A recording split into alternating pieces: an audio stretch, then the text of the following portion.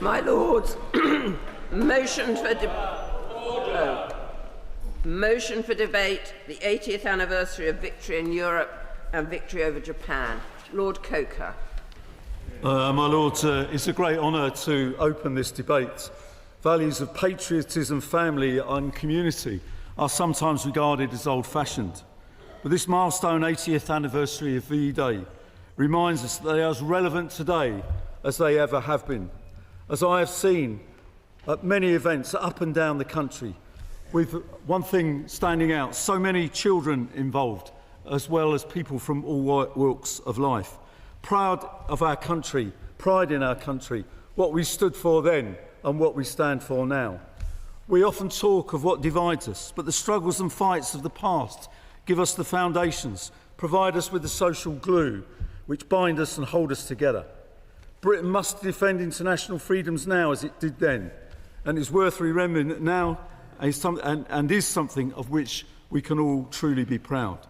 Can I also start at the beginning of this debate to pay particular tribute to the noble Lord Christopher, who is not in his place, but I believe is the only current parliamentarian to have served in World War II. Can I equally pay tribute to the noble Lord Soames, who is in the Channel Islands, and what a great testimony he is to his grandfather in the work that he has continued. And also to pay tribute to the noble Lord Attlee, his grandfather's role in VJ Day and beyond. Again, he, like Lord Soames, I think his grandfather, both grandfathers would be extremely proud of their grandsons. May the 8th, VE Day, one of the most iconic days in our history. At 3 o'clock, the nation tuned in as the Prime Minister, the Right Honourable Winston Churchill, took to the airwaves.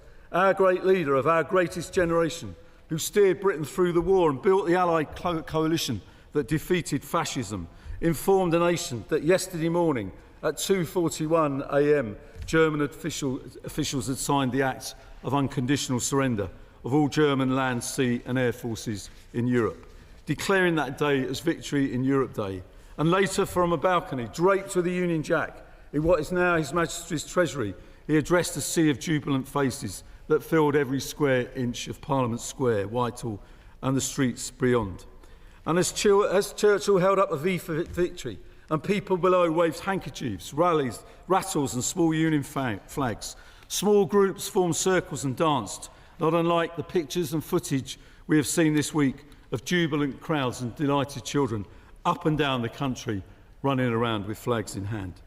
Rejoicing, having come through our nation's darkest hour with courage, ingenuity and the Dunkirk spirit, through the Battle of Britain, through the Battle of the Atlantic, through punishing campaigns in North Africa and Italy, through D-Day, Market Garden and the Battle of the Bulge.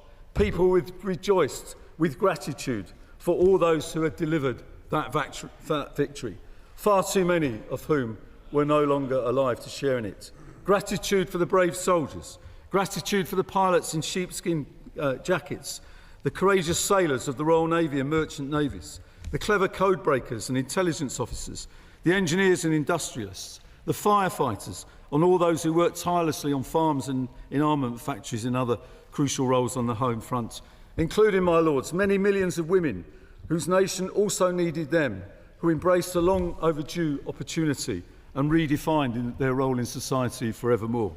On hilltops, people lit beacons, as in cities and towns across the country, friends and acquaintances and strangers, first united by a common enemy, were now united in joy, coming together to dance long into the night, celebrating the triumph of the Allied forces over the Axis powers, the triumph of hope over despair, of freedom over tyranny, and of democracy over dictatorship.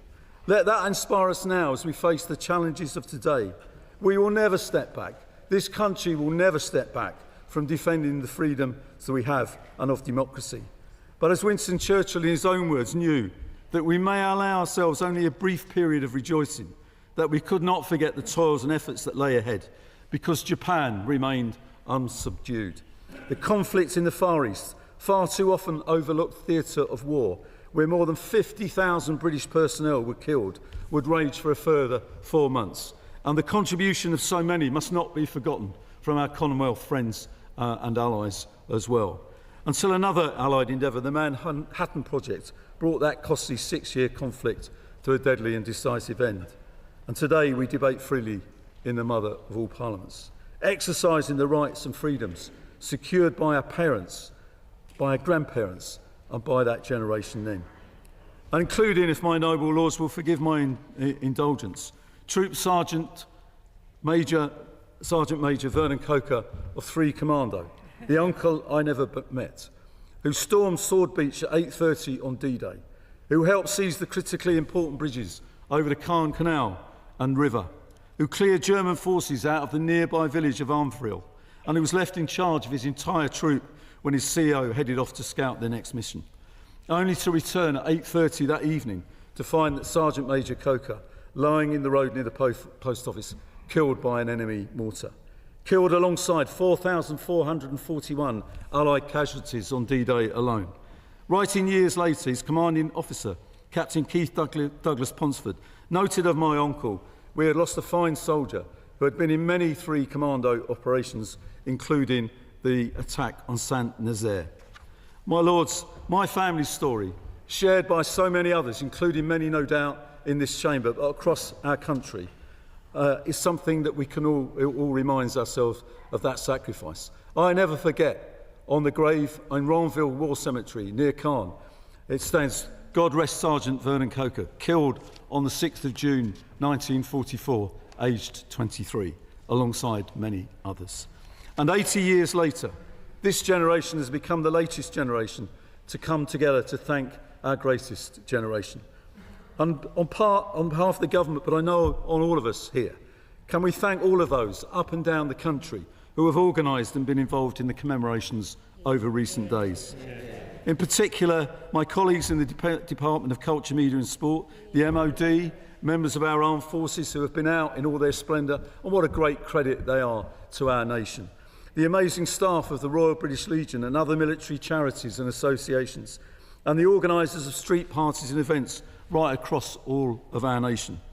And today I feel it is incumbent on us not only to reflect and to appreciate the millions of individual sacrifices that secured our freedoms, but also learning lessons about our security, lessons about solidarity, and lessons about service that will serve us well in, once again, this dangerous era in which we live. On security, Neville Chamberlain quickly became shorthand for the folly of appeasement. Over time, more and more historians have convincingly pointed out that Britain was in no position to stand up to Hitler in September 38. And the lesson today that needs to be fully understood, and is accepted by all of us, I think, or many of us, is that if we want peace in our time and in the future, we can never again take our eye off the importance of deterrence, particularly as potentially adversaries arm themselves to the teeth.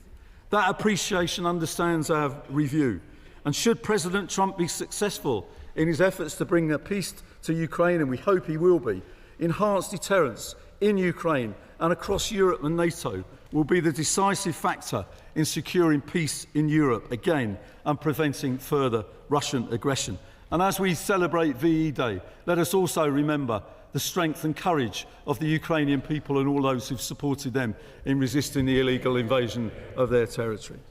The second lesson from the Royal I want to touch upon is solidarity, the importance of solidarity with our allies, the importance of solidarity with those that serve, and some in here would know that better than me, but also the importance of the solidarity of our nation. The wartime platform given by Germany to Lord Haw illustrates the enduring power of propaganda. And I believe it's incumbent on all of us in this chamber and beyond, who love this country and believe in Britain, to ensure the British people themselves are in no doubt that our solidarity is under ongoing sustained attack from today's propagandists and armies of bots armed with infinite supplies of disinformation, under the command of adversaries like Russia and other states working against our interests. It should never take a war for us to speak out about those attacks and the fact that we will defend ourselves against them. Like previous governments, we are alive to this threat, and it is an essential and existential threat to us, and our review will guide us as we step up work to counter it. The other lesson I want to draw is about service, is about the power of individuals and collective service, and it's about valuing those that serve. The relentless determination of that war generation, who gave their blood, their toil, their tears and sweat, and their lives, by many of them, over 6 long years, was summed up by Churchill when he said, "Success is not final, failure is not fatal. It is the courage to continue that counts." We must have that courage, have that will, have that determination, and even many years after, listen to the words of Churchill as they ring down the ages. Our current armed forces are full of people who have these and other war-winning qualities in abundance. People who've stepped forward to serve with the support of their families, who also sacrifice to facilitate the long deployments and frequent moves that service life can entail. And we all need to realise this threat today. Too few people who are going about their busy lives perhaps truly appreciate that. And this VE Day commemoration and celebration indeed give us the chance to understand those sacrifices, and for all of the country to understand the sacrifices that are made on their part. We're determined to change that, and working with the support of others, we're working across to ensure that the Armed Forces Covenant is fully implemented. And with the whole support of the whole of Parliament, appointing an Armed Forces Commissioner as an independent champion as well, tasked with improving service life.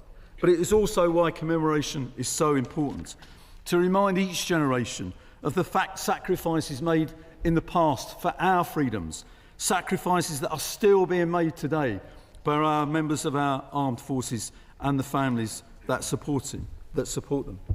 The end of World War II marked the beginning of a new chapter, a chapter written by the men and women who turned our darkest hour into one of our finest hours.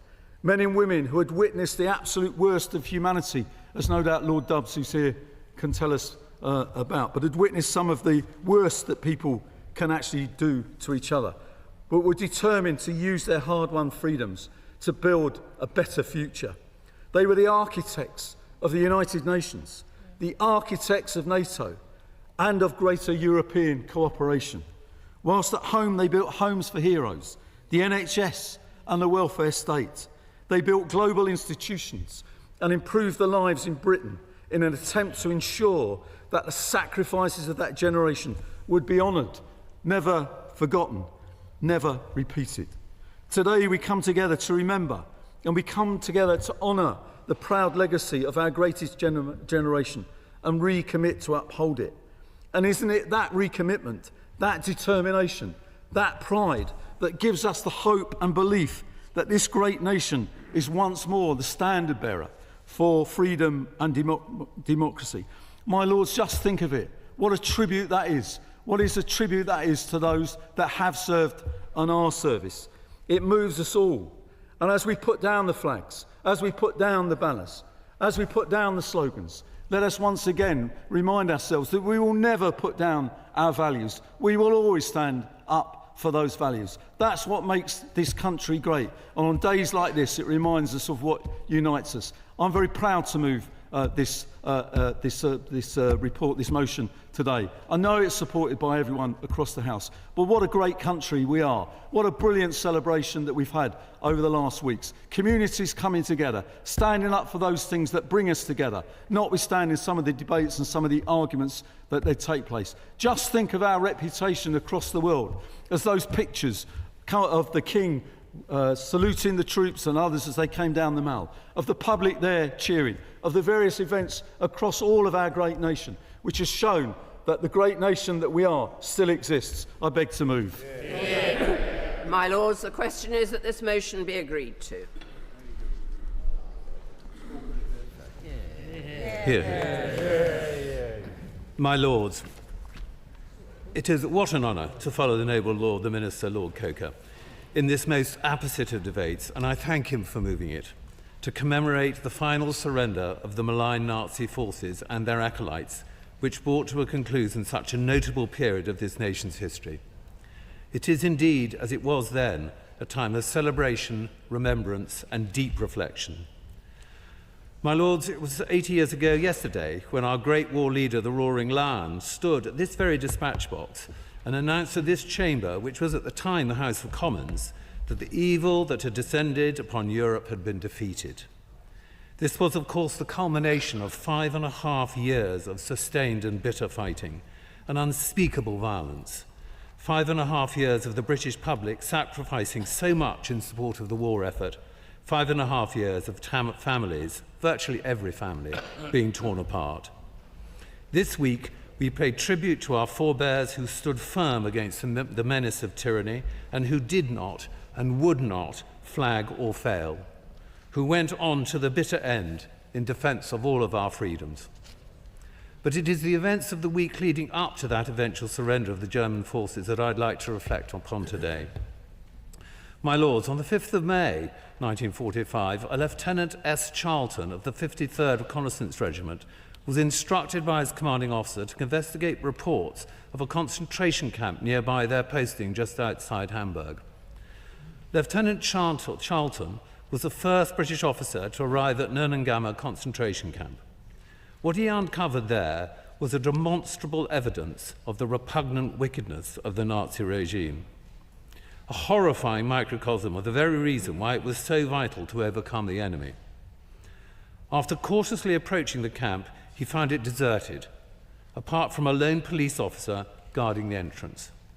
As he was inspecting the barracks, he encountered 2 former prisoners who offered to guide him through the camp. Lieutenant Charlton recounted in his report that he stumbled across a building that at first glance he believed was a butcher shop or a dairy. It was not. Later, the building was found to have been a medical experimentation centre where Dr. Kirk Hersmeyer had undertaken live experiments on 20 Jewish children towards the end of 1944. Those children were injected with tuberculosis, operated on, and eventually hanged at the Bullenhauser Dam School on the 20th of April 1945, just weeks before the arrival of the British troops and the liberation of Neuengamme. Charlton remarked in his report that the place appeared to have been thoroughly cleaned, and he only found rubber gloves and what he took to be a preserved human heart in a bottle. From the records that were salvaged from the camp and the testimonies at the later war crimes trials, a more comprehensive account of the horrors that occurred at Neuengamme was pieced together. The camp was built in 1938 by 100 inmates transferred from Sachsenhausen. Prisoners were forced to work in weapons factories, mines, building sites, or on the railways, labouring under the most inhumane of conditions. Evidence collected by the British Army of the Rhine's War Crimes Group described the almost complete absence of footwear and the transportation of prisoners too sick to work to the death camps for their ultimate and untimely murder. Overall, it's estimated that at least 42,000 prisoners died at the camp, but since the SS destroyed most of the records, the reality is we'll never really know how many suffered there. Neuengamme was just one of the many concentration camps liberated by Allied troops throughout 1945. The stories uncovered by brave British, American, and Soviet troops, and the testimonies given by those who suffered so terribly, ensured Nazi war crimes did not go unpunished and guaranteed that they could be shared for all prosperity, if for no other reason than to ensure that such horror needed calling out so that it should never be countenanced to happen again. As early as 1940, in his finest hour speech, Churchill warned of a new dark age made more sinister by the lights of perverted science. He saw clearly the evil of Nazi rule and what it was, and nobly led our nation, along with our stout allies, throughout the storm of war. It was 2 days later, on the 7th of May 1945, that Germany finally capitulated. The Soviet army had already taken Berlin. Field Marshal Bernard Montgomery had accepted the surrender of German forces in northwest Germany, Denmark, and the Netherlands.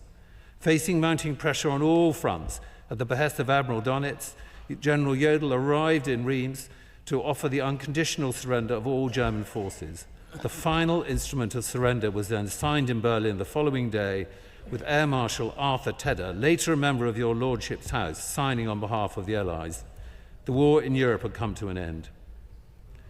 Across Britain, church bells rang out in recognition of the enormity of the occasion. Victory in Europe was declared. The British public jubilantly poured onto the streets, as the noble Lord mentioned, to celebrate their victory over Hitler's forces of fascism. The victory was momentous, but at a terrible cost. It had been enormous. 383,600 British troops were estimated to have lost their lives, and there have been 1.7 million casualties from across the Commonwealth. For many, those bells must have rung hollow. And my lords, on this very day, 80 years ago, as has just been mentioned, Nazi forces were expelled from the only occupied territory in the British Isles. Throughout the war, the occupied Channel Islands had faced severe repression, with satellite camps of Neuengamme established on Alderney. The liberation of our dear Channel Islands was completed when British soldiers from HMS Bulldog and HMS Beagle landed on Guernsey and Jersey. Across the islands, the Union flag was hoisted and the crowd spontaneously sang the national anthem. Liberation Day is still, to this day, celebrated in joyous fashion every year on the 9th of May on those islands. I know that. My lords, from the balcony of the Ministry of Health 80 years ago, Churchill reminded the nation that this wasn't a victory for a party or of any class. It's a victory of the great British nation as a whole. We were the first in this ancient island to draw the sword against tyranny. Those words are ever more pertinent today, my lords. War has returned to Europe. An ascendant autocracy threatens sovereign nations. Poisonous ideologies pervade our politics. If there were ever a lesson to be learnt, it is that we British can never appease a tyrant. Our Ukrainian brothers and sisters are valiantly resisting invasion, fighting as we once did for their homeland and their freedom, and we are there to support their struggle in the shadow of remembrance of 80 years ago. My lords, in these troubling times, we must once again stand firm against tyranny and express great pride in our armed forces. The noble Lord the Minister spoke so eloquently about our history and the importance of communal remembrance and reflection. This day of all days is also one of celebration of affirmative triumph over almost unspeakable evil. As His Majesty said last night, we must never forget those who delivered that triumph. My lords, we will not. My lords, only the oldest of us can remember VE Day, still less the Second World War itself. Exceptionally, the noble Lord Dubs will be able to remind us. For our grandchildren, this is relatively ancient history, and the issue for us is what aspects of that history we choose to emphasize. What lessons should we say they should learn from the chaos, the cruelty, the slaughter and the sacrifice, the final victory, and the contested peace that followed? The two world wars remain central to Britain's national identity. My own grandchildren have been learning about them in school over the past year. We've taken them to the Western Front to walk over the fields where in the spring of 1918 my 18-year-old father joined the Highland Division and lost so many of the friends he had trained with. We've taken them to Bletchley Park, where my parents-in-law worked during the Second World War. We tried to explain to them what it meant to my mother to lose her younger brother, my godfather, when his Lancaster crashed on a training flight. For all of us, linking historical narratives to personal stories is a way to help the younger generation understand the past. I've been struck in this by how quickly my grandchildren understood that neither of the wars was one in which Britain actually stood alone. The monuments to Canadian and Australian troops on the Western Front, the references we saw to French, Portuguese, Indian, Moroccan and Belgian troops alongside the British, and to the Chinese Labour Corps that maintained British tanks in 1918 and dug trenches and graves. 20 years later, Poles provided crucial help for decryption in the early stages of Bletchley Park, and an American contingent arrived there in 1942. There were Polish fighter squadrons in the Battle of Britain when Britain was standing alone against the German threat. And I was surprised to discover when we visited the Yorkshire Air Museum there were a great many Belgian pilots in Bomber Command. The Imperial War Museum's display on World War II shows us something of the Caribbean contribution to Britain's war effort in all three armed services. I felt it underplayed the importance, however, of the 2.5 million Indians in the British Imperial Forces and the role Indian divisions played in Burma and the 8th Army, fighting alongside Polish and South African divisions, as well as an American army, across North Africa and Italy. Recording this part of our wartime history matters because the descendants of those Allied soldiers and airmen have now become part of our national community. My parents-in-law are buried in a Bradford cemetery alongside well-kept Polish and Ukrainian sections, the latter containing the bodies of displaced persons. I remember we used to call them DPs, unable to go back to their homeland as the Russians reasserted hostile control. I've met many Sikhs and South Asian Hindus and Muslims in Yorkshire whose grandparents fought for Britain in World War II, most of their grandchildren and their neighbours unaware of what they did. This should now be an intrinsic part of our historical understanding of today's British national identity. What should we tell today's children about why we fought the war beyond the immediate threat of Nazism? We should teach them about the war aims that the British and the Americans agreed on behalf of the world's beleaguered democracies. The Atlantic Charter, drafted by the British and revised by the American president, declared in August 1941 that, I quote, "Our countries seek no aggrandizement, territorial or other. They desire to see no territorial changes that do not accord with the freely expressed wishes of the people concerned. They desire to bring about the fullest collaboration between all nations in the economic field with the object of securing for all improved labour standards, economic advancement and social security." President Roosevelt's speech to the US Congress earlier that year has spelled out why the United States was already acting as the arsenal of democracy. He said, "We look forward to a world founded on 4 essential human freedoms.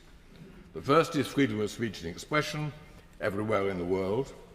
The second is freedom of every person to worship God in his own way everywhere in the world. The third is freedom from want, which, translated into world terms, means economic understandings which will secure to every nation a healthy, peacetime life for its inhabitants everywhere in the world. The fourth is freedom from fear, which, translated into world terms, means a worldwide reduction of armaments to such a point that no nation will be in a position to commit an act of physical aggression against any neighbour anywhere in the world. The world order which we seek is the cooperation of free countries working together in a friendly, civilised society." Yesterday, our Defence Secretary reminded us also of Ernest Bevin's Western Union speech delivered to the Commons on the 22nd of January 1948 as the Cold War began to end the hopes that the victory of 1945 would lead to global peace. Bevin declared that the free nations of Western Europe must now draw closer together. Our sacrifices in the war, our hatred of injustice and oppression, our parliamentary democracy, our striving for economic rights, and our conception and love of liberty are common among us all. Our British approach is based on principles which also appeal deeply to the overwhelming mass of the peoples of Western Europe. If we are to preserve peace and our own safety at the same time, we can only do so by the mobilization of such a moral and material force as will create confidence and energy in the West and inspire respect elsewhere. And this means that Britain cannot stand outside Europe and regard her problems as quite separate from those of her European neighbours. I listened to Nick Thomas-Simons, our Europe Minister, also quoting those words a few weeks ago. We all recognise how far short our world today has fallen from these ideal objectives. The current US President has repudiated Roosevelt's international and domestic legacies. Globalization has spread global prosperity, but has also fed a degree of inequality within and between states, which threatens social cohesion and leaves too many unfree from want. We are learning again the lesson of the 1930s, that constitutional democracy and open societies are not the natural order. Populist politicians offer easier answers, and authoritarian regimes are hard to dislodge. Our British public doesn't yet appreciate how difficult are the domestic and international challenges we now face. We've managed to hold taxes down by skimping on public investment and cutting defence expenditure to fund the rising cost of health and welfare for our ageing society. Now, we have to raise defence spending and engage our citizens in national security. The war in Ukraine is a threat to our security, to which we must respond. The Chinese drive to dominate global manufacturing and high technology also requires greater public and private investment. Yet, there are populists out there still pretending that taxes can be cut while spending more on defence and without cutting public services. History does not repeat itself, but it does offer warnings. Our divided and complacent country in the 1930s was slow to respond to the threat of authoritarian fascism and Nazism. We now face threats to the liberal international order that Roosevelt and Churchill led the Allies to build, and to the peaceful Europe that the end of the Cold War promised. Temporarily or permanently, we hope only temporarily, we have lost American support and leadership. It's our shared duty to work together to carry the public with us and to work with our democratic allies in Europe and beyond to defend the principles for which our parents, grandparents and great-grandparents fought more than 80 years ago. Very good. My Lord, I too join fulsomely in all the expressions of praise and amazement for the bravery and efforts made by so many both in and out of uniform to contribute to victory. Victory in Europe, and following the use of nuclear bombs, victory in the Far East. If I may be permitted a brief personal reflection, I was 2 weeks short of my 10th birthday when the war started in 1939. I was living in Dublin. The Irish Free State, as it then was determined to remain neutral and did so throughout the conflict. But that did not stop many hundred thousands of my fellow countrymen crossing to UK to volunteer and join one of the three services. My father had lost all of his right leg in the First World War. Otherwise, he too might have wished to join up again. But for myself and my sister, life continued much as usual. There was no food rationing. We had recently acquired a family car, but was on blocks as petrol was unobtainable. The very few cars had been converted to run rather reluctantly on gas, and they required an enormous storage balloon on their roof for fuel.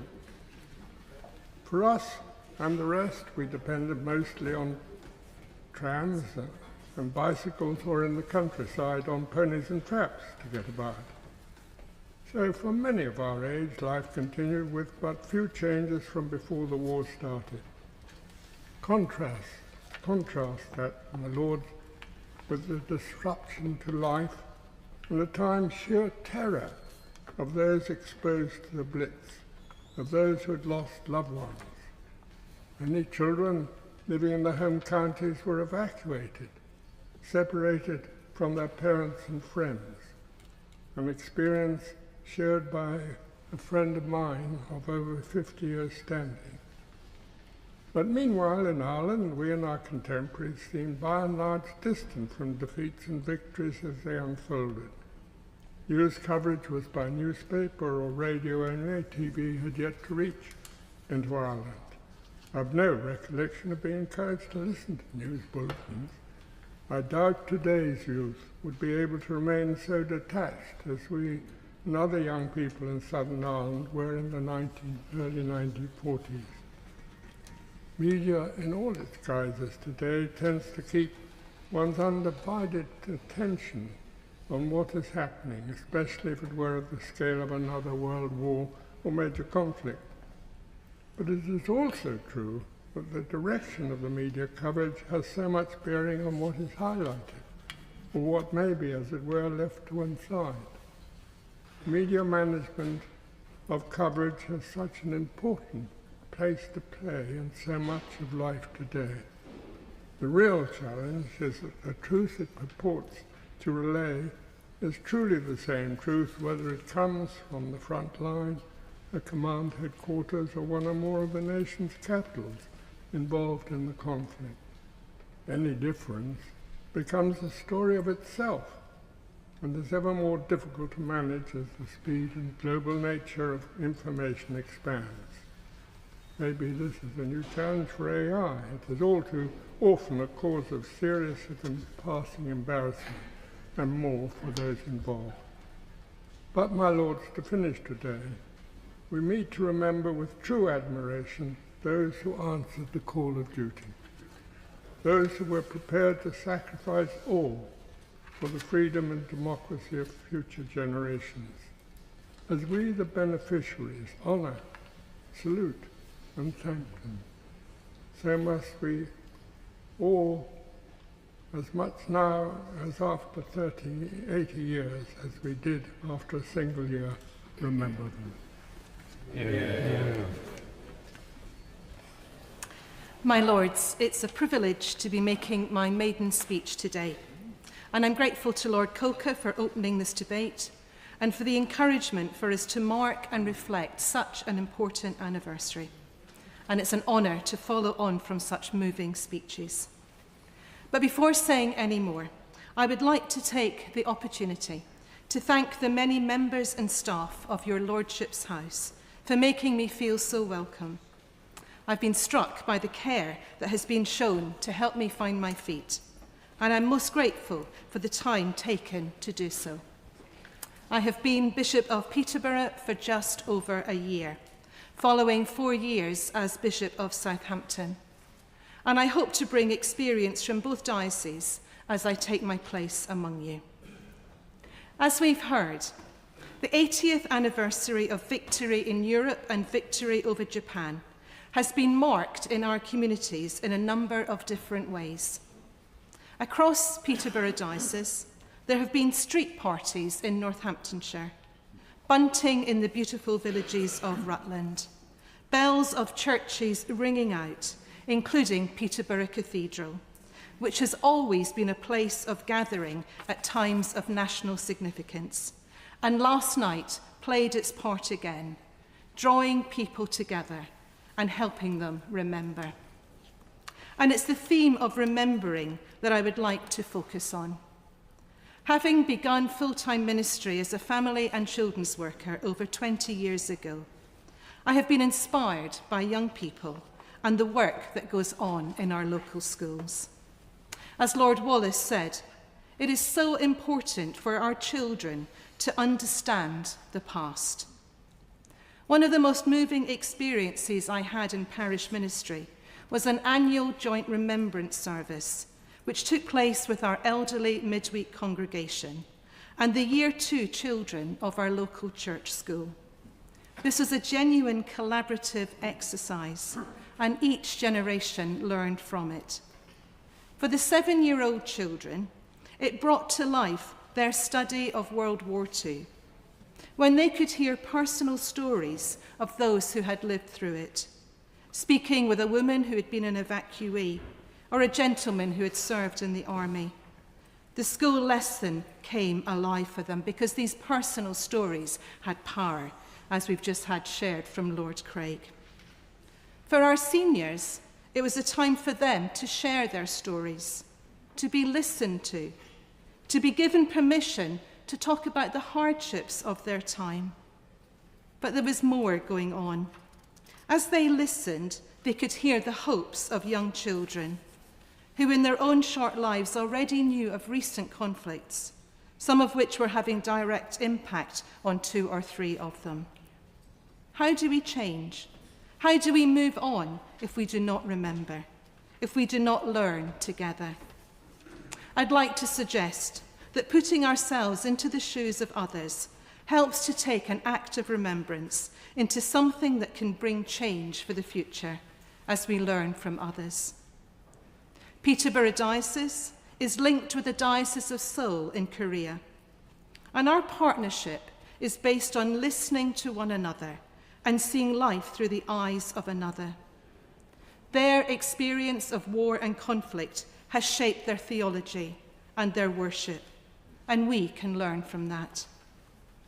2 years ago, I had the privilege to visit the Anglican Church in Burundi, and again heard stories of strife and struggle. We also met many young people who are determined to ensure that life is different in the future. They taught us much about the transformation of relationships across different social groups. Young people give us hope for a different future. Across Peterborough Diocese, there are 103 church schools with more than 20,000 students. These are places where children are encouraged to develop values that they believe will help society, ways of living that will decrease conflict. One area that is being encouraged is that of courageous advocacy, promoting an ethos of action-taking, challenging injustice, and becoming agents of change. As I play my part in your Lordship's house, I hope to be involved in the work of education and family life, supporting children and young people to become those agents of change and playing their part in shaping the world to be a better place. This would indeed be a tribute to the people we remember today. My Lords, it's an honour and a privilege to follow the Right Reverend Prelate, the Bishop of Peterborough, in this important debate. She brings not just a deep and abiding faith and a passion for community development, the growth of parish congregations, and the pivotal role of young people in communities. In 2 dioceses, she brings not just that, but she brings her own personal experience, having been brought up in a rectory, and her personal experience of working as a manager in the NHS. I have no doubt that she will make a hugely valuable contribution to this house going forward. My Lords, this week and these proceedings are very much about memory and about commemoration. It's my privilege to chair the Sir Winston Churchill Archive Trust and the Memorial Gates Foundation and Council.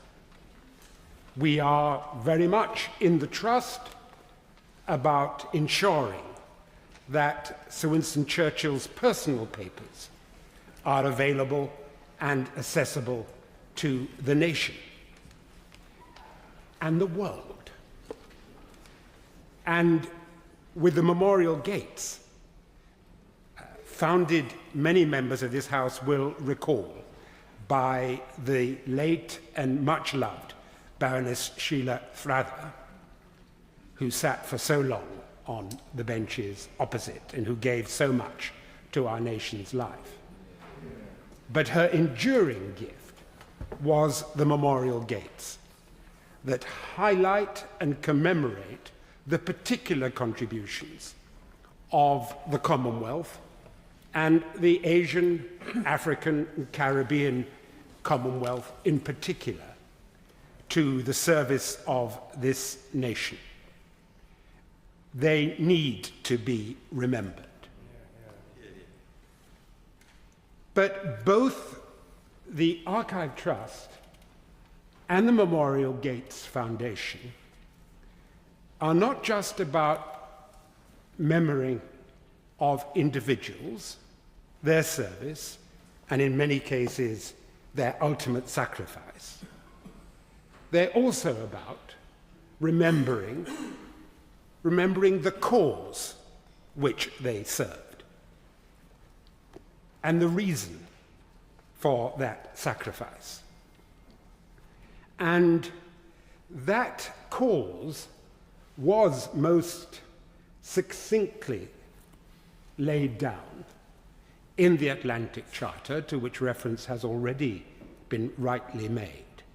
And we hold in the Archive Trust, and you can go and look at it on the website at any time, a website that's available generally, globally, and particularly accessible to schools. We hold the original documentation and the writings of Sir Winston around the Charter.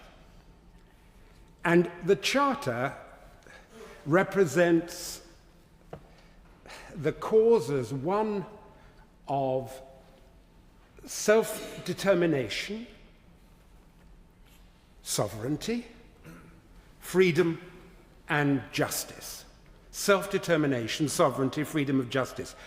The very cause that's at stake in so many places in our world at this time, and particularly on the continent of Europe. We need to remember that cause. One man who did and who never forgot it was a member of the Royal West African Regiment. His name was Joseph Hammond, and he's written of his experiences in the 14th Army, our 14th Army, the 14th Army of Great Britain in Burma. And he served in that army, and this weekend he will be 100 years old. And his life and service will be commemorated in Ghana. I've had the privilege of meeting him. I grew up in the Gold Coast and then what was Ghana. And he has established a foundation, the heart of which is the cause of peace, development, and education. And in memorializing, as we have done this week, surely one of the best things we can do is to make sure that in the review that's currently taking place of the curriculum, we make sure that the history and the sacrifice, and above all the values that we are commemorating, are not lost for generations to come. That's something positive and practical we can do, and I do hope ministers in responding will indicate that that will be their response to the review. But you know,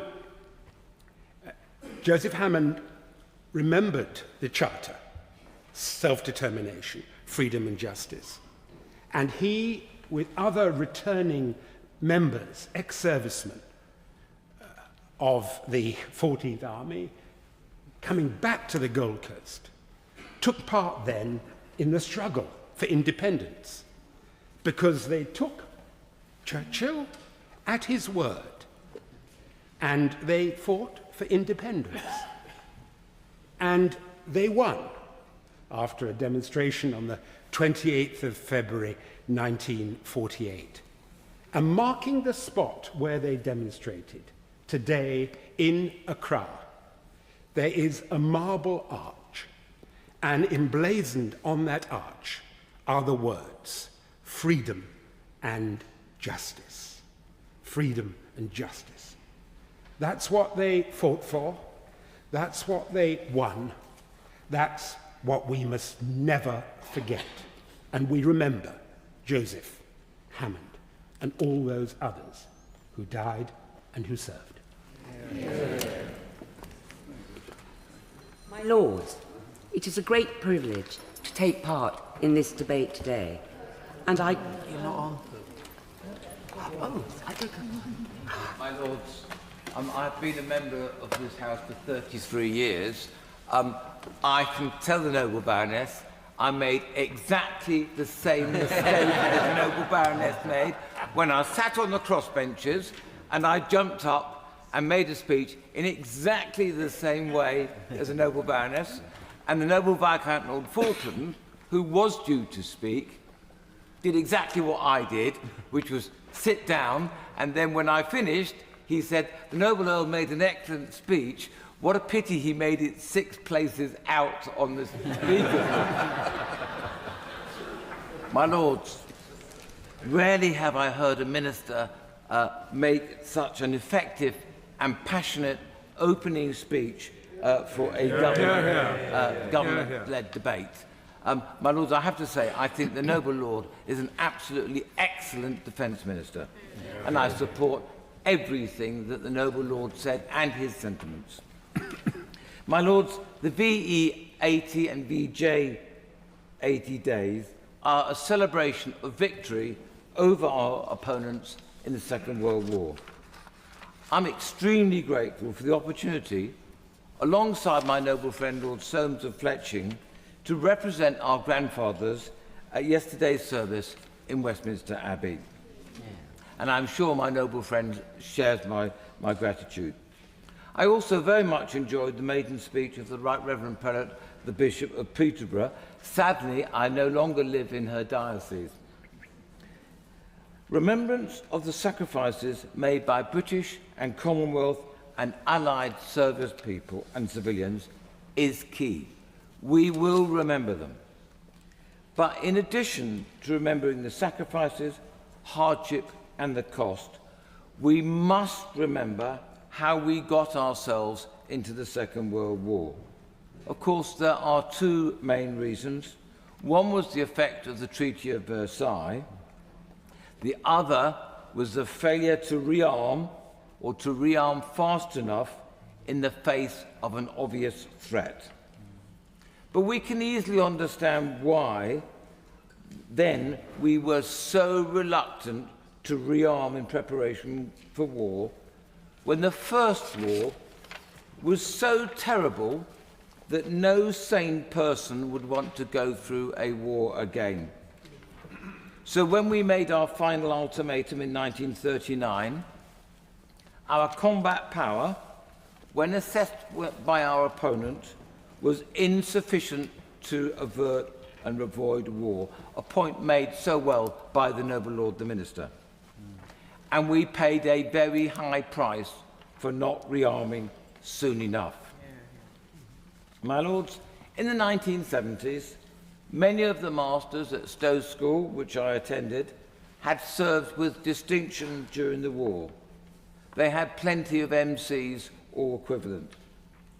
But they absolutely drummed into us that war was to be avoided at all possible costs.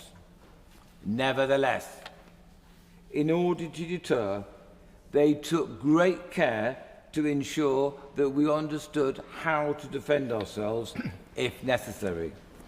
The CCF was very important to the school and was at least initially compulsory. And I recall the Reverend Josh Nichol MC playing a key part in it.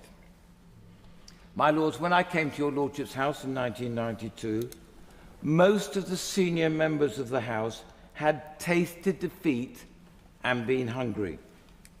Many had served with distinction during the war, and I recall the noble lords, Lord Healy, Carrington, Runcie, Mowbray, Lauderdale, Jellicoe, just to name a few.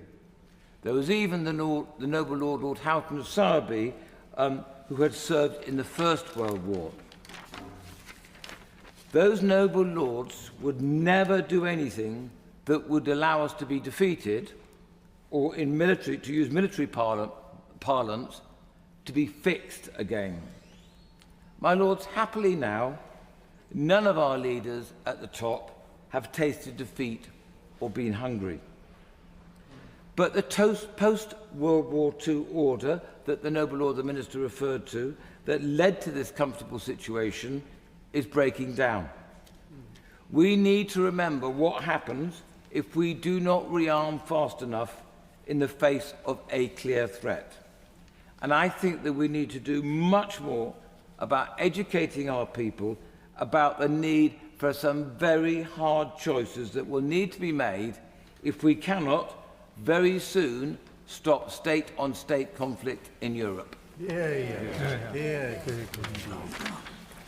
My lords, it is a great privilege to take part in this debate today, and I'm so grateful to the noble Earl for his graciousness and generosity.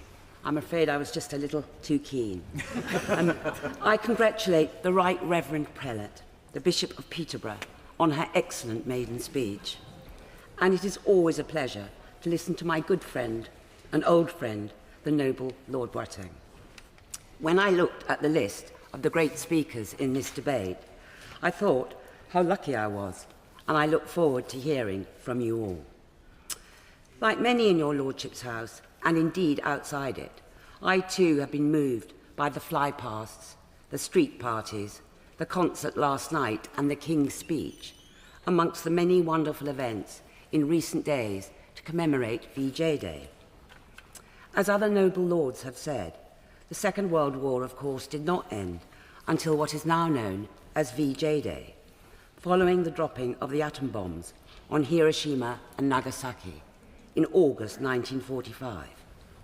I commend this opportunity, unprecedented, I am advised, by the House of Lords Library, to mark both VE and VJ anniversaries at once.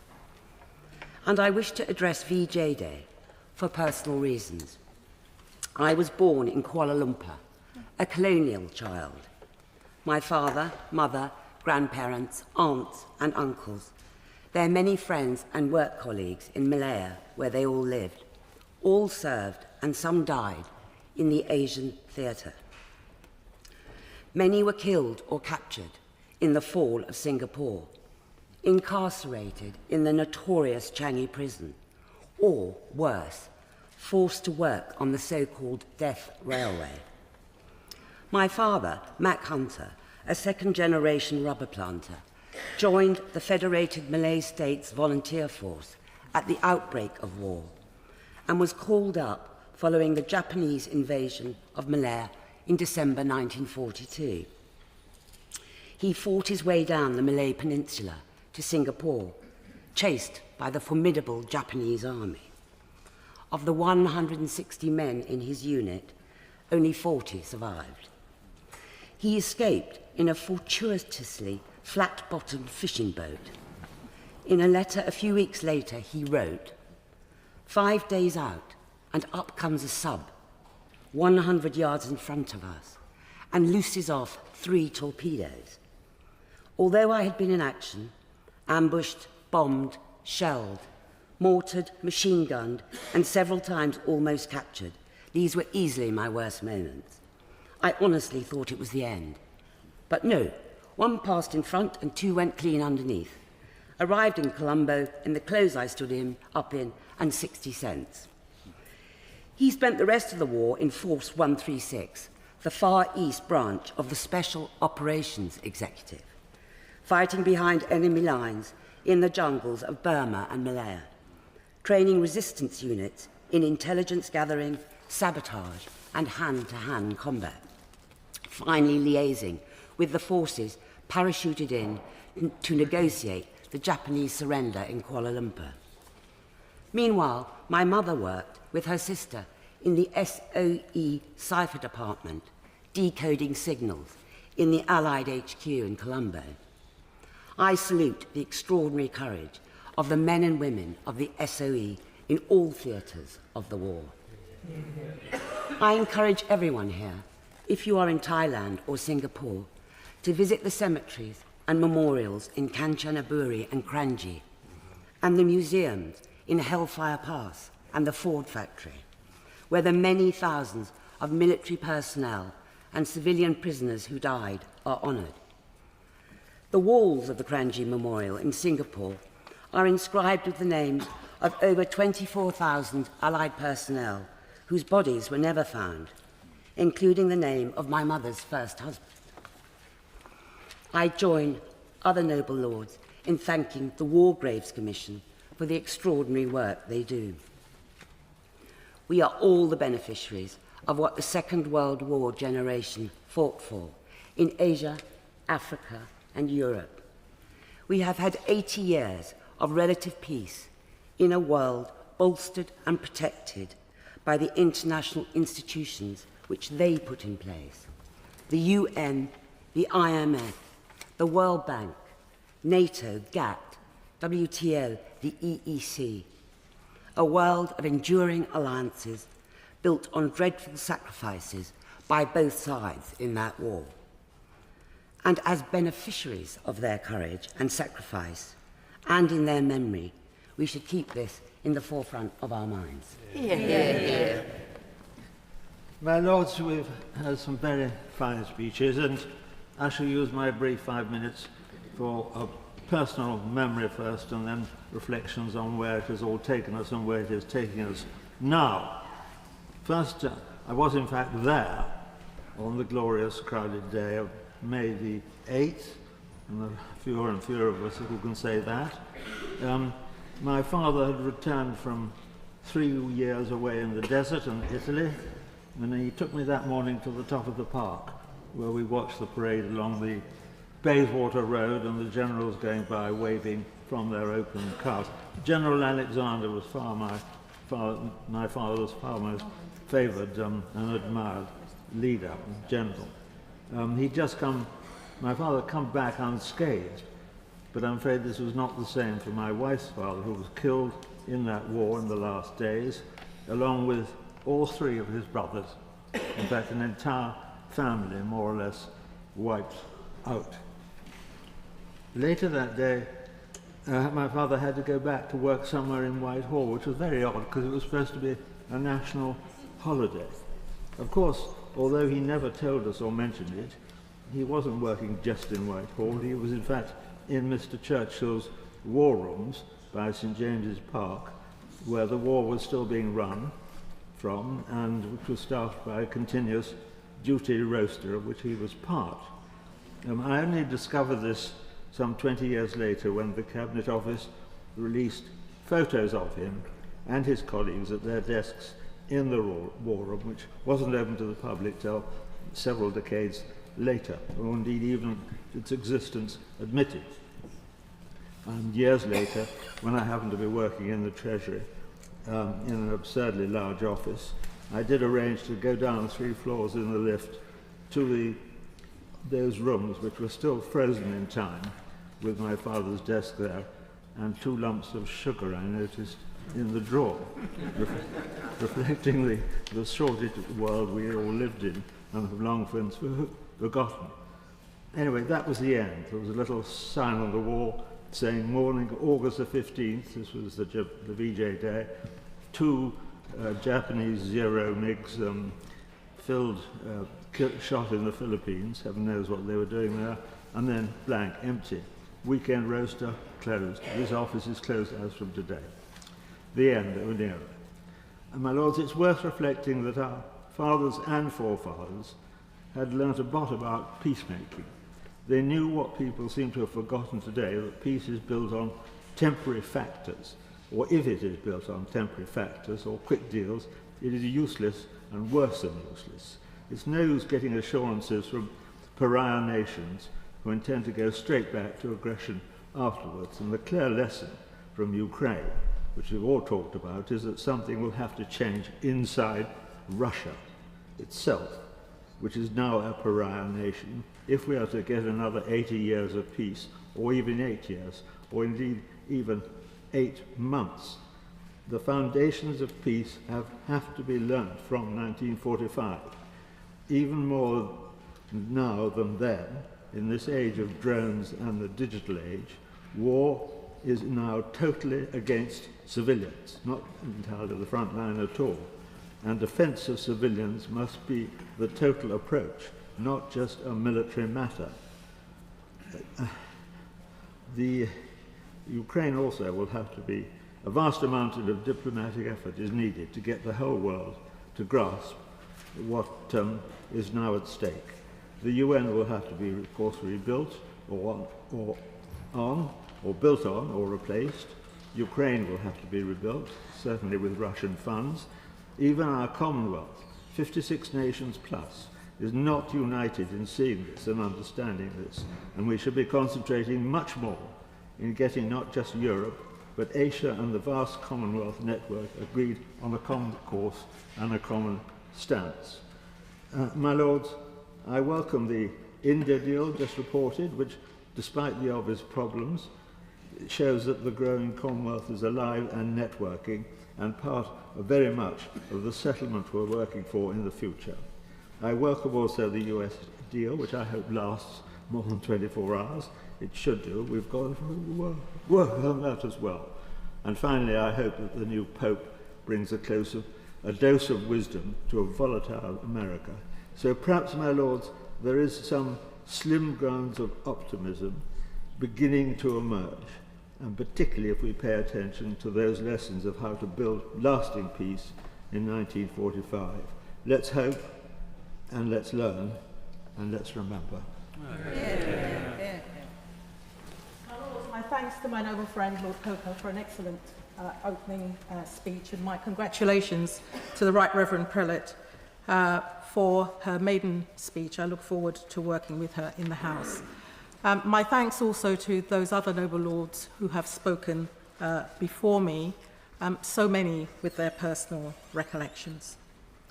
It's a week that for me, and I know for millions of others, will live long in our collective memory. The sight of our veterans, fewer and fewer of them each year, fragile but resolute, the sharpness of their recollections, the moving stories and tributes, the relief at the vanquishing of the tyranny and injustice that we saw in that period, the belief in a safe and secure future, the remembrance of lives lost, hopes extinguished, families, communities, and countries torn apart, destroyed. And there, for us all to see, resilience, resistance, and courage. But in the midst of the celebration and commemoration, I was reminded of the conflicts which still plague our world, as we again face turmoil and insecurity. In Africa, the Middle East, Asia, and of course our own continent with Ukraine. And I was reminded of the promises we made ourselves, the never again, which puts the onus on us to resist tyranny, to challenge injustice, and do everything we can to bring peace and find solutions to conflict. Our political engagement, diplomacy, and foreign policy is more important than ever. It's so important for us to defend democracy, to sustain our freedoms. But as we celebrate Victory in Europe Day, I'm also reminded that it was a world war. It involved so many, not just Europe. But in the Commonwealth, our overseas territories, the United States, the Far East, as my noble friend so eloquently described in terms of her own family, that the battles also occurred in many countries. I've personally seen the costs of conflict. I'm very glad I didn't have to experience it personally. But it's reminded me that we have so much still to do, to make sure that our young people have a full understanding of our history. The noble Lord Wallace of Saltaire, talked about the importance of education, because our history is sobering as well as being uplifting. During World War II, African and Caribbean people made significant contributions to the war effort through military service. And I thank my noble friend Lord Coker for recognising the involvement of Commonwealth and other friends.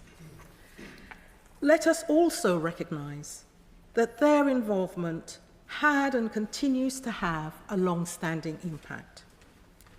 The RAF raised its colour bar, and 6,000 black African men volunteered, 5,500 as ground staff, 450 as aircrew. Approximately 10,000 men and women from the Black Caribbean joined the British Army.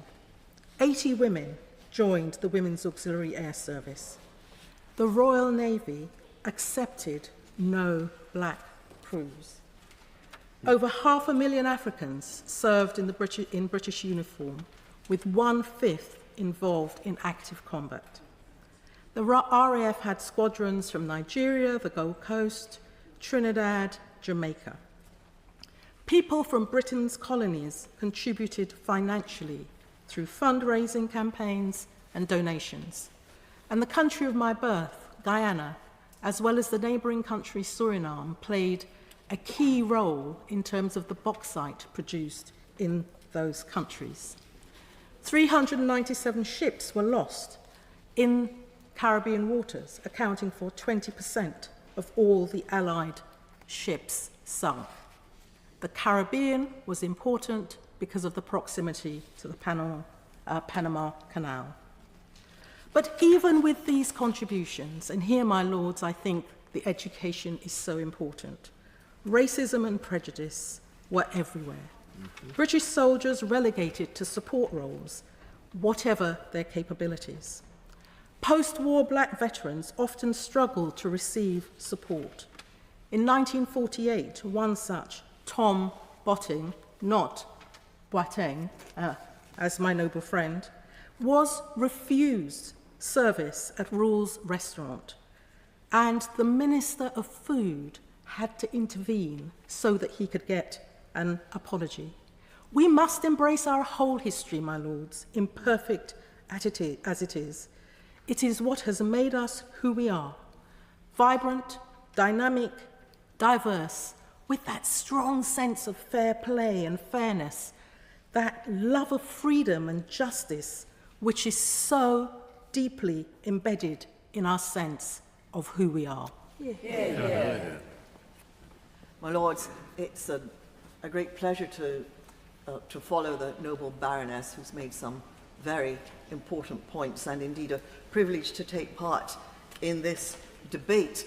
Like most members of your lordship's house, I came into this world long after VE Day and have no recollection of 80 years ago, but I have a vivid recollection of 30 years ago when we celebrated the 50th anniversary of VE Day. I remember so well what it meant to my father, who was then only a few months away from the end of his life. It meant so much to him to know that 50 years after he and his friends came back from a war in which he had fought from day one in 1939 until 1946, that 50 years later, the country and the world were remembering what they did and why it mattered. And he used to impress upon us as children, you must remember what happened. You must remember why it happened. You must know about this because you, he used to say to me, you must make sure it doesn't happen again. So I'm delighted to hear what the Minister has said this morning, because that echoes those sentiments. Never let it happen again. Yesterday, my lords, in Westminster Abbey, there was a moment when certain words brought a tear to the eyes of strong men. Not the words of a general or an admiral, not even the words of Winston Churchill, but the words, there'll be bluebirds over the white cliffs of Dover tomorrow. Just you wait and see. There'll be bluebirds over the white cliffs of Dover tomorrow when the world is free. The words of the Force's sweetheart, Vera Lynn. The Minister mentioned rightly that the victory of 80 years ago was the victory of the nation as a whole. There are memorials all over this country to brave servicemen and brilliant generals and admirals, there is no memorial, my lords, no memorial to Vera Lynn. I am trying my best to carry the torch of the Dame Vera Lynn Memorial campaign, not just because my father was one of those who adored the Force's sweetheart, not just because I was brought up on a series of albums called Hits of the Blitz, more hits of the Blitz, the best hits of the Blitz, etc. Not because of that, my lords, but because of a promise I made to Sir David Amos, my late colleague in the House of Commons, who started this campaign several years ago to raise the money for a memorial to Dame Vera Lynn. I promised David that I would do what I could to help him in his efforts. And you will remember, my lords, that Sir David was brutally murdered in the course of his duties as a Member of Parliament. So I feel a duty to try to carry on the work that he started. A place for the memorial has been identified in Dover. Most of the funds for this wonderful memorial have been raised, and the memorial is actually in production. It has been made. It's not a boring old statue. It's a rather wonderful bronze memorial encompassing, as so many people have said, not just one person, but the many whose efforts we praise today. But more money is needed in order to finish the work that Sir David Amos started of the memorial to Dame Vera Lynn. So I am making an unashamed plea, my lords, to the Minister, to your lordships, and through you to a wider audience. Much money has been raised by small donations from people who cared, but £350,000 is still needed in order to put up a memorial to the Force's sweetheart, to the person who embodied that spirit that the Minister mentioned of the will to carry on. Please help.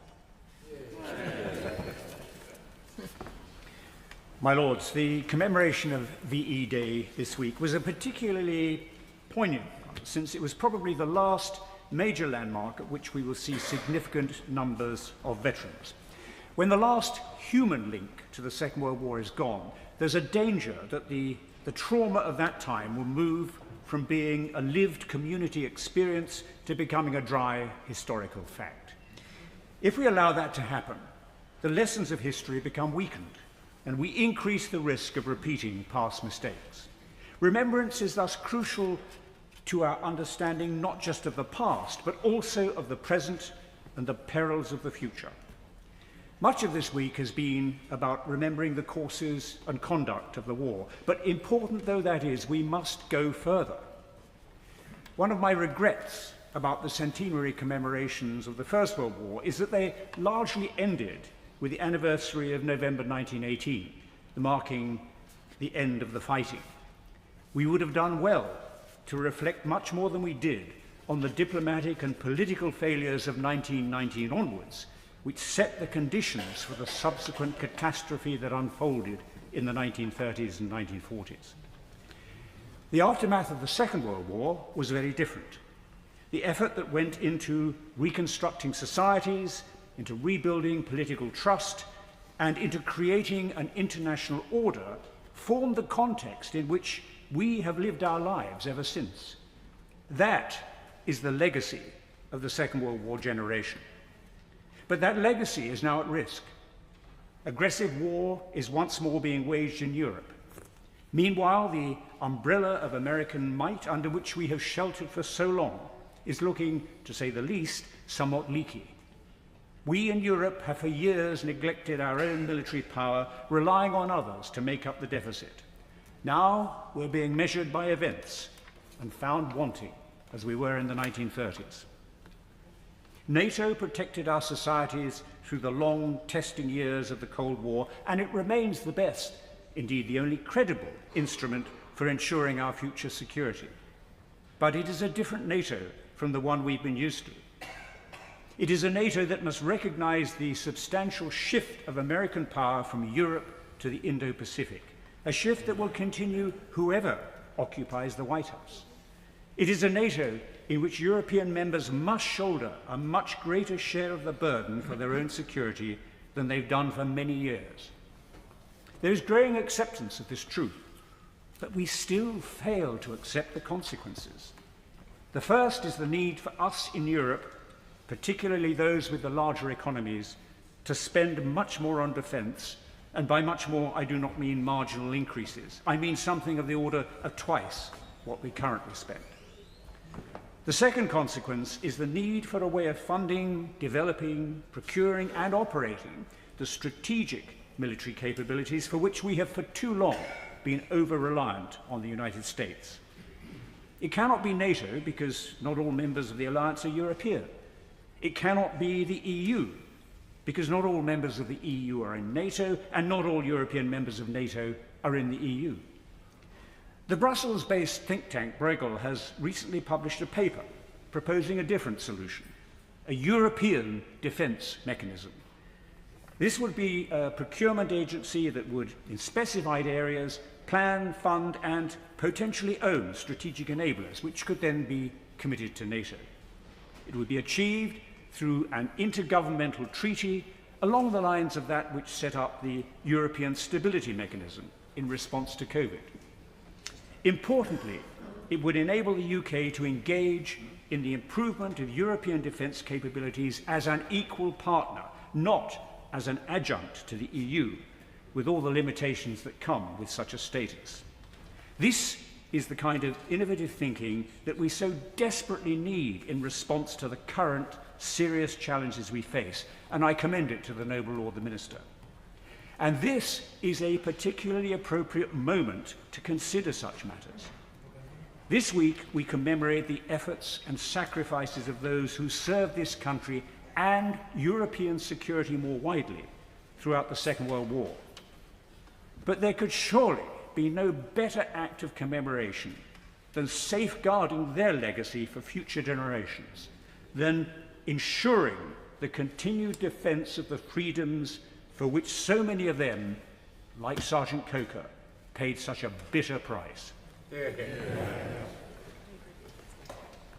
My Lords, I am grateful for the opportunity to add a voice from one of the smaller corners of our national story, and I do so amongst so many moving and powerful speeches today, including from my noble friend the Minister, and the impressive maiden speech from the Bishop of Peterborough, who I look forward to working with again.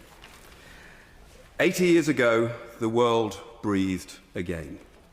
After years of darkness, brutality and sacrifice, peace was declared in Europe. On VE Day and later on VJ Day, nations rejoiced and lives broken by war began slowly to mend. I rise with a small personal thread woven into that greater tapestry. My mother, who some of you will know, and her family are from Guernsey, one of the beloved Channel Islands, and the only part of the British Isles to endure occupation by German forces during the Second World War, as the noble Earl has already reminded us.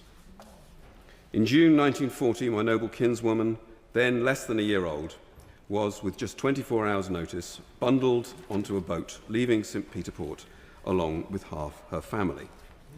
The rest were either fighting abroad or chose to remain on the island and experienced, in some cases, including my own families, the occupying forces taking over their homes. Nearly 5 years later, on the 8th of May, 1945, Winston Churchill gave his famous address to the nation. Amongst his words were these simple but profound, "And our dear Channel Islands are also to be freed today." He was, in fact, a little premature. The islands would not be fully liberated until the following day, the 9th of May, a day that is celebrated every year in the Channel Islands, and a day that is also, by happy coincidence, my birthday. Churchill's words, though a day early, brought immediate hope to a people who had waited so long for freedom. What transpired between these two dates tells stories of hardship, suffering, and extraordinary resilience. For nearly 5 years, the islanders lived in harsh isolation. Rations dwindled to near starvation levels. Electricity failed. Civilians resorted to eating candle wax and rose hips to stay alive, and the elderly died cold in their beds.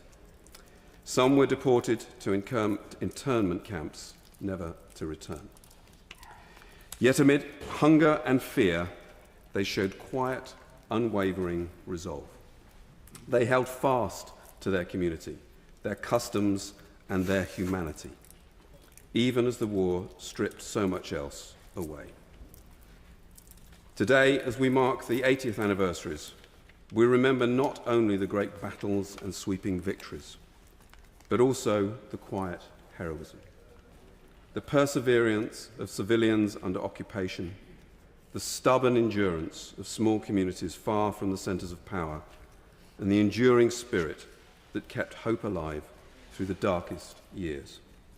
In these uncertain times today, I take hope from their example. The liberation of the Channel Islands reminds us that freedom must never be taken for granted, and that even in the most isolated places, the ideals of liberty and justice burn just as brightly. We owe a debt of gratitude to all who fought, all who endured, and all who rebuilt. Their courage brought us our freedom. Our memory of them keeps that freedom alive. I congratulate the Right Reverend Prelate on her wonderful maiden speech, and I loved her focus on children. We're kindred spirits.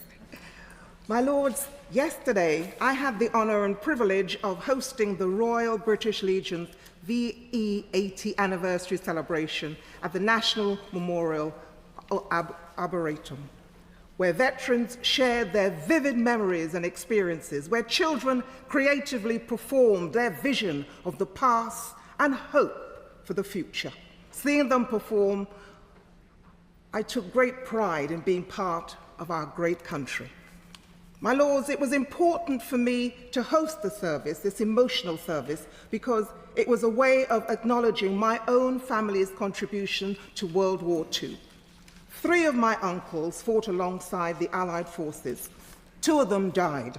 One went on to become the mayor of Bolton 50 years later. Today, as we commemorate the 80th anniversary of Victory in Europe Day, our hearts swell with pride and gratitude for all those who contributed to the Allied triumph over tyranny. But alongside the well-deserved celebrations, let us also take a moment to remember and honour a crucial part of that victory. That is the remarkable contribution of the Caribbean people, as other noble lords have said. From the sunny shores of Jamaica to the vibrant islands of Trinidad, where I was born, Antigua and Barbados, the Cayman Islands, and across the entire Caribbean, there was a deep sense of solidarity and commitment to the Allied cause. Thousands of men and women, driven by a profound belief in freedom and justice, stepped forward to play their part in the global conflict. They answered the calls to arms in many ways. Some, like the late Sam King and Alfred Gardner, who bravely volunteered for the Royal Air Force, with over 6,000 men enlisting, hundreds becoming pilots, navigators, ground crew, rear gunners, like the highly decorated Lincoln Orville Lynch. Imagine the courage it took to leave their homes and their families, crossing vast oceans to face the horrors of war in the skies over Europe. Their skill and dedication earned them over 100 decorations, a testament to their bravery. Others joined the Royal Navy and the perilous Merchant Navy, braving U-boat attacks to keep vital supply lines open. Still more enlisted in the British Army, with the formation of the Caribbean Regiment in 1944. Although this regiment didn't see direct combat, their service in Italy, Egypt, and Palestine was a crucial part of the broader war efforts, freeing up other units for the front lines. Beyond those who served in uniform, the Caribbean islands themselves became strategically important. They provided vital naval and air bases for the Allies, playing a crucial role in the Battle of the Caribbean against German U-boats. Many Caribbean people worked tirelessly in these bases, supporting the war machine and defending their homelands. My lords, the contribution of Caribbean women were equally significant. 80 women joined the Women's Auxiliary Air Force and 30 joined the Auxiliary Territorial Service, serving with dedication and playing their part in the war efforts. While Victory in Europe Day marked the end of the war in Europe, the sacrifices and contributions of the Caribbean people resonated far beyond. In Trinidad, they herald victory by dancing in the streets to the music played on the newly created steel drums. Yes, they jumped up to steel pan music. Their bravery and commitment helped secure the freedoms we enjoy today. My lords, as we celebrate this momentous anniversary, let us ensure that the story of the Caribbean contribution to World War II is never forgotten. Let us honor their courage, their resilience, and their unwavering dedication to the cause of freedom. My lords, the Caribbean stood with Britain in its darkest hours, and their legacy deserves a place of pride in the history of VE Day and the Second World War. Let their story be told today and always. Congratulate the Right Reverend Bredit, the Bishop of Peterborough, on her excellent maiden speech.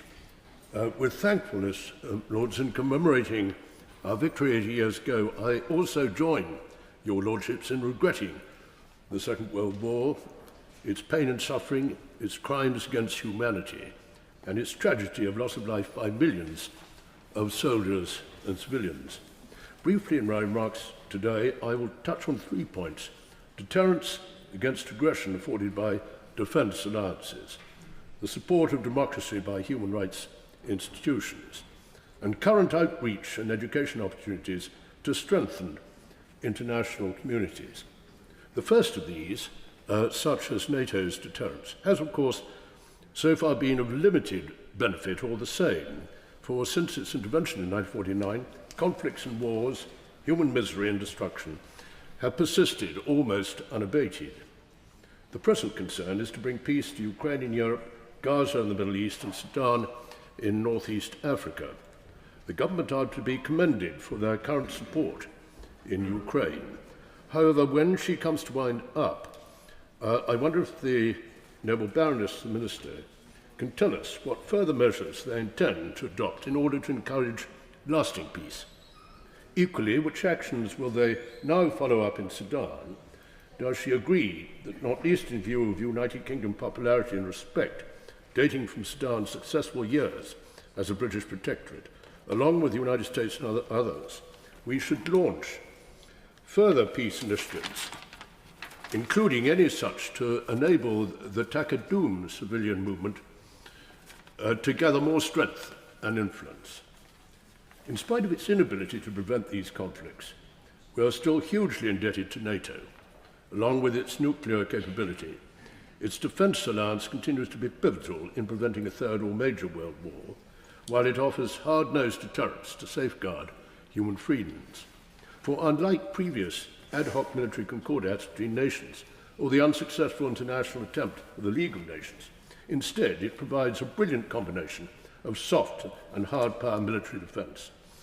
This is both effective in unprecedented protecting freedom and democracy within nation states, thus by 1989 as a Cold War legacy to have assisted the release of Central and Eastern European states from totalitarianism.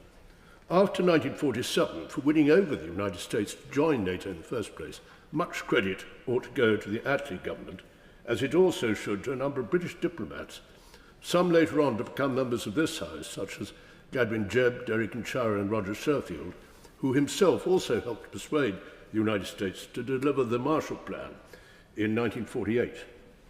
Owing to their common pursuit of these aims, human rights institutions, therefore, remain closely associated with NATO in any case. These include the United Nations, ECHR, and the Council of Europe, of which affiliation of 46 states.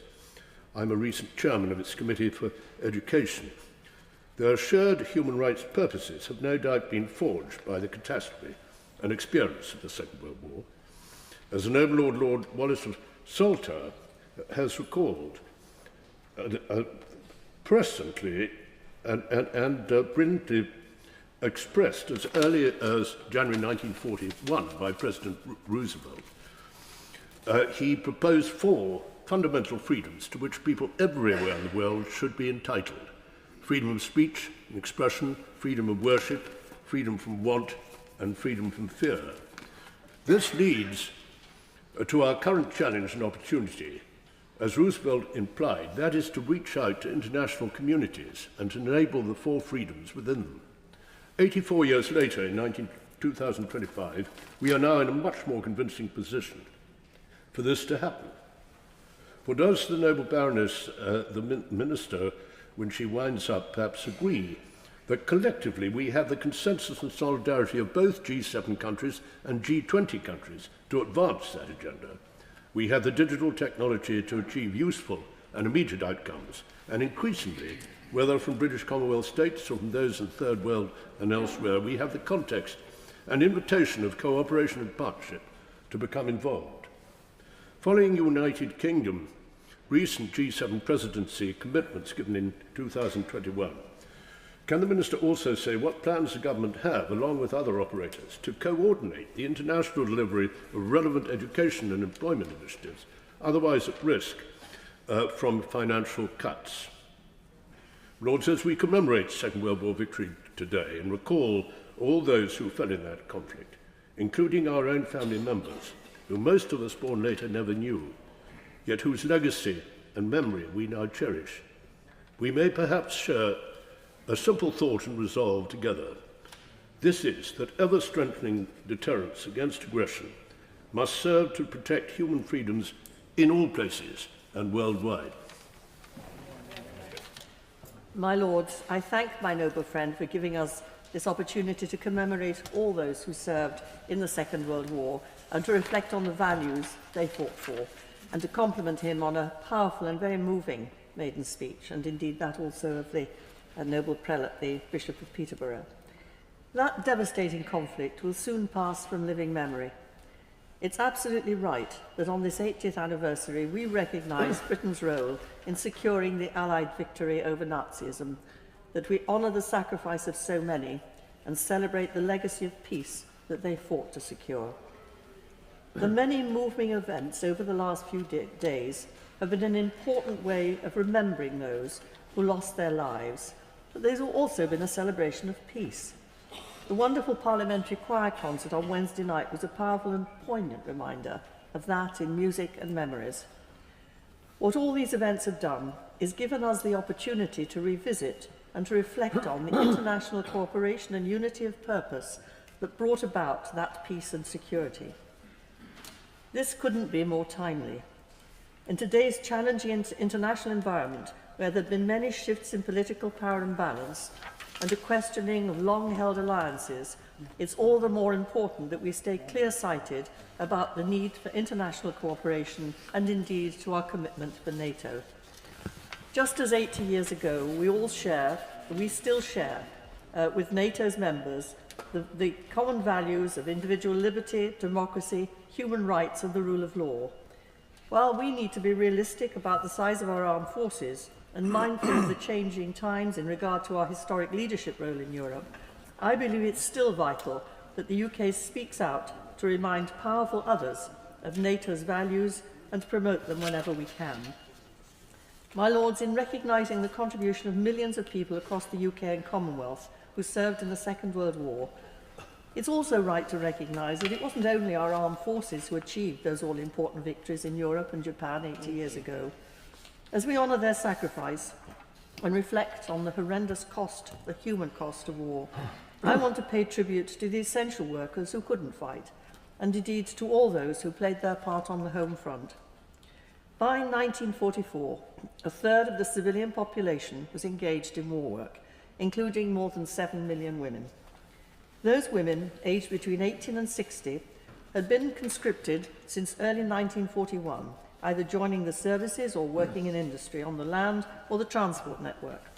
By 1944, more than 80,000 land girls were working across the country, ensuring farms kept producing food for an island nation under siege. Britain's highly effective mobilisation of civilians was largely due to Ernest Bevin. As Minister of Labour and National Service, he was responsible for manpower resources. Coal was an essential part of keeping the country running, and the so-called Bevin boys were the 48,000 new military conscripts sent after a random ballot straight to the mines instead of to the forces to work long shifts in dangerous conditions, more or less unchanged since the First War. The Bevin boys wore no uniform, so were often thought to be avoiding conscription and were mistaken for army dodgers by the police or indeed the public. They were not considered military combatants, and so after the war they received no medals or recognition. Their contribution was only officially recognised by Her late Majesty Queen Elizabeth II in 1995, followed in 2007 with the award of a Veterans Badge by the then Prime Minister Tony Blair. Bevin was also responsible for the scheme that gave skilled workers in certain occupations exemption from military service. Many men of fighting age were kept at home to continue working in reserved occupations: doctors, police officers, teachers, railway and dock workers, mechanics, civil engineers, the amazing ambulance workers who, when others had to flee to the shelters to escape the bombs, they headed out into them to rescue the wounded. Many of these men felt they'd been left out of the action and resented not being able to do their bit on the front line. Yet these often thankless jobs kept the country going through the disruption of war, and we rightly remember them as we commemorate this 80th anniversary. My lords, the collective spirit required to defend and defeat Nazism, which we're celebrating this week, is still needed in today's challenging times. I applaud the government's stance in promoting the importance of NATO and urge them to do everything in our power to keep this central to our long-term relationship with the US and across Europe. My lords, 80 years on after the end of World War II, a global war that had touched every continent, many countries, of course came to a juttering halt with the deployment of nuclear bombs. Fortunately, we've never seen that again. But as has already been eloquently said by the Noble Baroness Hunter about the liberation of people in inhumane treatment in Japanese prisoner of war camps, or indeed, as my noble friend Earl Minto eloquently described, the horrors of parts of the Holocaust that had happened with the liberation of a variety of camps there. Of course, that was not the reason why we had gone into those wars in the first place. It was our treaties in order to try and save other countries and also to defeat the tyranny that we saw rising. And for what it's worth, I think it is still relevant and important to make sure that we commemorate more this Remembrance Day, when we do remember the ultimate sacrifice paid by many people, not only on these shores but around the world. But it is that reminder that's useful about the celebration of the end of the war, the celebration of the coming of peace, which is why it's critical to keep these events in the summer, keep going as a reminder that peace is worth working for wherever it is in the world, and to do our bit to try and end conflict. Recently I was in Kenya and visited the Kakuma refugee camp, and the people are still arriving there. The Lost Boys of Sudan started that 30 years ago or so, but people are still arriving from the conflict in Sudan. So I'm conscious of the work that the government is continuing to do to try and bring peace there, but it's something that we all must bear in our minds. We have a very visual thought of how Parliament was affected by World War II. At the other end, on the outside of the chamber, that entrance was never repaired as a deliberate reminder to members of Parliament as they walk into that chamber. And I'm very much touched by other very visual reminders of what happened in that time. So think of Coventry Cathedral. I grew up in the city of Liverpool, which suffered the Blitz very badly, and I appreciate there'll be other people here who were there. It so happened my grandfather, my paternal grandfather, was not deemed fit enough to go to war, but instead of being a shipbuilder, he rebuilt homes that had been bombed throughout Liverpool and in the restoration afterwards. But if any of their lordships have not been to a particular village in France, I would strongly recommend it. It's called Oradour-sur-Glane. And the horrors of what happened to that village is why the French made sure that village has been untouched ever since the day it was liberated. And whether it was about the murder of people in the church, there's still a car there, and it is just a very visual memory of how we cannot afford for this to happen again, and yet we know it does. Now that piece, I have to say, my noble friend Baroness Lang referred to the 50, and I do actually remember it's a celebration of great joy with both my parents and my sister when we were in London as well, enjoying that. And I think it was particularly the case because so many people were still alive who'd been through that. And I remember my father saying his joy about the end of celebration of war. He had been evacuated, but his brother was got a bit homesick, so they ended up going back to Liverpool. But he enjoyed the fact the shelling had stopped. My mother, who had actually come back from India just ahead of the war, her father was in the army. You know, her brother had been in RAF bombers, her sisters were in the land army, but her dad didn't come back for several years afterwards because he was still in Egypt. So family life did not get back to normal straight away. In fact, she actually remembers the pain of all the rations that were still going on for many years. But nevertheless, I think in particular, recognising in the few years ahead of that, the Cold War had ended. And that was also very telling after the aftershock of World War II. So, my lords, there's still peril in our shores today if I think of pariah countries that my noble friend referred to earlier. I was the minister in charge of the decontamination of Salisbury, and I still remember, of course, the murder of Dawn Airy. And I can honestly say that the people of Salisbury really were very scared about what was happening in their city. And it was extraordinary, quite the impact it has and what we had to do to rebuild. So, my lordships, we need to continue to press for peace. We need to continue to support the institutions that were formed, but we also make sure that Parliament needs to keep them true to their mission, not the mission creep. The alliances, the conversations that happen in these institutions, in G7 and G20, and the US is having G20 next year, it's important that we continue to make sure that we search for peace, not appeasement, but also that we continue to respect, celebrate and commemorate and avoid conflict in the future. 80 years on, we all celebrate a glorious victory.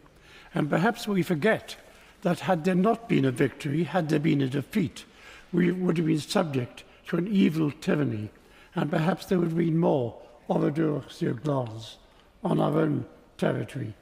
That is one thing we perhaps must remember. There were massive consequences as a result of that victory in the world.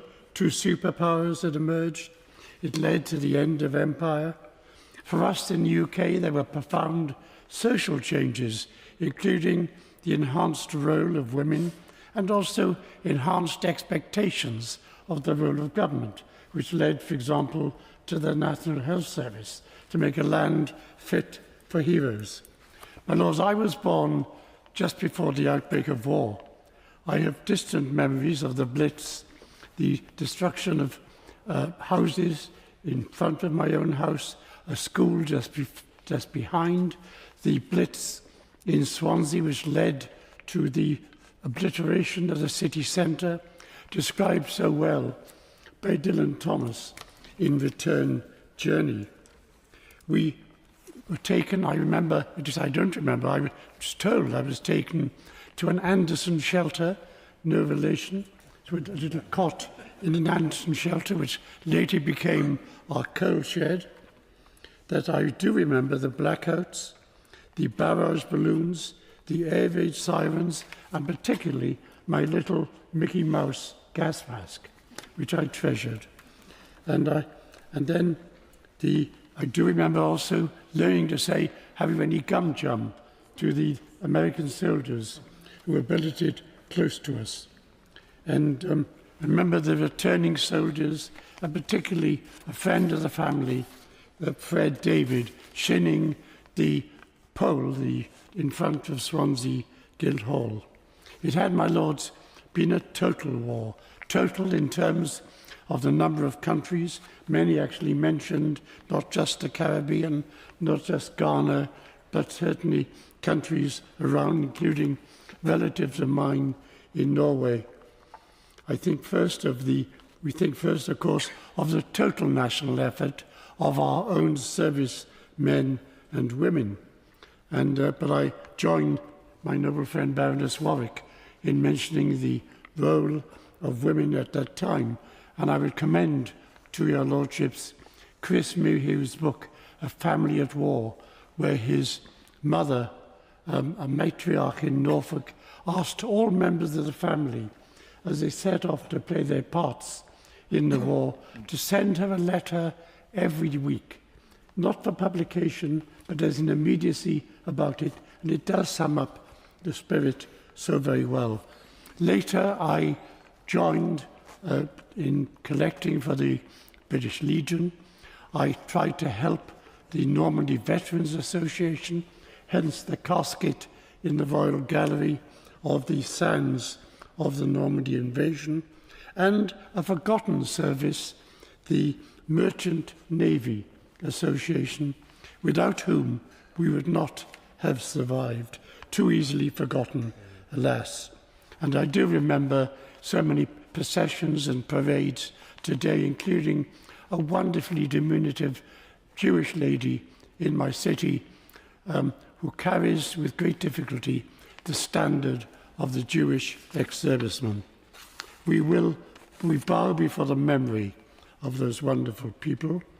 At the going down of the sun and in the morning, we will remember them, a great kaleidoscope of memories, young men in those sheepskin jackets racing to scramble, that submariners and those shivering in the landing craft before setting sail for the Normandy beaches, those in the Arctic convoys to Murmansk, but also those, particularly women, who served in the home front in so many vital services. The list, my lords, is endless, but the story glorious. And the memory is not just in these wonderfully kept cemeteries, not just in the glorious stories of heroism and sacrifice, but also in the togetherness of our time. We bow our heads in their memory. Yes, we shall remember them, but the best way, surely, my lords, of remembering them is to strive to promote those values for which they fought and for which so many gave their lives. Excellent speech. The greatest generation whose sacrifice and service we remember this week not only secured for us a victory over tyranny, but also gave us the political and diplomatic tools and institutions that would avoid its repetition. The military victories won the war, but it is the often unnoticed diplomatic victories that have secured the peace. When Britain stood alone and London was being pounded in the Blitz in June 1941, this city was also home to 9 governments in exile. On the 12th of June, they joined together with representatives of Britain, Canada, Australia and South Africa as the London International Assembly, meeting at St James's Palace, to declare that the only true basis for enduring peace is the willing cooperation of free peoples in a world relieved of the menace of aggression. This declaration was developed further 2 months later in a meeting between Winston Churchill and Franklin Roosevelt in Newfoundland when they signed the Atlantic Charter, which would be later signed by 26 other nations. Over the next 2 years, this was developed further, and the foundations of the United Nations began to take shape, culminating in the Washington Conversations on International Peace and Security Organization at Dumbarton Oaks, with much of the preparatory work carried out here in Westminster in Church House. It was not just institutions' charters, but also the mechanisms for resolving disputes between nations by law, not war, and holding those who commit war crimes to account. On the 7th of October 1942, the then Lord Chancellor, Lord Simon, spoke in your Lordship's house and announced the formation of the United Nations Commission for the investigation of war crimes. It led to the London Agreement and Charter signed on the 8th of August 1945 at Church House, which helped to establish the principles of international law and created the first international criminal court at Nuremberg. Given this pivotal role in the foundation of the United Nations, it was agreed that the ideal venue for the first meetings of both the United Nations General Assembly and the United Nations Security Council would be London. And in January 1946, that took place. On the eve of the General Assembly, His Majesty King George VI hosted delegates from 51 countries at a banquet at St. James's Palace and said, "In the long course of history, no more important meeting has taken place in this city." He was right. The venues for the General Assembly and the Security Council had been chosen personally by the then Foreign Secretary, Ernest Bevin. He chose Methodist Central Hall for the General Assembly and Church House for the Security Council because, in his words, he wanted venues that had been bathed in prayer. The remarkable role of this great city and great country in shaping the post-war political, diplomatic and legal order is something which I believe is worth celebrating. Because when politicians, diplomats and institutions do their job, we spare our courageous armed forces from the enormous cost of doing theirs. But these institutions cannot exist only on paper. They must act in practice. No one nation, no matter how great, can do it alone, and no nation, no matter how small, can stand aside from its responsibility. Yet they also established a world in which rights and responsibilities were no longer vested solely in sovereign states, but in individual human beings and in all human beings. Would the Minister therefore consider inviting the United Nations, General Assembly and Security Council to return to London in January 2026 to mark the 80th anniversary of this great diplomatic victory, so that we can collectively rededicate ourselves to the vision of the United Nations Charter, which speaks so profoundly into the world of today, when it says, "We, the peoples of the United Nations, determined to save successive generations from the scourge of war, which twice in our lifetime has brought untold sorrow to mankind, and to reaffirm faith in the fundamental human rights, in the dignity and worth of the human person, in the equal rights of men and women and of nations large and small, and for these ends to practice tolerance and live together in peace with one another as good neighbours, and to unite our strength to maintain international peace and security." When we honour those words, we honour their memory. My Lords, this is clearly a day for memories. The memories that came to those of us who were around on VE Day. I was 12 years old, and I remember celebrating in the streets of Manchester, in Piccadilly. I'm bound to say, had I been a bit older, I'd have enjoyed the day even more, but that's... well, I was 12, I was innocent. But this debate gives us a chance to reflect on some of the issues of the war and subsequently. And as a refugee who arrived in London in end of June 1939, one of my first memories, having left Nazi-occupied Prague with German soldiers everywhere, one of my first memories was seeing the ATS women marching in Hyde Park. And I don't know why that made such a big impact on me, but I thought, well, Britain has women in the army. There's something going for Britain. And it really impressed me, and it's one of those things in my background. Then, of course, I remember, as has already been mentioned, the barrage balloons, the ration books. I remember in 1942, every child in the school I went to got 3 oranges. I hadn't seen oranges for 3 years. and it was quite a thing to have oranges. Anyway, and then I'm going back a bit. I remember Chamberlain, listening to Chamberlain declaring war, or not declaring war, indicating we were at war with Germany. And I suppose I'd learnt enough English by then to understand what he was saying. And of course, I do remember the election campaign of 1945, but perhaps given the broad consensus in this House, I don't want to reflect too much on that particular election campaign. Although I think I knew from the posters that were up in Manchester the name of every Labour candidate in the various constituencies in Manchester. I think most of them won, but I must not go down that path too far. And then we heard, in a more serious vein, we began to hear the shocking stories of what happened when some of the concentration camps were liberated, when the British Army went to Belsen. And we heard the horrors of the people in the camps and what had happened to them, walking corpses, some of them, in the piles of the dead. And the shock it must have been to the British Army when they liberated Belsen and the other camps. I'm sure some of them were traumatized for life by seeing what they had seen on that occasion. My Lords, in more recent years, I visited the beaches in Normandy. I also visited with the British Irish Parliamentary Assembly the battlefields of the Somme and went to Ypres. Again, it was the Irish wanting to see what happened to the many Irish who'd fought in the British Army in 1914-18, and indeed, of course, in the more recent war. And there was a contribution by the Commonwealth, which has already been referred to. And of course, there were the Poles, the Czechs, and the French. All of them fought with us in the war, helping to win it. The question is, have we learned the lessons? And that, I suppose, is a somber thought. And we have still anti-Semitism, not just here, but across Europe. We have Islamophobia.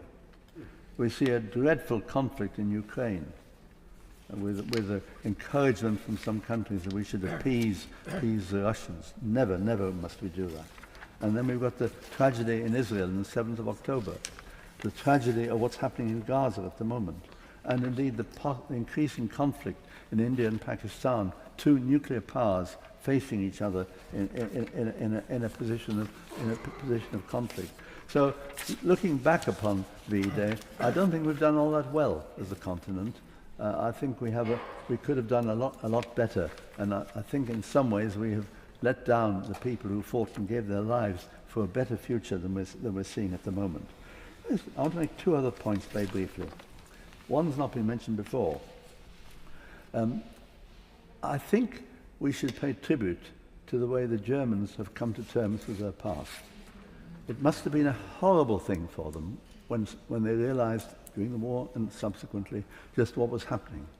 And I now meet the German ambassador to London at various events commemorating the Holocaust, and I think Germany deserves the credit for having come to terms with the most horrible past.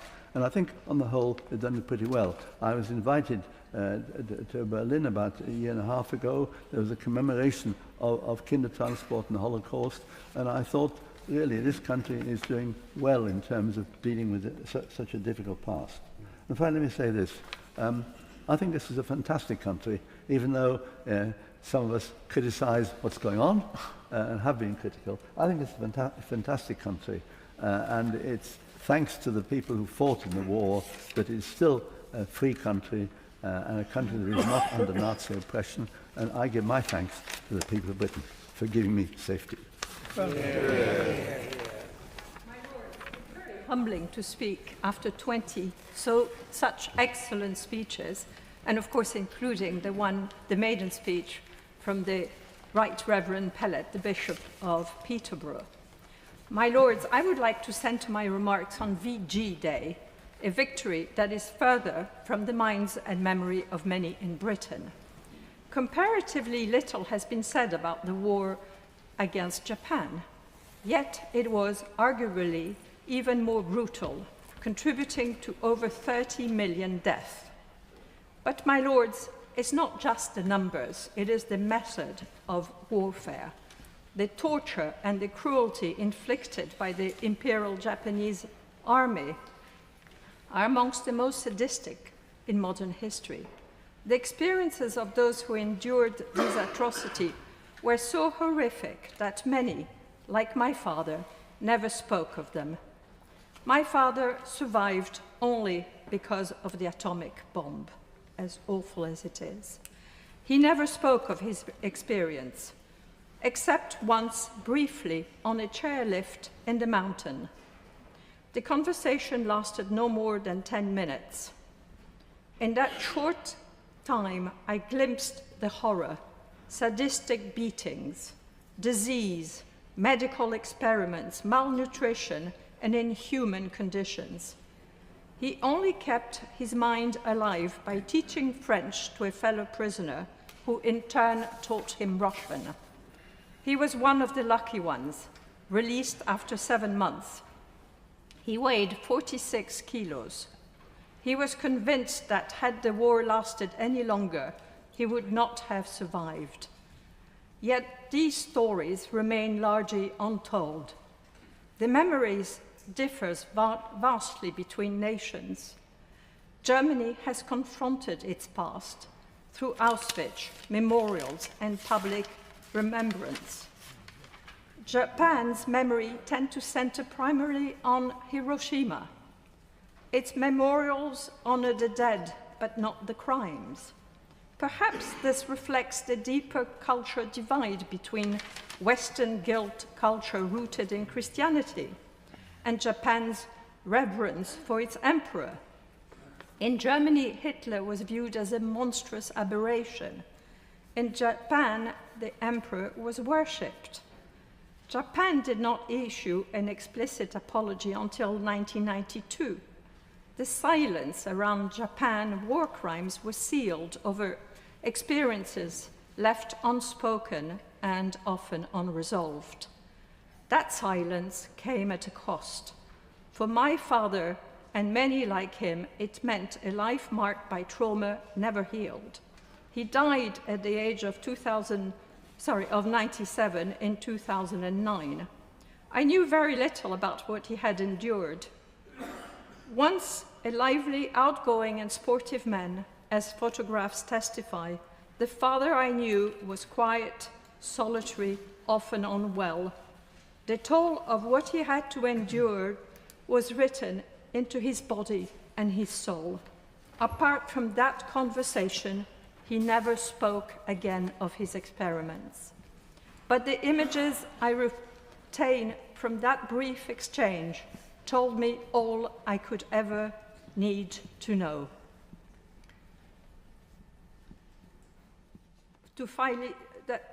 Like most Allied prisoners of war held in Japanese camps, he received no mental health support.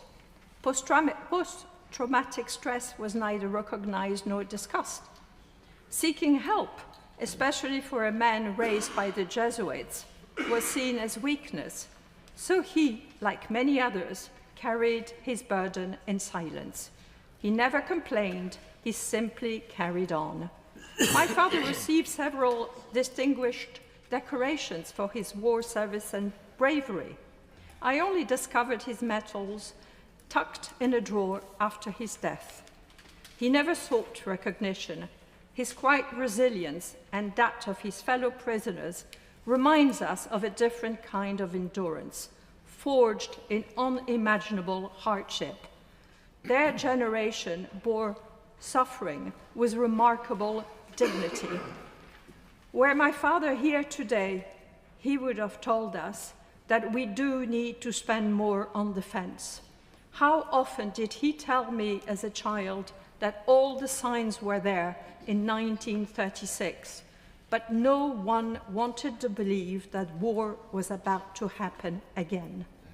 So may I ask the noble Baroness, the Minister, what step is this government going to take to ensure that future generations understand the lesser-known sacrifice made by those who fought and suffered in the Far East, and that no child should forget what our parents and grandparents went through?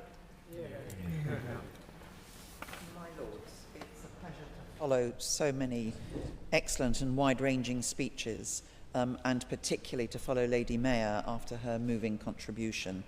And I also want to add my thanks to the Right Reverend Prelate, the Bishop of Peterborough, for her thoughtful maiden speech, and I, like others, are looking forward to hearing more from her in the future. My Lords, on VE Day, Eisenhower and Montgomery allowed a number of senior military, including my grandfather, an air marshal responsible for 2nd Tactical Air Group under Eisenhower, to come back from Germany to London to participate just for the one day. So I know he was here in London celebrating, which I have to say is more than my grandmother knew. I know because there's a biography of my grandfather. But I also know that that particular day, our family were marking an empty chair in the room, joy tinged with much sadness.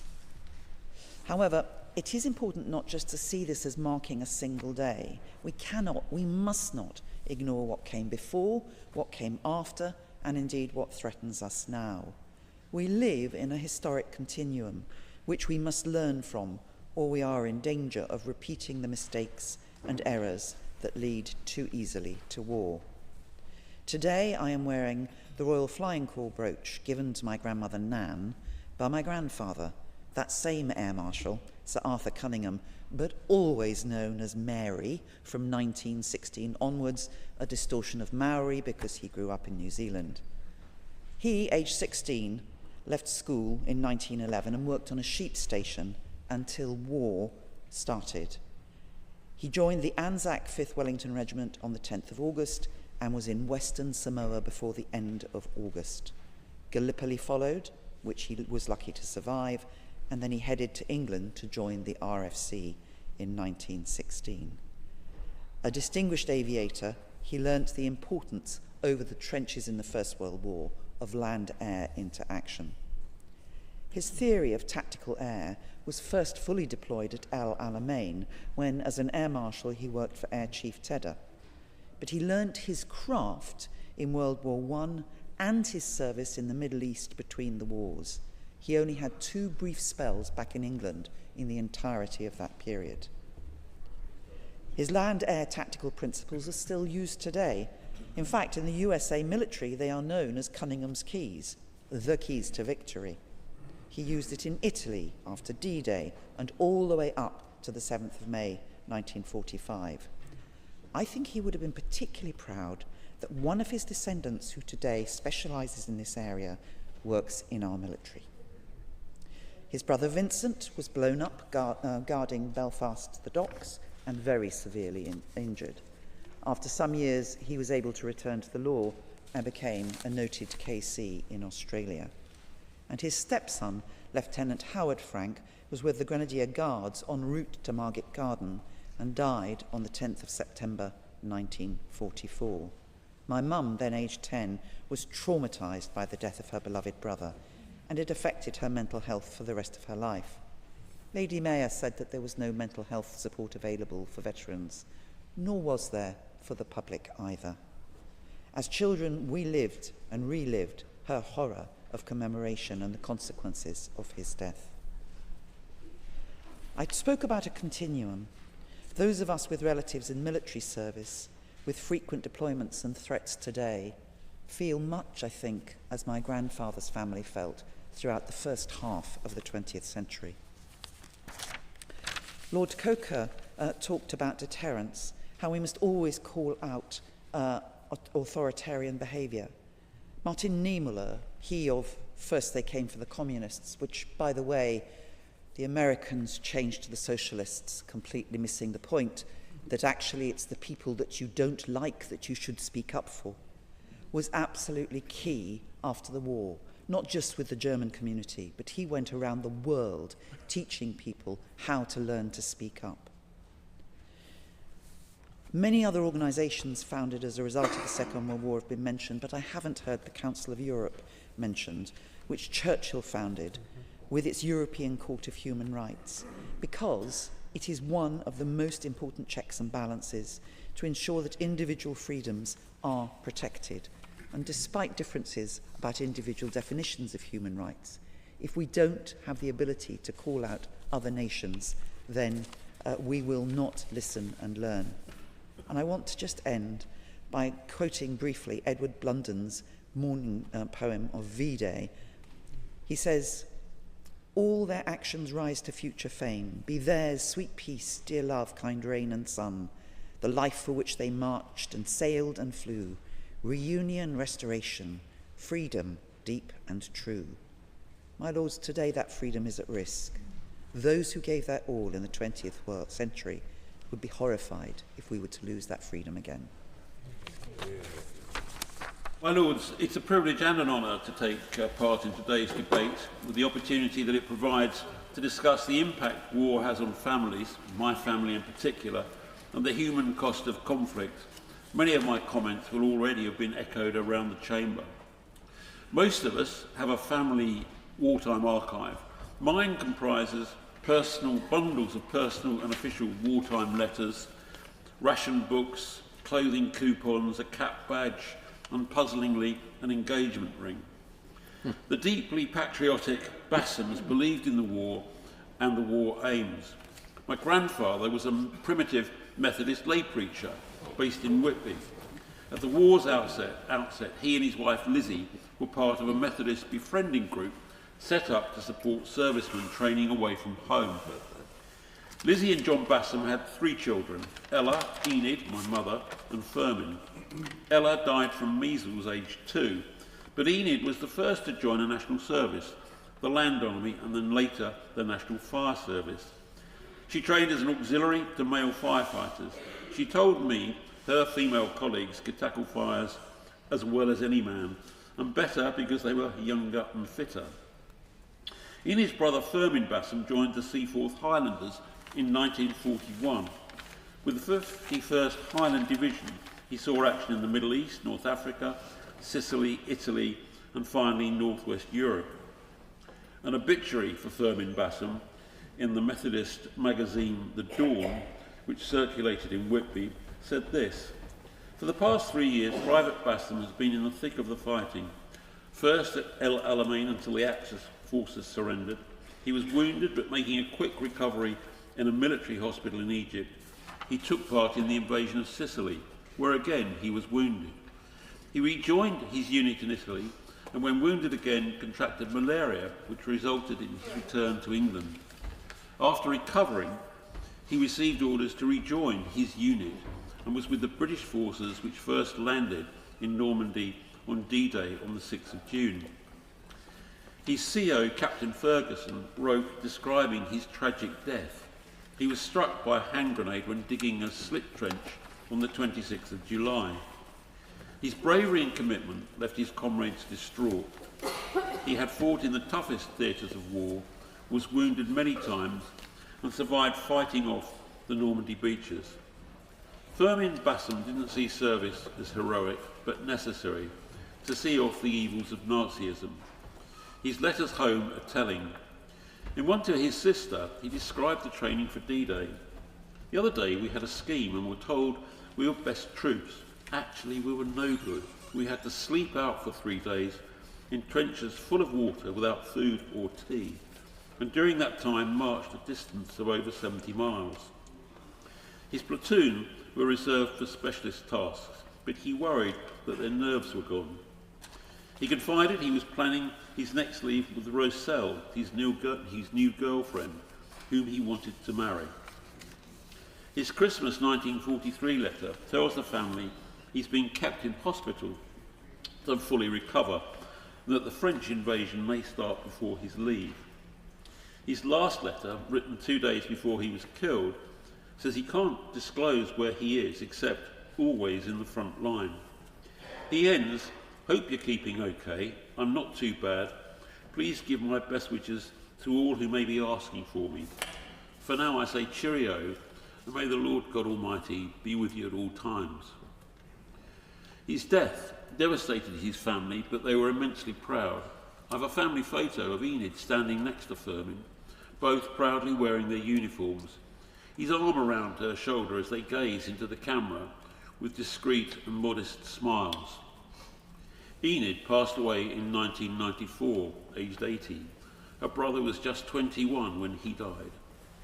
She said he was funny, talented, loyal and caring. and all her life she wondered about what could have been. Firmin signed off one letter with the following: "So remember the brave lads who fell by the way. When final victory is won, remember the price they had to pay in defeating the tyrant's plan. Not a bad epitaph from a fallen soldier who simply believed in doing what was right." Wars focus on generals and leaders, but today, rightly, we remember troopers like Private Firmin Bassam and Firewoman Enid Bassam, who gave so much. My hope with this week's commemorations is that we don't only dwell on the victories, but think more about the sense of peace, unity and harmony that ending war can bring, and try to use the occasion to heal divisions that some in our country simply can't wait to perpetually reopen. I would like to start by declaring an interest as the founding chairman of the British Normandy Memorial. I want to congratulate the Minister on his very powerful opening and the Right Reverend Prevalent for her excellent maiden speech. A lot of this week has been about celebrating VE Day, but as Baroness Hunter, Baroness Mayer have very powerfully said, we should not forget those who fought and served in the Far East, including my father, who was in the 14th Army in Burma. They called themselves the Forgotten Army, and it's right that they are not forgotten today. We should also remember that for millions of people in Eastern Europe, this 8th, 9th May was a day they swapped one totalitarian occupation for another, and it was not for another 45 years until they had their Liberation Day. As we've seen in today's debate, celebration has to go hand in hand with commemoration of those whose sacrifices made victory possible. And I wanted to reflect briefly on the trends in commemoration, on the strength of the experience of designing, building and running the British Normandy Memorial. This was the first major UK national memorial overseas for several decades. And the tradition in this country is that we commemorate here at a national commemoration monument, at the cenotaph or the unknown soldier, while overseas the focus for commemoration is in the intensely moving Commonwealth war graves cemeteries. But the initiative for a national memorial in Normandy came from a group of veterans. They wanted all the comrades who fell in the 1944 battle to be remembered in one place, as is the case with the American and the Canadian memorials. And with very generous help from the government and many donations from the public, we built what I think I can say is a fine memorial overlooking Gold Beach, which opened to the public in 2021. And we benefited a lot from the contribution of other noble lords, Lord Richard Danat, who has now taken over from me as chairman, Lords Janrin, Soames, Kaka, who are also trustees of the Normandy Trust. We were enormously honoured when the King and Queen, with President and Madame Macron, presided at the official opening on 6th June last year, and it was very moving to hear His Majesty refer to his visit to Normandy in the speech he gave at the VE Day concert last night. One advantage of a national memorial is that it can be inclusive, telling the story not just of a single engagement, but of an entire military campaign, in our case from the 6th of June to the 31st of August 44. Our memorial commemorates all those who fell under British command, of many different nationalities, and includes those who were in the Merchant Marine, 22,440 men and 2 women from the Queen Alexandra's nursing service. One name indeed, who figures among them, on the who having been killed on the 6th of June, is Sergeant Vernon Coker. The memorial is inclusive in another sense as well. We built a separate memorial on the site to the many thousands of French civilians who were killed in that summer of 1944. Over the last 80 years, the citizens of Normandy have welcomed back the veterans, calling them our liberators, and it's only right that the suffering of their forebears should also be remembered. My second trend is that commemoration needs to be more digital if it is to transmit successfully to the next generation the memory of what happened and why. We invested in a state-of-the-art app so that our roll of honour can be searched.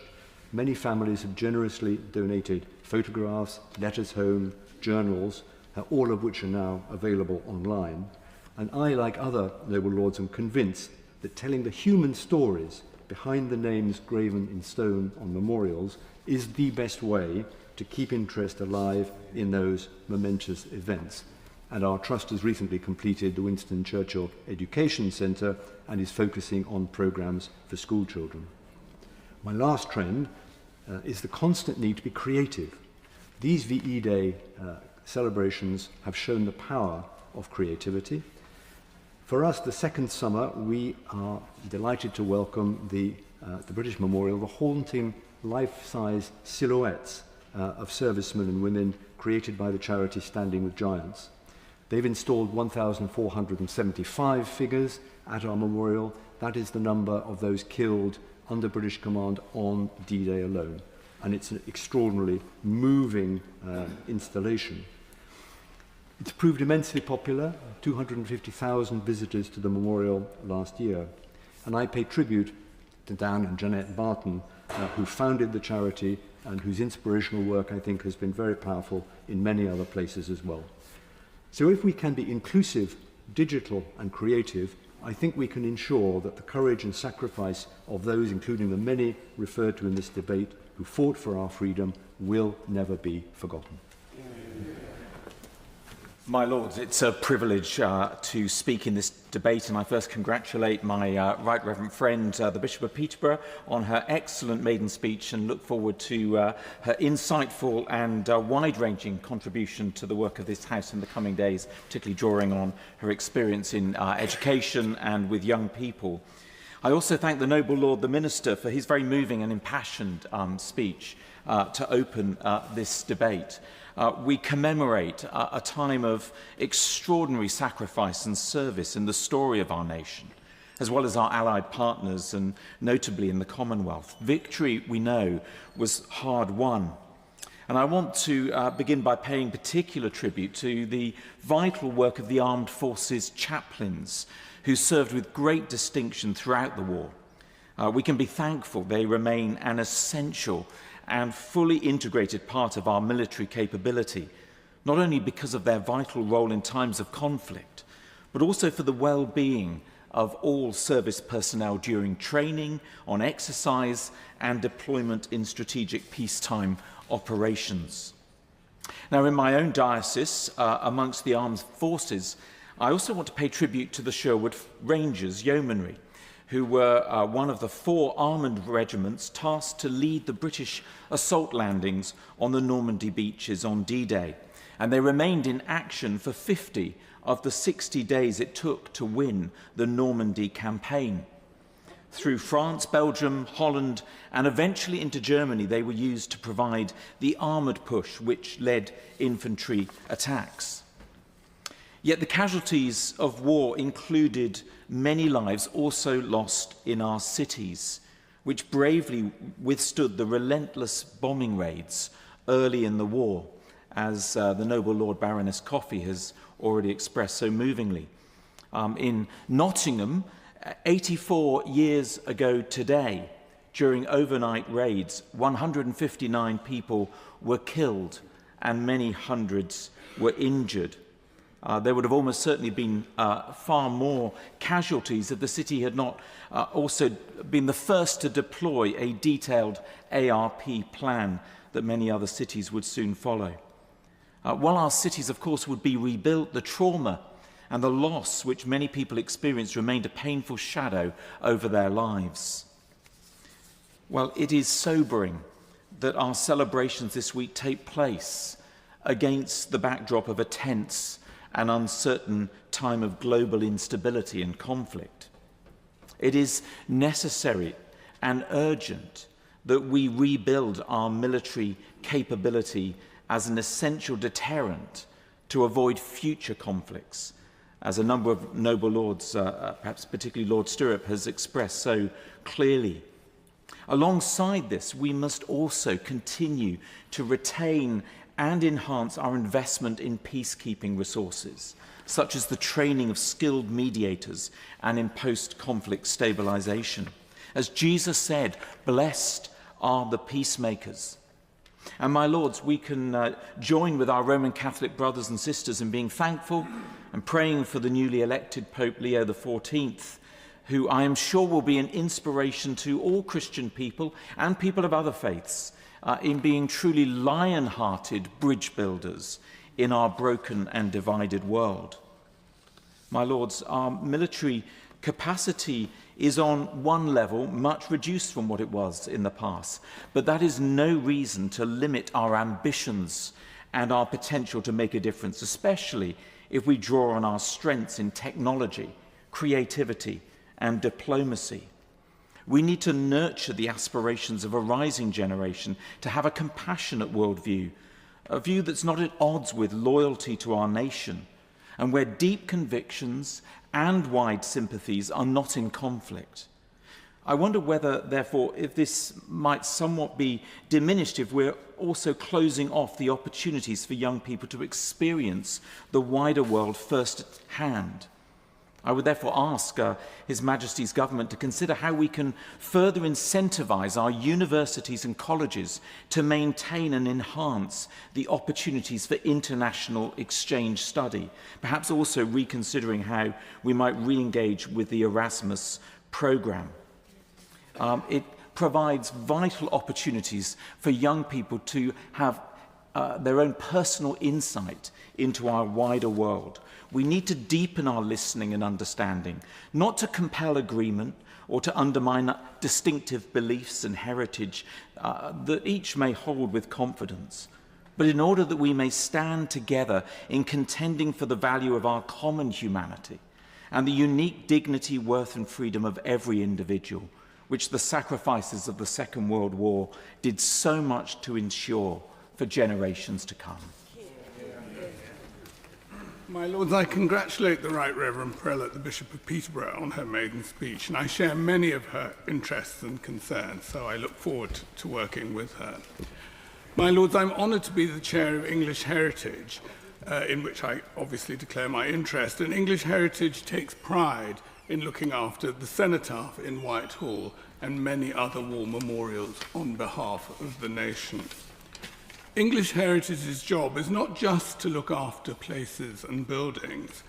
We are also stewards of our national memory, what we as a nation choose to remember and what we cannot forget. All this week, the cenotaph has been draped in the Union flag to celebrate VE Day. Last night, on VE Day, Dover Castle was lit up in red, white and blue, visible on a clear night from France. In 1940, long before VE Day could ever be anticipated, the evacuation of British troops from Dunkirk was planned from the bomb-proof tunnels built beneath the cliffs at Dover. Years later, in 1944, Operation Fortitude was also planned from the tunnels at Dover Castle.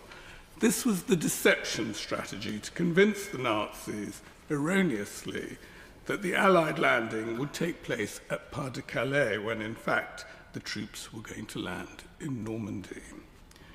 We cannot imagine, my lords, what those naval officers were thinking throughout the war, but courage and commitment would have been uppermost in their minds.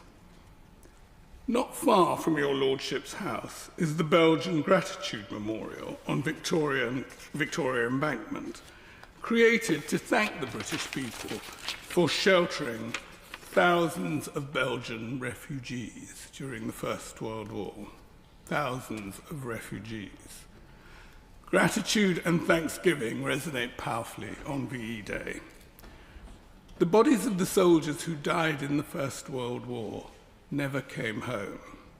They fought and fell on a foreign field. Many were buried anonymously.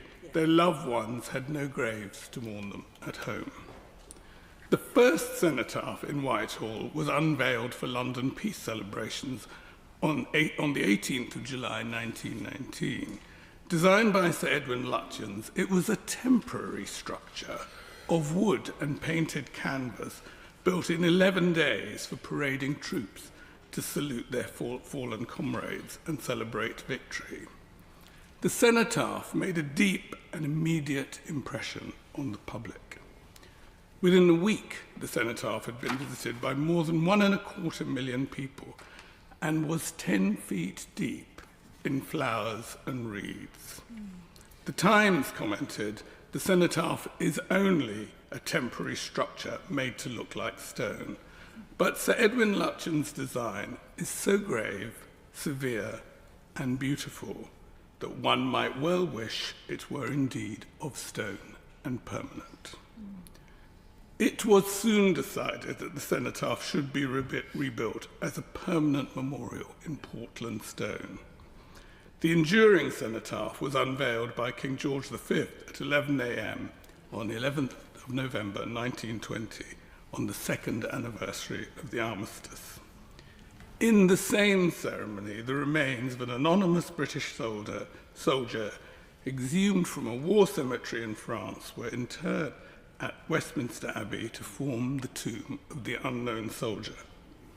My lords, that sequence of events, now so little known, changed the way that our nation remembers. That surge of public national mourning for the lost but not forgotten has meant that the cenotaph has become the centerpiece of our national commitment to remembrance. The cenotaph is a permanent monument to all those who died on the battlefield defending this great country, but it also has an unshakable place in our shared national identity. If I can put it like this, the cenotaph is the nation's commitment to the insistence of remembering. My lords, on VE Day, we celebrate the victory in the Second World War, our nation's finest hour. We commemorate the courage and commitment shown at Dover and throughout the country and in many countries to achieve that victory. We commemorate also the profound, heartfelt gratitude of all those who were spared and saved. And we commemorate the insistence of remembering both the living and the dead. Memory, my lords, is something we have, not something we have lost. It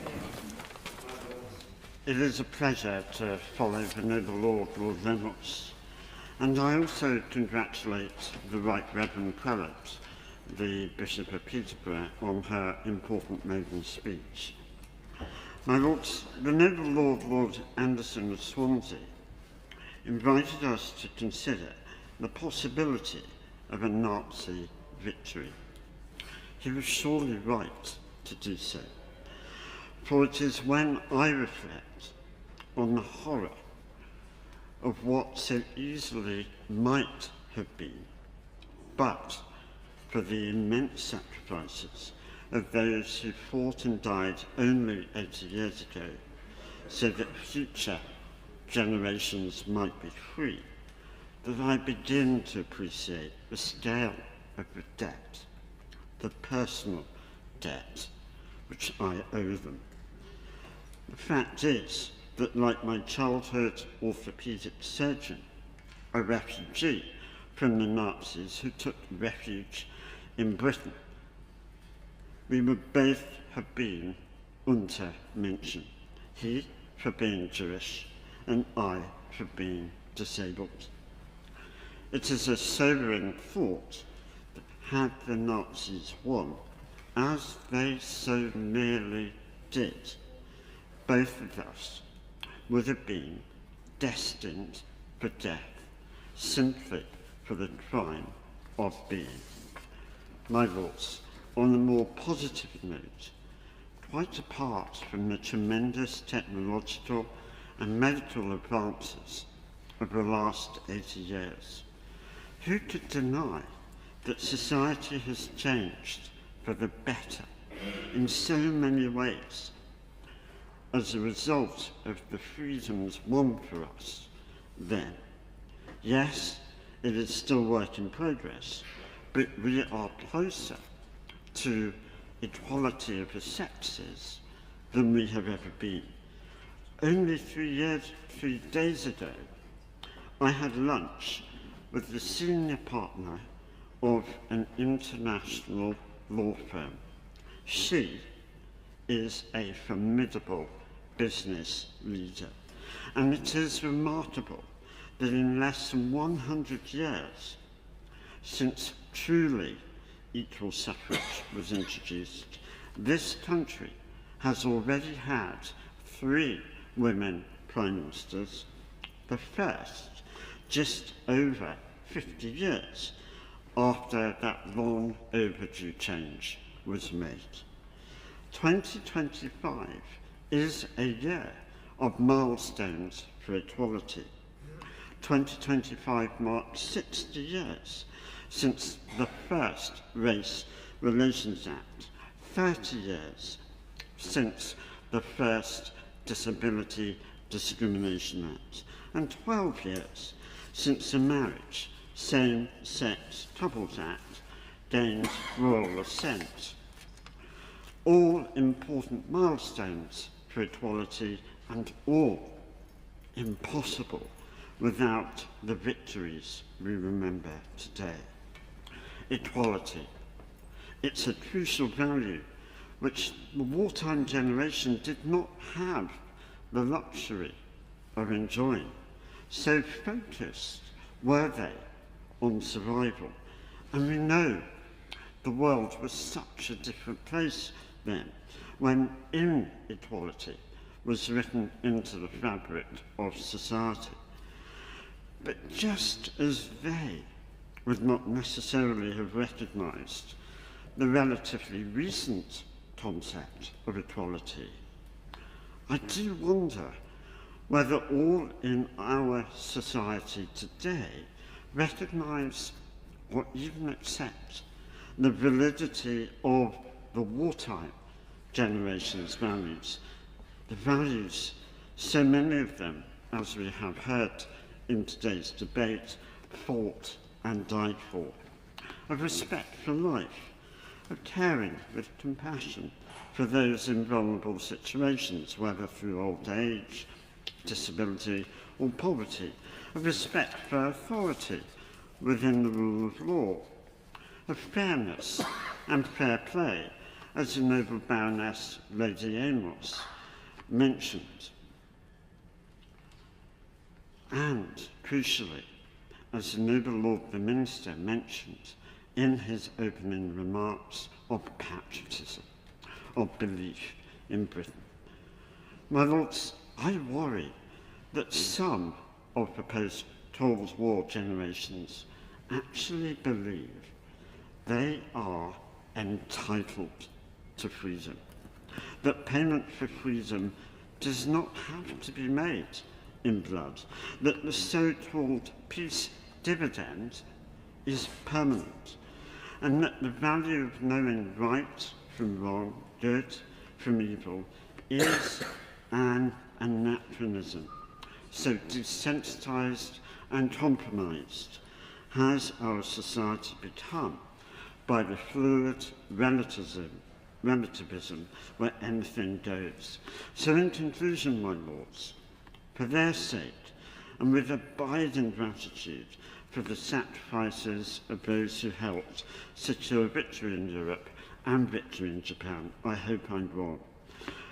But, my lords, unless we increase our defence spending, as other Liberal lords have advocated, I fear that those generations in particular are about to relearn a brutal lesson from the likes of Putin and Xi Jinping, which generations before them learnt 80-odd years ago from the Nazis, that the value of freedom is only truly appreciated when we are at greatest risk of losing it.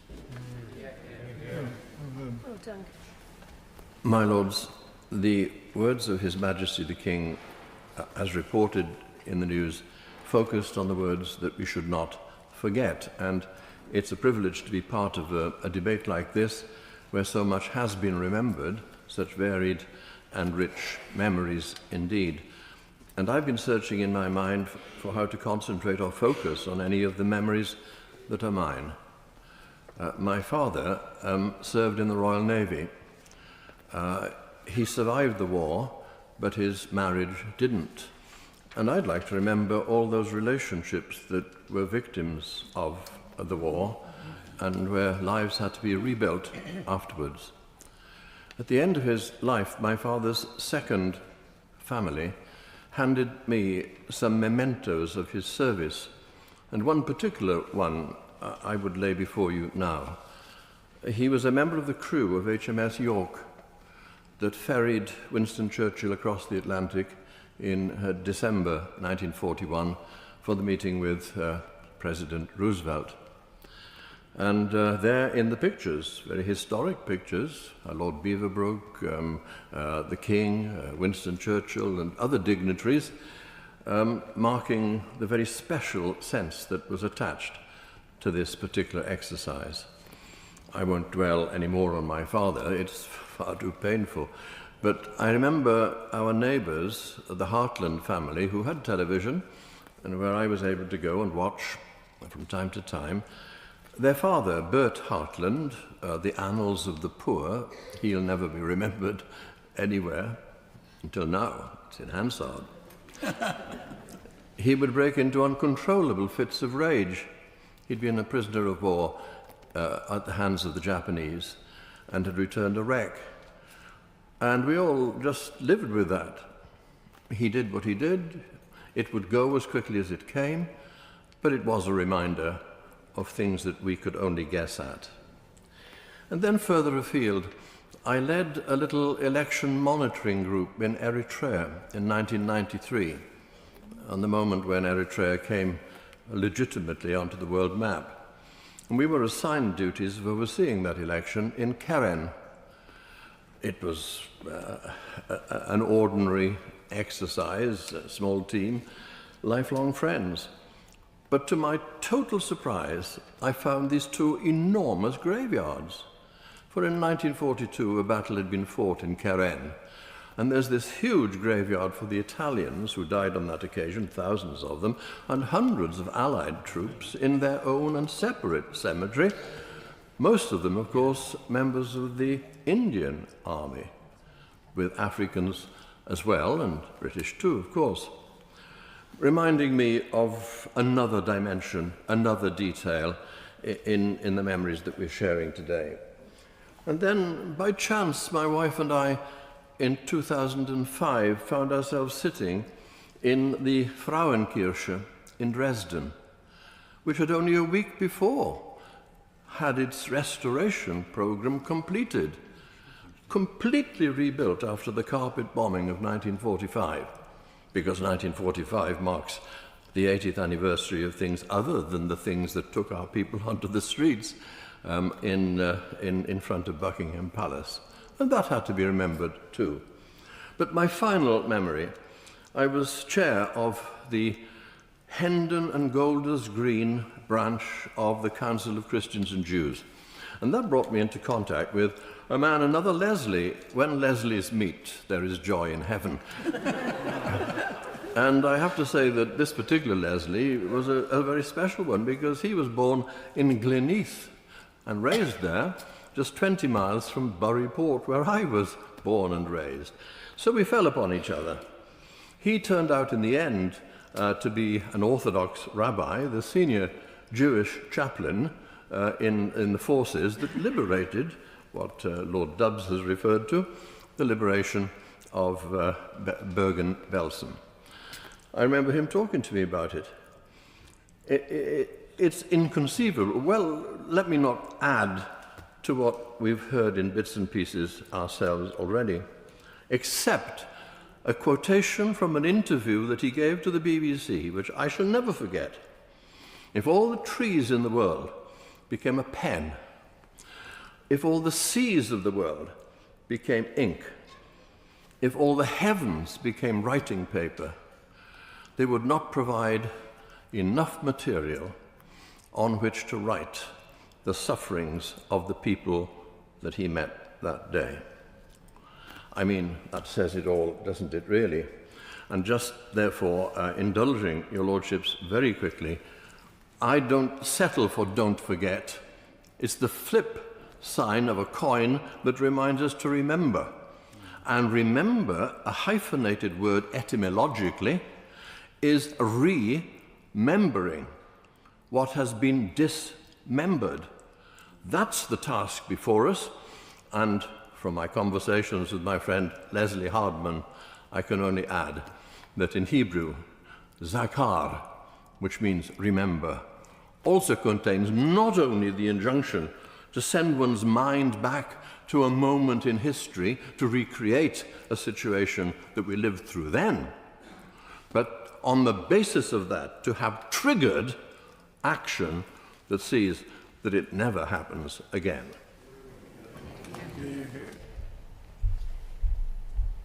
My Lords, I'm delighted to participate in this debate, marking in particular the 80th anniversary of VE Day. My contribution is a deeply personal one, taking memories from handed down from my mother, grandmother, and other members of my family in Denmark.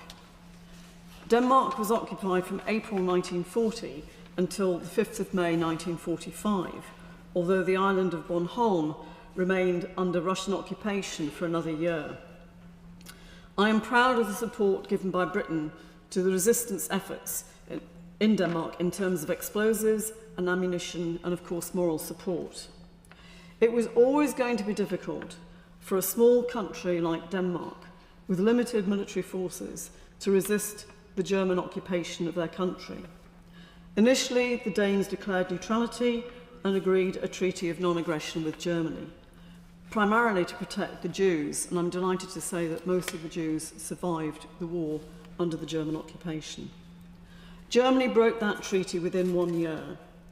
With support from the Special Operations Executive here, the Danish resistance movement became more active and more daring, managing to damage the German occupiers with their efforts to sabotage and disrupt the occupying forces, as well as taking strike action to deny the German war effort ammunition and arms being produced in Danish factories destined for the German army. A strict curfew was imposed, and the hours limited further as the war went on. Many Danes defied the curfew order to take an evening stroll and were shot and killed on the streets. News of the liberation reached Denmark from the British Broadcasting Corporation, as the BBC was then known, which interrupted its normal broadcast on the evening of the 4th of May 1945. British forces played a large role in freeing Denmark, as well as assisting the resistance fighters. During World War II, there were 415 airdrops, Allied aircraft dropping 6,500 containers with weapons, ammunitions, and sabotage equipment to support the Danish resistance movement. There were inevitably heavy losses. 18 Allied aircraft were lost over Danish soil, and 69 airmen lost their lives in the line of duty. The liberation was followed by the prosecution of those who collaborated with German occupiers working against the resistance movement. Over 10,000 were tried as collaborators or traitors between 1947 and 1950. Over 100 were sentenced to death, with more than 40 executed. 9th of May is also Schuman Day, commemorating the role played by Robert Schuman and other European leaders in bringing Europe together after the war, initially pooling their coal and steel resources to prevent the potential for further aggression between European neighbours. Today marks the 75th anniversary of the Schuman Declaration, marking the first steps in greater cooperation, peace and prosperity between European neighbours who had previously been at war with each other in the 20th century. I consider myself a product of a very special European Union between a Scottish father and a Danish mother who met on a blind date in Hamburg in the aftermath of the Second World War. My father was serving as a Royal Army Medical Corps officer, and my mother was working as a translator with the British Army. Having left now the umbrella of the European Union, I hope that a review of our relations between the UK and the EU next year will be positive and reflective of the realities in which we now live. And perhaps the European Defence Mechanism outlined by Lord Stirrup could be the next step forward in which Britain can contribute. Until now, with the Russian invasion of Ukraine, my generation have lived in relative peace. We owe that peace and our freedom to all who sacrificed their lives in the Second World War, and we recognise and commemorate all who served and contributed to that success in Europe and the Far East. Yeah. As we celebrate the 80th anniversary of the end of the Second World War, it's important to remember what it actually signifies. Every act of memorialization or celebration is also an act of reenactment. In remembering those who died, we also remember their sacrifices and commit ourselves to a world in which those sacrifices will no longer be necessary. We don't celebrate past or memorialize past for its own sake. We do that in order to learn lessons and inspiration. And I hope that we would very much do so in this particular context because of the violent conflagration of violence and injustice all over the world. So far as the Second World War is concerned and the 80th anniversary, this was one of the most vicious world wars that one can think of. Far more vicious than World War I, far more casualties, military and civil, than First World War. In that kind of situation, different countries played a different role. The important thing was, how was that role interpreted? And there I think we made a serious mistake. And I want to alert, not that this is something new, but an important point to bear in mind. And that is that people began to interpret Second World War as a war in which the Americans played a crucial role. They were Europe's saviors and they helped us win the war. Well, this is just not true. Americans did supply us weapons, did supply soldiers, but the major role was played by the Soviet Union, which sacrificed the largest number of deaths, 27 million. Of the various 15 republics which constituted the Soviet Union, the Russian Republic contributed 87,000 casualties. In short, the Soviet Union played a very important role. After the war, I should have thought that we might have organized things in such a way that the Soviet role would have been integrated into the Atlantic Charter and into the role that we assigned to a new world body. We didn't do that. And we ended up creating the world in a bipolar world, where on the one hand we on the West and the other side the Soviets. That I thought was a serious mistake at the time, and if we are not careful, we are in danger of something similar, because that bipolar world that we created is crumbling in front of us. What will we replace it with? A multipolar world? But that world again, we don't quite know how to get our bearings. So I want to alert that this was one mistake, or one not made mistake, but one failing of the treaty that ended the Second World War. The other one I think is quite important, and I say this as an Indian myself, is how India and the role of the Commonwealth was grossly underestimated in the course of the Second World War. India contributed a very large number of people, large amount of money, in lots of ways. Some were voluntary recruits, others had to be compelled. Whatever the reason and whatever the cause, large number of people were assembled. What did we do to remember their role in the Second World War? Not that we wanted to show any kind of discrimination. It's simply that it never occurred to us, partly because we were in the business of reconstructing the world, partly in the business of remembering our own past, that we forgot what the Indians and others had contributed. But the fact remains that we didn't play fair by them. They, for their part, were caught up in the world which was destroyed by the partition and enormous amount of bloodshed. Therefore, they couldn't press for it. We didn't think of it. And the result was that for years and years and years, India and Commonwealth, their role went unrecognized. There was also another way in which it went unrecognized. The Second World War was supposed to be about giving freedom, creating democracy. When Mahatma Gandhi asked that the Britain, before India joins the war, the British should make a commitment to give India independence. Would Britain do that? And the Britain hesitated, and no such commitment was made, with the result that the Indian contribution to the Second World War was far less than it could have been, and far more half-hearted. So I simply want to end by saying that if one analyzes the Second World War, analyzes the consequences of that World War objectively, dispassionately, and asks oneself, what are the lessons to learn from this? Not just immediate lessons, but long-term lessons. And the lessons are only just being learned. My Lords, it's a genuine honour and a privilege to speak here today because, as Lord Shinquin has already referred, had Hitler won, I doubt very much I would be here. Over the last 5 years, up until the end of March this year, I've worked with different parts of our armed forces and the Royal British Legion on matters relating to leadership and culture.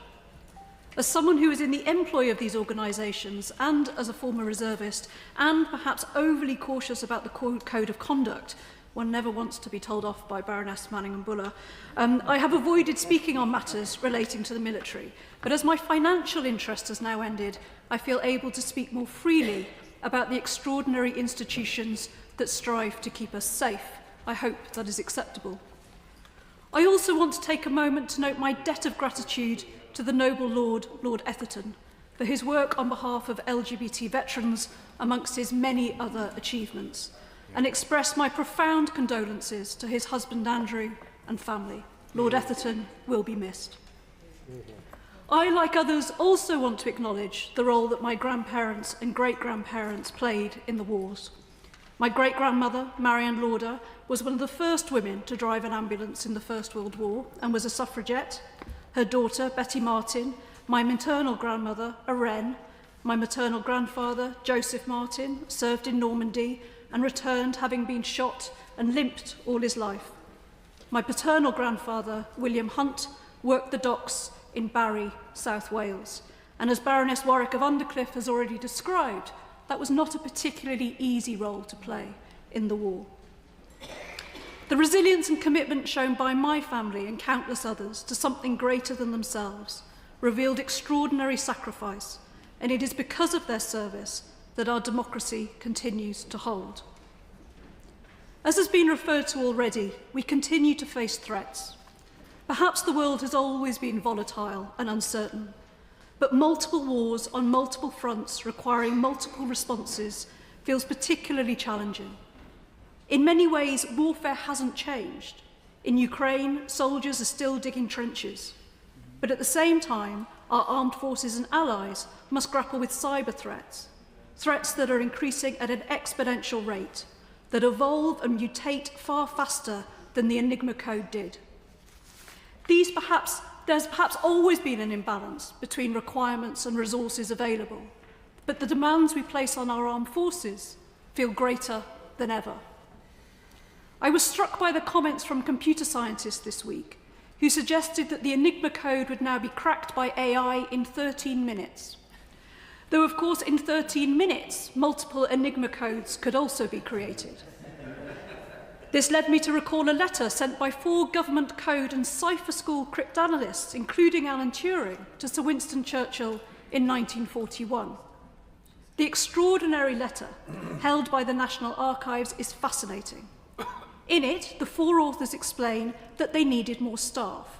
Women would be fine, and 20 women, to be exact, in the way that cryptologists are known to be, would be perfect if they were to crack the Enigma code. Sir Winston Churchill wrote on their letter, "Make sure they have all they want on extreme priority and report to me that this has been done." My Lords, over the last 80 years, I suspect that generations of military leaders have made, if not exactly the same, than a variation on this ask. More women, more huts, more money. We need more if we're to do more. I'm sure most have craved a handwritten instruction from a Prime Minister to make sure they have all they want. The constant imbalance between resources, capability and commitment isn't new, and I hope the Strategic Defence Review, due in the summer, will provide our armed forces with more long-term certainty beyond parliamentary terms about resource, and clarity about the trade-offs we'd like them to make in utilising that resource and the consequence of those trade-offs for the UK. We must never forget the sacrifices that were made 80 years ago, and we must do all in our power to support our armed forces today to do what we ask them, to protect our democracy and keep the peace. I hope that's possible, my lords. My lords, Baroness Harris of Richmond is taking part remotely. I invite Baroness Harris to speak. My lords, I too want to thank the noble Lord, the Minister, for his inspiring opening of this debate, including also the excellent maiden speech from the Right Reverend Prelate, the Bishop of Peterborough. There have been many remarkable speeches today. In May 1944, I was 6 months old. I remember absolutely nothing of that momentous day. But the aftermath of that terrible war was imprinted on my memory a few short months later, when I was reintroduced to my father, who had been away on war duty soon after I was born. I remember clearly his moustache and glasses, and I howled when this large stranger in a scratchy brown uniform picked me up.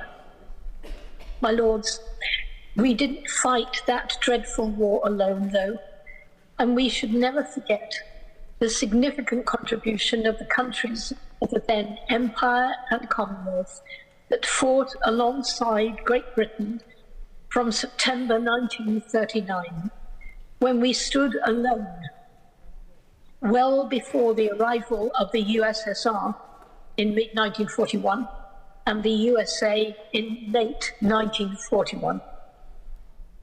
While 6 million men and women served in the armed forces of Great Britain, another 5 million, mostly volunteers, came from Australia, who lost over 39,000 personnel, Canada, who lost 42,000, India, who formed the largest volunteer army in the world, some 2.5 million, and who lost 87,000, fighting in places like Burma, Italy, and North Africa. New Zealand lost over 11,000, South Africa 11,900, and the colonies of West and East Africa, as well as Zimbabwe, formerly Rhodesia, lost many thousands too, as we have already heard. These countries and others, 11 million of them serving under the same Union flag, provided soldiers, sailors and air personnel who fought all the King's enemies, the Germans, Italians, Japanese, and the Vichy French forces. Included in that number who were helping were Jamaica, Malta, Cyprus, Poland, Norway, and Denmark. Gurkhas from Nepal, 132,000 of them, who were awarded 2,734 bravery decorations as well. I'm delighted to say they are still serving the Crown in Catterick Camp, near where I live, to this day. In all, some 15 million soldiers and auxiliaries served in World War II. But I also want to tell you about the RAF regiment, in which I have the honour of being called a companion. And I'm indebted to their historian, Dr. Nigel Warwick, for his help in providing me with the Corps' history around World War II. Our airfields were continuously under attack, and in early May 1945, 9 regiment task groups passed through the Army's 4 positions and moved into Schleswig-Holstein to occupy airfields up to the Danish border. 15 airfields were seized, and the regiment took the surrender of 50,000 German troops, along with numerous senior commanders. By VE Day, there were 74 RAF regiment squadrons in northwest Europe, deployed on airfields throughout the British occupied zone. They were in Germany, Denmark, and Norway, taking the surrender of many thousands of Luftwaffe personnel. They were also located across the globe. In Burma, RAF regiment squadrons had moved forward with General Slim's victorious 14th Army in the advance to Rangoon, winning their greatest battle honour for the defence of Maktila airfield, the capture of which was the masterstroke of the campaign. As a force that had risen to 85,000 airmen in 1942, it had been continually depleted by manpower demands from the Army, but the RAF regiment had fought in all the major campaigns of the war, and by 1945 had become a crucial component of the Royal Air Force, thus ensuring the regiment's continuing existence. It protects the Royal Air Force and its aircraft and personnel to the present day. Long may it continue to do so. We salute all the veterans who came through that terrible war, all the millions of civilians who helped in fields, factories, in whatever way they could to help the war effort. Today, we face the possibility of further war, and we must prepare for it.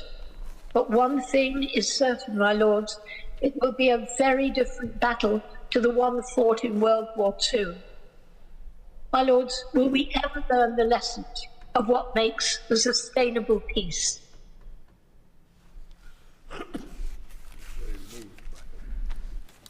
My lords, it's an honour to speak on this important day and to follow the remarks of Baroness Harris of Richmond, who's already praised the many brilliant stories and speeches that we've heard today.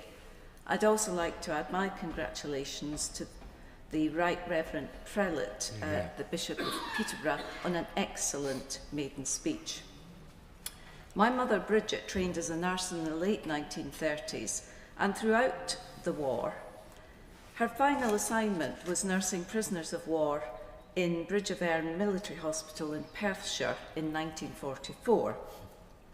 I recall her talking of the horrific maggot-infested wounds of the German prisoners of war, their shattered physical condition, and her saying, "They were so young." One story that has stuck with me was an instance in which the rules of non-engagement were broken at Christmas. A group of carol singers were touring the wards to cheer and comfort patients and staff in a candle-lit procession. They were forbidden to enter the enemy wards, but when they stopped outside the German ward, the doors were flung open and silence gave way to song as the soldiers joined the chorus of Silent Night, Stille Nacht. My father, Michael Rafferty, served in the Merchant Navy on the convoy ships, so crucial to maintaining supplies, communication cables, and support for other services. I had the privilege of seeing the remnants of his ship, the Port Chalmers, in the War Museum in Malta during a recent visit. The ship was part of Operation Pedestal, which set sail to save Malta from surrender, one of over 14 convoy ships supported by 2 battleships, 3 aircraft carriers, 32 destroyers and 7 submarines. It was the largest convoy expedition and escort to date. And according to naval historians, it was also the most dangerous to that point in the war. Malta was strategically pivotal to the control of the Mediterranean and Suez Canal. The convoy was pounded by enemy fire, mines and air along the way. The Port Chalmers played a key role in as it was the convoy's flagship, as well as carrying critical supplies to beleaguered Malta. It was the first to reach Valletta harbour, while other ships sustained severe damage or were sunk. It arrived relatively unscathed to cheering crowds. The mortality rate for merchant seamen was higher than all other services. My father never spoke about his experience, but it's hard to imagine just how terrifying it must have been to have felt floating in a tin can, swinging in a hammock, and listening to the constant clanging of the ship, a sitting duck waiting for the worst to happen. My mother was also a member of the Civil Nursing Reserve, set up in 1938, to boost capacity within the service as the government became aware of the scale of the nursing shortage. The UK entered the COVID-19 pandemic with no reserve capacity and tried to create some headroom with a temporary register. This generated another 20,000 nurses to provide a buffer zone to build surge capacity. The temporary register closed in March 2024, but it is imperative that we learn the lessons of COVID in terms of building reserve capacity. My mother was also a member of the Civil Defence Corps after the war, which trained volunteers in community emergency preparedness. Module 1 of the COVID inquiry, chaired by Baroness Hallett, concluded, "Preparedness for and resilience to a whole system civil emergency must be treated in much the same way as we treat a threat from a hostile state." Does my noble friend, the Minister, agree we must implement the COVID inquiry's recommendations within the UK and devolved governments to prepare for a whole system civil emergency? I urge members of your Lordship's House to reflect on the broader lessons of VE Day in securing our combined health and security needs for the future. Lords, today we have heard many powerful speeches. I congratulate the Right Reverend Pellet on her excellent maiden speech, and I commend the noble Lord the Minister for his compelling opening. I shall start with the example of my late father's war service. It shows just one example of how lucky we have been because of the courage and determination of those who served selflessly. He joined the Royal Air Force on 4th September 1939. It was his 19th birthday. What followed marked his life forever. He never talked in detail about his experiences to us, his family, until the last few weeks of his life. He was a navigator bomb aimer. In April 1941, he joined 149 Squadron, operating Wellingtons out of Mildenhall. One notable operation included an attack in daylight on the battleships Scharnhorst and Gneisenau, which were heavily defended in dry dock in Brest. He said that the noise of the guns at some 8,000 feet was deafening. In the next 8 months or so, to December, he completed the 30 operations of his first tour. But by then, his squadron had lost a total of 2 more crews than its nominal strength. Just think of that. Having miraculously survived that tour, he was sent to train new bomb aimers. He then later resumed operational duties as a squadron bombing leader in Lancasters, but he flew much less often, only when a crew needed a spare bomb aimer. His operational duties continued to December 1944. That year, he still had 2 bad experiences. Once they returned shot up on only 2 engines. Another time, the left undercarriage was shot to pieces. It collapsed on landing. His back was never the same, but he counted himself a lucky man. In all, he completed 43 operations. He was awarded the Distinguished Flying Cross. To put his experience in perspective, only a tiny percentage of those who started with him as Bomber Command aircrew, signing up in 1939, survived. He told me frankly that each operation terrified him. At the end of the war, he said, he sometimes found it hard to cross a London road. He could not believe he was still alive. He was a stalwart attender at squadron reunions and annual memorial services. He was much involved in the RAF and Bomber Command Association activities. He never forgot those with whom he served, nor must we. Looking forward, so I commend the plan to make it a criminal offence to climb our war memorials. Our society must understand and value what these represent. We must not forget our past or lose our resolve. We must educate the young. Today, we are, I fear, closer to war than for many years. This would bring grave loss of life and property. Look at the Ukraine. Imagine if nuclear weapons came into play. So we need rapidly to increase the defence budget. That requires sacrifices, and I remind this House that in 1955 to 56, after the end of the Korean War, 10 years after the World Wars, the UK still spent approximately 7% of its gross national product on defence. Deterrence is vital. In the 1930s, we failed to deter Hitler. The price of that was terrible. We have to make attack of any sort unavoidable to an aggressor. We must build up our weaponry and our forces so that they are capable of inflicting matching injury on any attacker. We need to build also civil resilience. We must put resources into protecting vital undersea cables, our electricity, our IT, and our other fundamental services.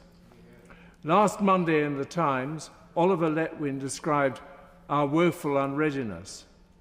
The attacks on the Co-op, Harrods and others show how easy it is to damage vital IT. It took nearly 6 years of the awful World War, whose end we celebrate now, to obtain peace.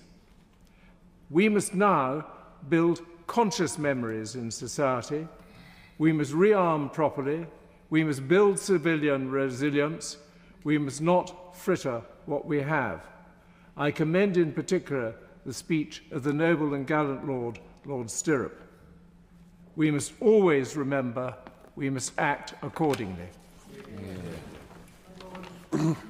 We've had an interesting series of days commemorating World War II, 60 years on, and in your Lordship's house we've had wonderful tributes from many people about their experiences. But it's interesting that many other countries are reported to have marked the event with a more commemorative than glorification process about the peace, because peace, of course, is not assured, as many noble lords have said. And recognising that war now affects whole populations, whatever the outcome, as the noble Lord Ricketts said, many in Europe had actually to wait 45 years after the end of the Second World War before they got any liberation at all, basically. My lords, we tend to think that we were always on the right side of the good, but, my lords, the track record, I'm afraid, is not entirely perfect. My grandfather fought in the Boer War, which was a very long time ago, but I don't think he was involved in these concentration camps, but we did invent concentration camps in South Africa, where Boer and African women and children were locked in tented accommodation with very little food and water and sanitation, with really no hope of where they might be able to escape. They were the civilian population whose properties had been scorched earth, treated by General Lord Kitchener. Where were they going to live? And it's surprising that only one person was brave enough to challenge these camps, a lady called Emily Hobhouse, who came from Devon or Cornwall, and she challenged the government to provide food, clothing and everything like that. She was ostracised by the government, nearly locked up. Kitchener refused to see her in South Africa because she was a woman. Well, that's an interesting way of looking at things. But hundreds of thousands of women and children were incarcerated, no crime except for being on the wrong side. And this woman at the end of the Boer War, most of the Boer women, but a few other women as well, contributed to a very large memorial in Bloemfontein, you can see it on the web, to commemorate 28,000 women and children who died in these camps, plus of course all the people who managed to get out in the end. And there seemed to be no leadership or understanding here of what they were going and what was going on. Now, of course, my lords, I'm not saying that our invention, if that's what it is, of concentration camps being copied in the two world wars. Of course, the German example was a million times worse. But it is time that we learnt lessons from things like this. As my noble friend Baroness Amos said, education on these things for all. I think we should follow the example of Emily Hobhouse and put a much greater emphasis on trying to bring peace rather than death on the battlefield. And in the case of South Africa, death after a scorched earth policy. There's a few scorched earths going on in Ukraine at the moment, but it's still happening in the world, as many noble lords have said.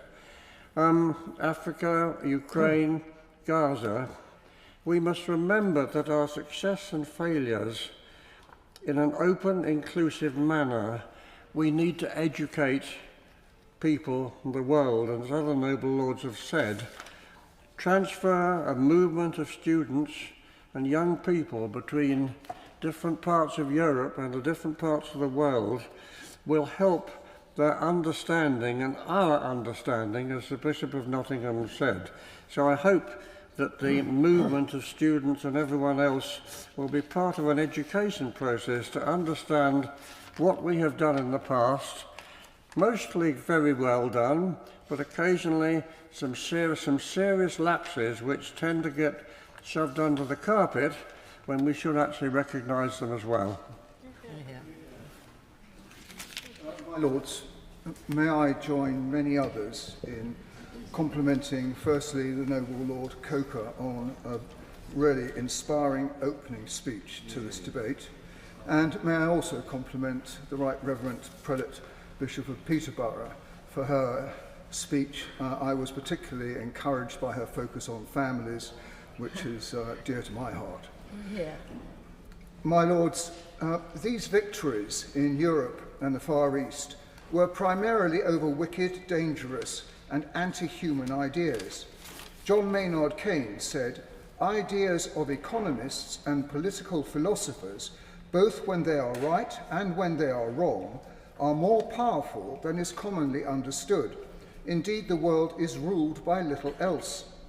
Ideologies that took over Germany and Japan justified the complete domination of their regions, German territorial expansion into Central and Eastern Europe, and Japanese subjugation of East Asia. Such coercive ideologies undermine human flourishing and lead to the killing, at worst, or silencing, at best, of vast swathes of populations. Most recently, trans ideology came close to doing the latter. Ideology's victims just don't fit with the programme, frequently because of immutable characteristics, such as those born Jews in Nazi Germany. Or they simply do not or cannot see the world through the ideological lens imposed on them. Hence, freedom of thought and expression are such precious values. Yet there is a deeply human need for absolutes and certainties, which postmodern relativism has barely dented. Mathematician and philosopher Professor John Lennox exposes the self-contradiction at the heart of postmodernism. It expects us to accept as absolute truth that there are no absolute truths. New atheists proclaiming atheism's truth and denying God defy postmodernism. Jürgen Habermas, an earlier atheist, voiced dangers of the shift from our moral basis to the postmodern. He said, universalistic egalitarianism, from which sprang the ideals of freedom and a collective life in solidarity, the autonomous conduct of life and emancipation, the individual morality of conscience, human rights, and democracy, is the direct legacy of the Judaic ethic of justice and the Christian ethic of love. To this day, there's no alternative to it. We continue to draw on the substance of this heritage. Everything else is just idle postmodern talk. Unquote. Now, new atheists like Richard Dawkins recognize that jettisoning what he refers to as cultural Christianity, something the post-war West has come perilously close to doing, means the flowerings reeled off by Habermas will lose their roots and wither. That said, we have lived through 80 years of the greatest advances in the history of the world. From a technological, scientific, and health perspective, no previous 80 years have ever been better to live in. So the sacrifice of those who secured the victories in Europe and Japan has been worth it. But we cannot rest on their laurels. The survival of any world order cannot be guaranteed, and threats abound. I see 4 Ds of decline and decay surrounding us, such as the towering levels of debt. Shopper politics provokes governments to borrow lavishly, and private debt is egged on by consumerism. Demographically, we and many other nations are in a bind. Aging populations are not replaced by new births or supported by younger generations, as the extent of older age loneliness reveals. It is socially acceptable to say one is too selfish to have children, and other forms of decadence are reinforced. Popular culture tells us to live for the moment, avoid sacrifice, self-denial, or service. Finally, concerns over, for example, historical slavery sharply divide us over whether Western civilization is even worth defending or upholding. Yet the motivation to care about, speak up for, and protest over the weak, the vulnerable, and those who have not, often at great personal cost, flows, per Habermas, from our Judeo-Christian foundations. The Roman Empire, into which Jesus Christ was born, was not at all so inclined. Our freedom to pursue those ends was bought for us by those willing to stand against vicious or authoritarian regimes. Defeat then was not inevitable, neither is decline now. YouGov polling in the Bible Society's Quiet Revival report found an increase of 50% in church attendance across all ages, with the most dramatic church growth among young men. Now more than 1 in 5 are attending church at least monthly. Ditto, almost 1 in 2 black people, young black people, aged 18 to 34. Perhaps those Judeo-Christian foundations of justice and love, which proved so effective in beating back the dark ideologies of the Second World War, are surfacing again. A new generation is discovering that in a relationship with our Maker and with each other, in Habermas's collective life and solidarity, lies the wellspring of meaning and the essence of what it means to be human. It is right that we undertake this debate to pay tribute to those who defended our freedoms in the First and Second World Wars. We must remember and honour them and use this day to commemorate the 80th anniversary of VE Day and shortly on the 14th of August, VJ Day. We've heard some magnificent speeches, all of whom have been of a high quality. Much has consisted of people relaying their personal experiences, many of which have been moving. I was there less than a year old. I was not aware of it at the time, and subsequently my parents never really talked about the war. I think that's the experience that there's a number of noble lords have mentioned. The one point I wish to make in the context of this debate, and has already been made by my noble friends Baroness Warwick of Undercliff and Lord Anderson of Swansea, is that this was a total war. Everyone was involved. Total war refers to a type of warfare in which a country mobilises all its resources, economic, industrial, civilian and military, for the purpose of defeating an enemy. In total war, the distinction between civilian and military targets is blurred, and the entire society is involved in the war effort. In World War II, the concept of total war was fully realised in the United Kingdom. There was a mobilisation of the entire population in the war effort. Now, this is not to downplay the exceptional bravery of those in the military front line, but in the Second World War, all of us were in a real sense in the front line, on the home front. Here in the United Kingdom, we conscript millions of soldiers, but we also mobilise civilians to work in factories, grow food and support the effort. I thank my noble friend for mentioning the Bevan boys conscripted to work in the mines and the women directed to work in the Women's Land Army. We must always also remember that civilians were targeted and that cities were bombed deliberately to destroy morale and infrastructure. I'm not seeking here to express any judgment, but in the war, of course, there was the bombing of London, the Blitz, but also of Dresden and the atomic bombings of Hiroshima and Nagasaki. To make the point, that all that war, we were all in the front line. As a trivial example, I cannot forget that from shortly after I was born, we were under attack from the V1 and V2 rockets, and I was evacuated with my mother to Wales out of their reach. But the third aspect of total war was that there was industrial and economic control. Governments took control of production, and for example, here in Britain, we introduced widespread rationing of food and goods. Total war in World War II meant that every aspect of society was directed towards achieving victory, no matter the cost.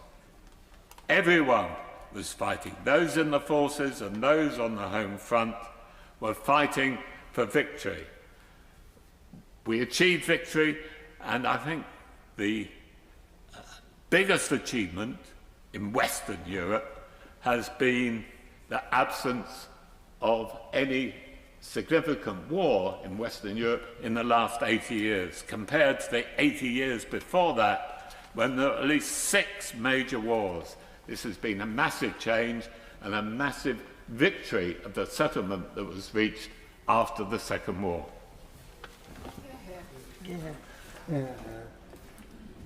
My lords, I too want to congratulate the noble prelate of Peterborough for her marvelous speech, especially as it focused on children.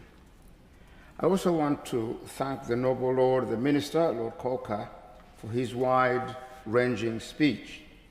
As the opening batsman, he scored 100 not out. On VE and VJ Day, I was a child not yet conceived. But when I was 5 years old, I met my Uncle Sam.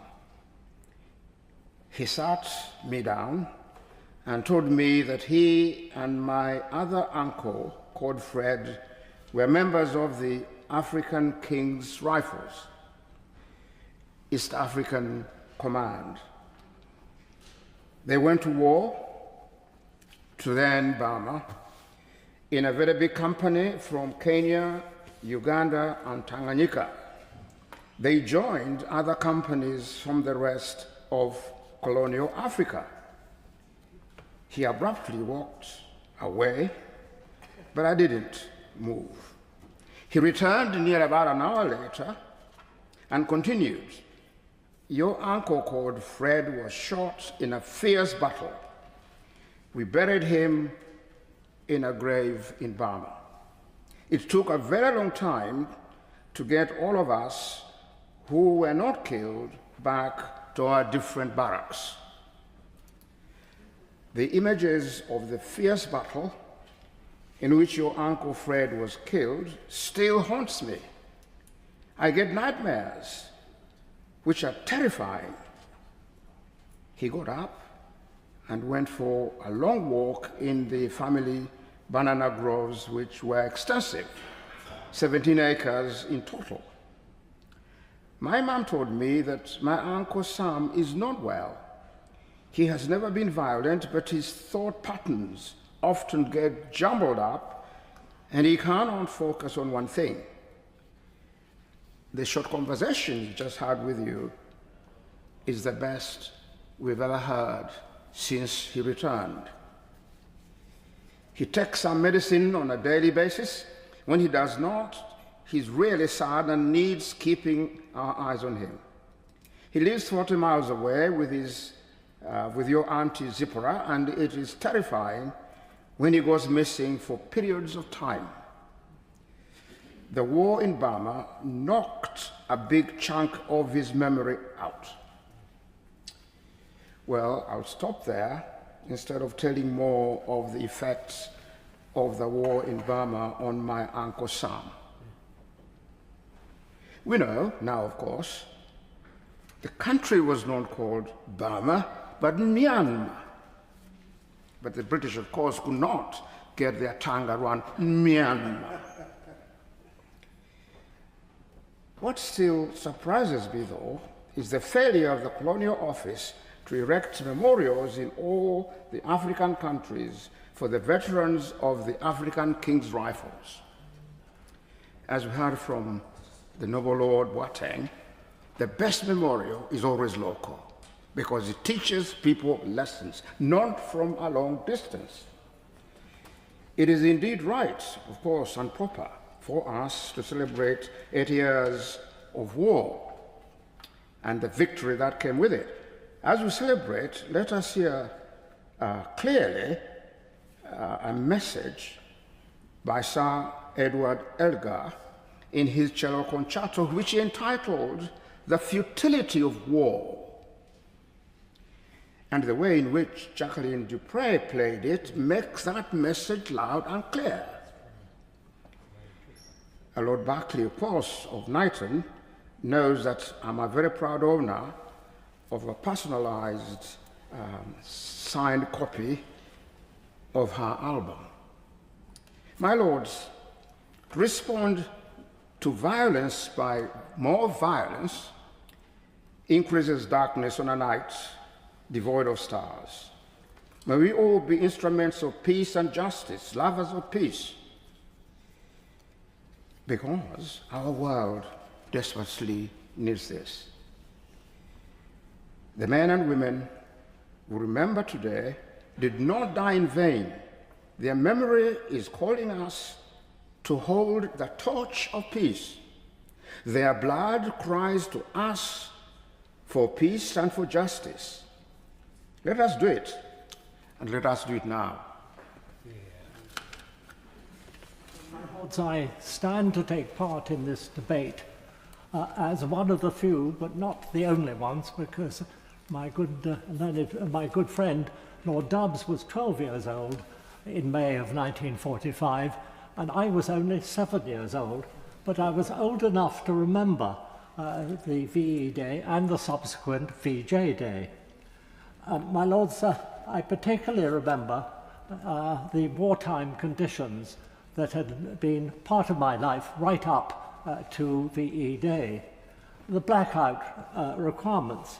Every house had to have a blackout curtains to prevent at night the exposure of light to enemy aircraft passing above. Similarly, every train had to have blackout blinds, and when you arrived at a station, you were not permitted to exit the train and open the door until you heard one of the porters shouting the name of that station, and if it's the correct station, it was only then you were permitted to leave the train. I remember, I have one memory of particular significance. My lords, that I was in the house, in our house, with my younger brother, who was about 3 years old. I would have been about 5 or 6.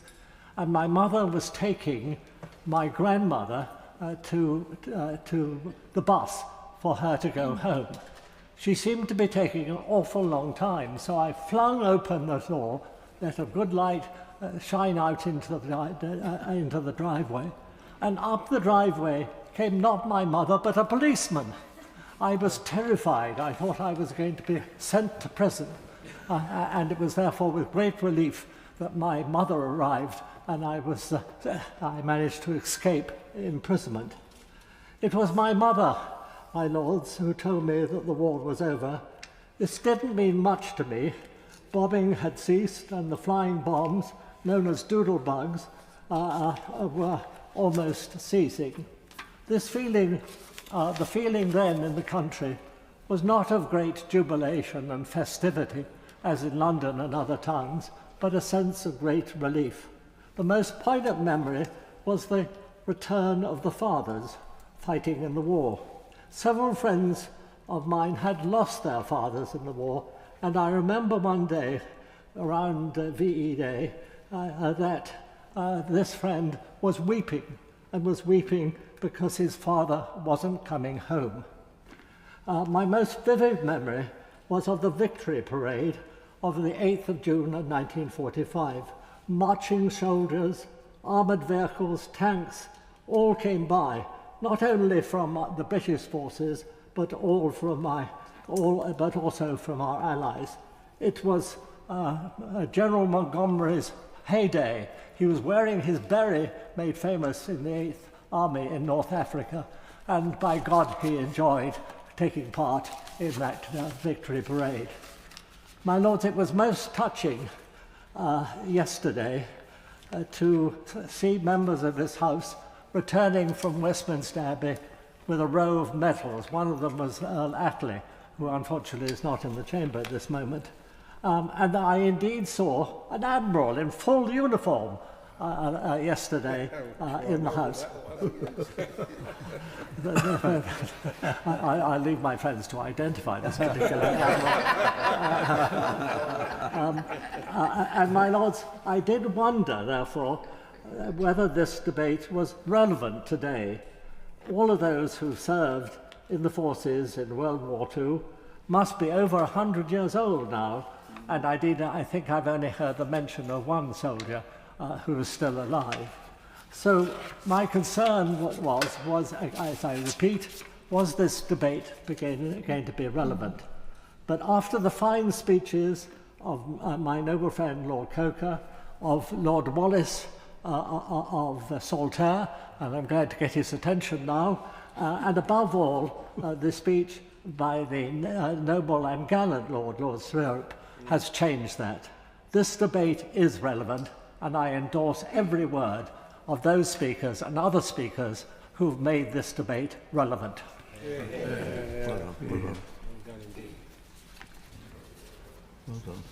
My lords, yesterday we celebrated VE Day with a fly past, parades and parties.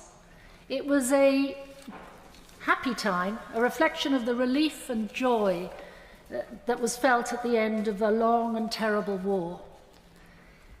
A war which reshaped the world and touched nearly every family across the UK and beyond. We've heard many wonderful stories today of people's memories of their experiences of their fathers, their grandfathers and others. For me, as for other many noble colleagues, it was also personal. My father came from New Zealand to serve in the Royal Air Force. He flew missions in Liberators at very low altitudes, hunting enemy submarines. to protect the convoys that kept Britain supplied during the darkest days of the war. I like to think that possibly he was protecting a convoy that the father of Baroness Rafferty's father sailed in it. It would be a nice connection. He also met and married my mother, a young woman from the Welsh valleys who spent much of the war years working in a munitions factory. In many ways, they were representative of the commitment of the Commonwealth countries and of women to the war effort. We remember the sacrifice of the Anzacs recently on the 25th of April. There were many Australian and New Zealand servicemen fighting on behalf of the UK and the rest of Europe at the time. And I would also point out that my grandfather fought on behalf of the UK at Gallipoli and was injured there. So we had a history in the family of Commonwealth support for the European wars. Like so many others have mentioned, my parents spoke very little about what happened, but we know, and we have learned what it cost, and we know what it means. Victory came at an enormous price. Millions died, families were broken, Europe was left in ruins. Yet, out of this devastation came a determination to prevent such a war happening again. We need to remember the role of our allies, particularly the United States.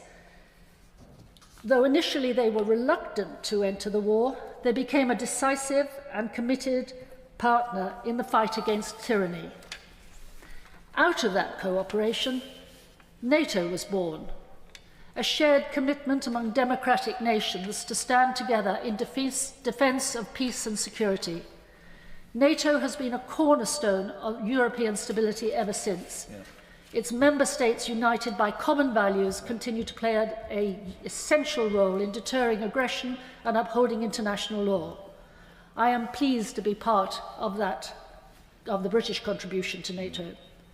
We are now, however, reminded that such peace cannot be taken for granted.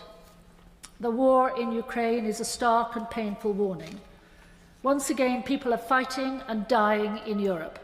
Once again, a sovereign country is resisting an aggressor. We cannot be complacent.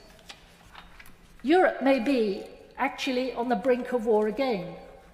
Maybe it already is at war, maybe in a different form.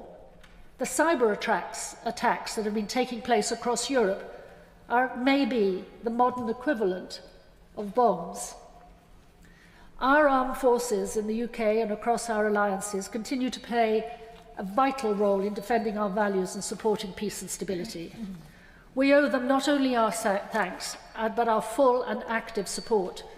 We need to increase their numbers. My lords, the past holds powerful lessons, and one of the clearest is this: peace is not the absence of war. It is something that we need to build and protect and uphold day by day, generation by generation. We honour those who fought by living up to the world they hope to create. Thank you. Well done.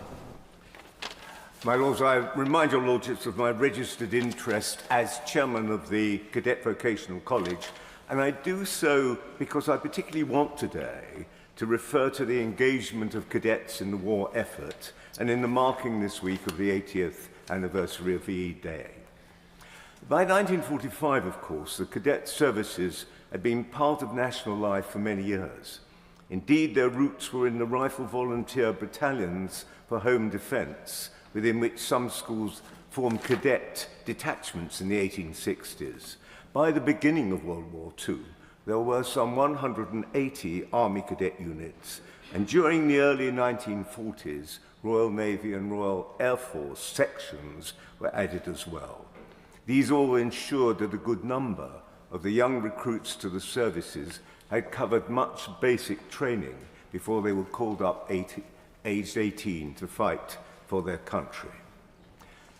During the war, many hundreds of young cadets aged between 16 and 18 could and did assist the Home Guard, and learned, among many other skills, how to help with the manning of gun emplacements, how to guard important buildings, how to take and deliver messages by radio, how to administer first aid in the aftermath of bomb attacks, even how to deal with explosives. Indeed, inevitably, no small number of these young civilians were injured and even killed.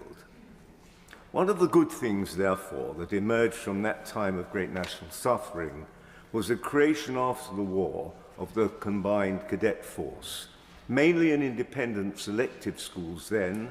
Now, 80 years later, the majority of cadet units is in state secondary schools of all kinds throughout the United Kingdom and very often in disadvantaged areas. This week, as we have heard, many events have commemorated victory in Europe, and I'm delighted to say that Sea Cadets, Royal Air Force Cadets, Army Cadets and combined cadet units had featured prominently in most of them. On Monday, cadets were on duty for the procession at the Queen Victoria Memorial outside Buckingham Palace. On Tuesday, London Naval Cadets were assisting World War II veterans at the Tower of London. Cadets were also present at the Downing Street party, and Royal Berkshire and other cadets were chosen to attend yesterday's service at Westminster Abbey. Some 300 places were reserved for cadets and their families from across the United Kingdom at yesterday's concert on Horse Guards. The young people who took part in uniform in this week's commemorations will remember them for a very long time, and we hope will take away many lessons about patriotism, courage and sacrifice that Lord Coker spoke of in his excellent introductory speech. In March, there was published a report by Northampton University entitled The Impact and Value of School-Based Cadet Forces. It has a foreword by the present Minister for Veterans, Alistair Cairns MP, and I quote from it: "Participation in the many exciting, challenging and fun activities provided by cadet forces can help develop self-confidence, teamwork, leadership and resilience in young people, preparing them for the many challenges they face and therefore setting them up to succeed."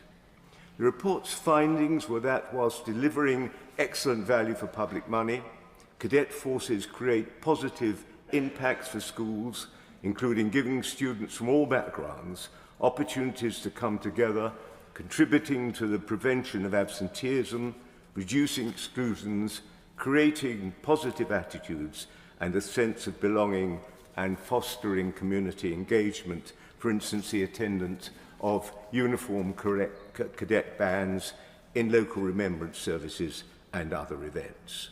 Also mentioned were the opportunities for cadets to gain important qualifications through the Cadet Vocational College, leading to greater employability. My Lords, the combined cadet force, founded at a time of great national adversity, has lived on to become an outstanding component of our education system. The aim of the cadet services 80 years ago, at the time of victory in Europe, was to train young men to be good soldiers. Their aim today is to train young people to become good citizens, and I commend their work to your Lordship's house. My Lords, it is a great honour and a privilege to take part in this VE Day debate in your Lordship's house. The Second World War was a conflict that had to be fought to save our civilization from the tyranny of fascism. It lasted nearly 6 years and claimed the lives of over 75 million people. It was a bloody, brutal war marked by the genocide, destruction, and unimaginable horror of the Holocaust. On the Allied side, the people of all faiths, backgrounds came together to defeat the forces of Nazi Germany and Imperial Japan. When a call went out from Britain to its subjects in Asia and Africa, millions volunteered to serve. It became the largest voluntary army the world has ever seen. From the Indian subcontinent alone, some 2.5 million people answered the call. Of those, approximately 15% were Sikhs. This despite Sikhs comprising only 2% of the Indian population at that time. Their overrepresentation speaks volume about their bravery and loyalty.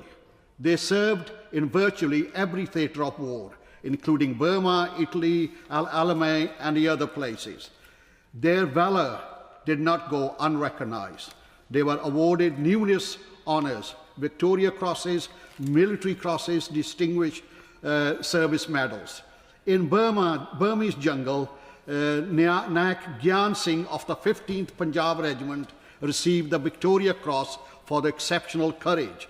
I mention this, my lord, because my maternal uncle, Santokh Singh, served in the same regiment and was awarded the Distinguished Service Medal in the same campaign.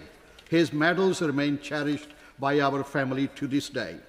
Sikh soldiers were recruited in such numbers because they were considered a martial race. Yet, despite their commitment and sacrifice, they were not paid the same as their British counterpart. This injustice was the result of the colonial policy. In death, all soldiers were equal. On the battlefield, they were not.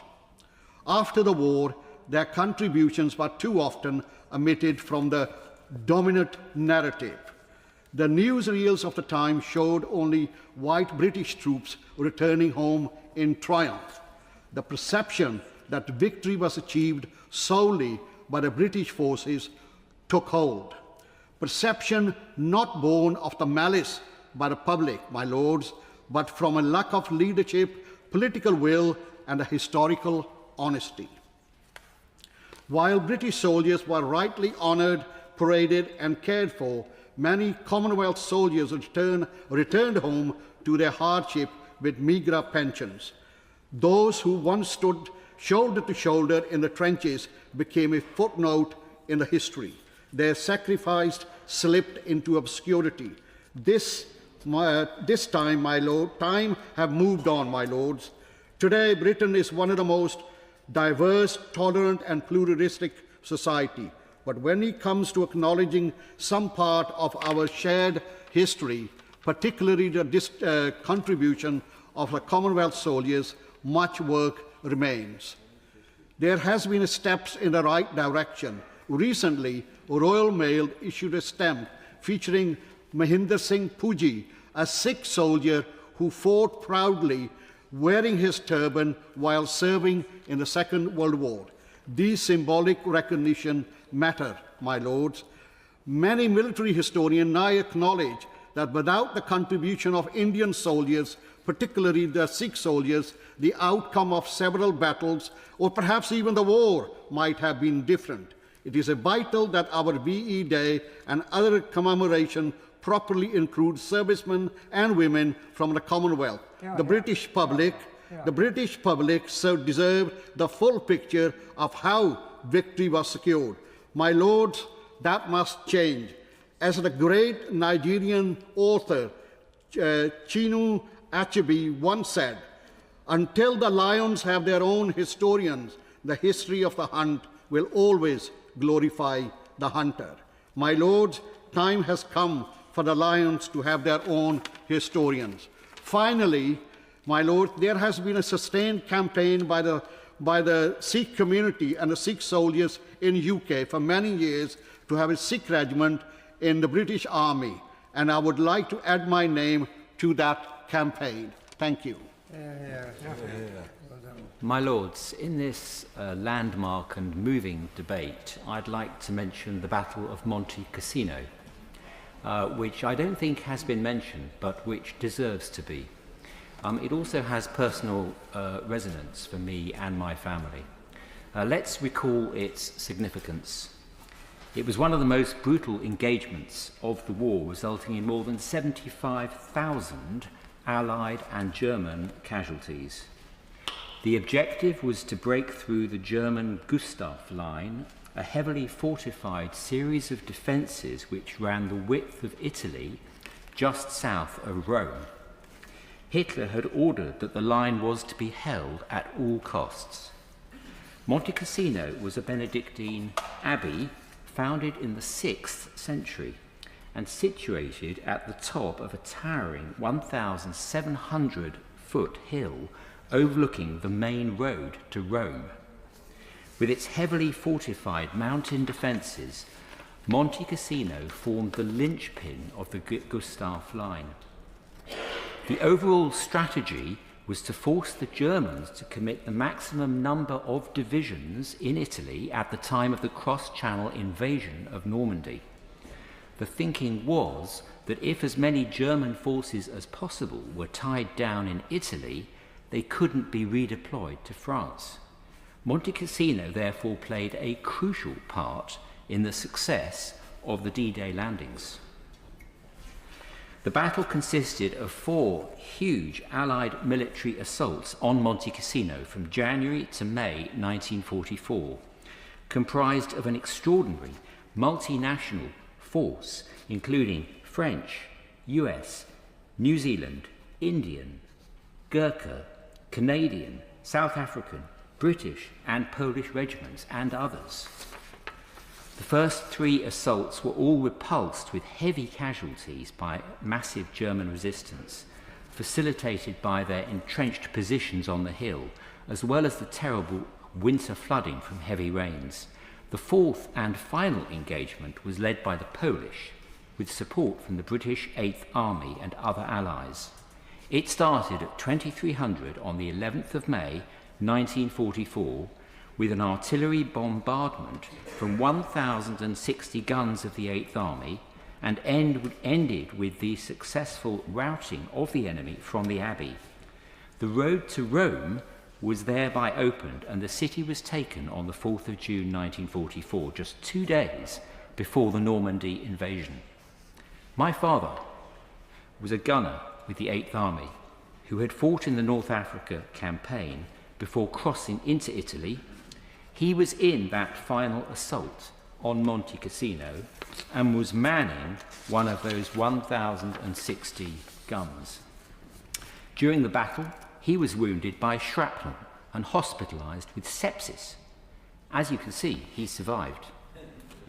And he lived to a great age, 102 in fact. But he lost many close friends during the assault on Monte Cassino. And long after the war, in the 1960s, our family returned to Monte Cassino and visited the British and German war graves. There, we met the mother of a German soldier who had fallen. For many years afterwards, she and my mother corresponded with each other. Blessed are the peacemakers.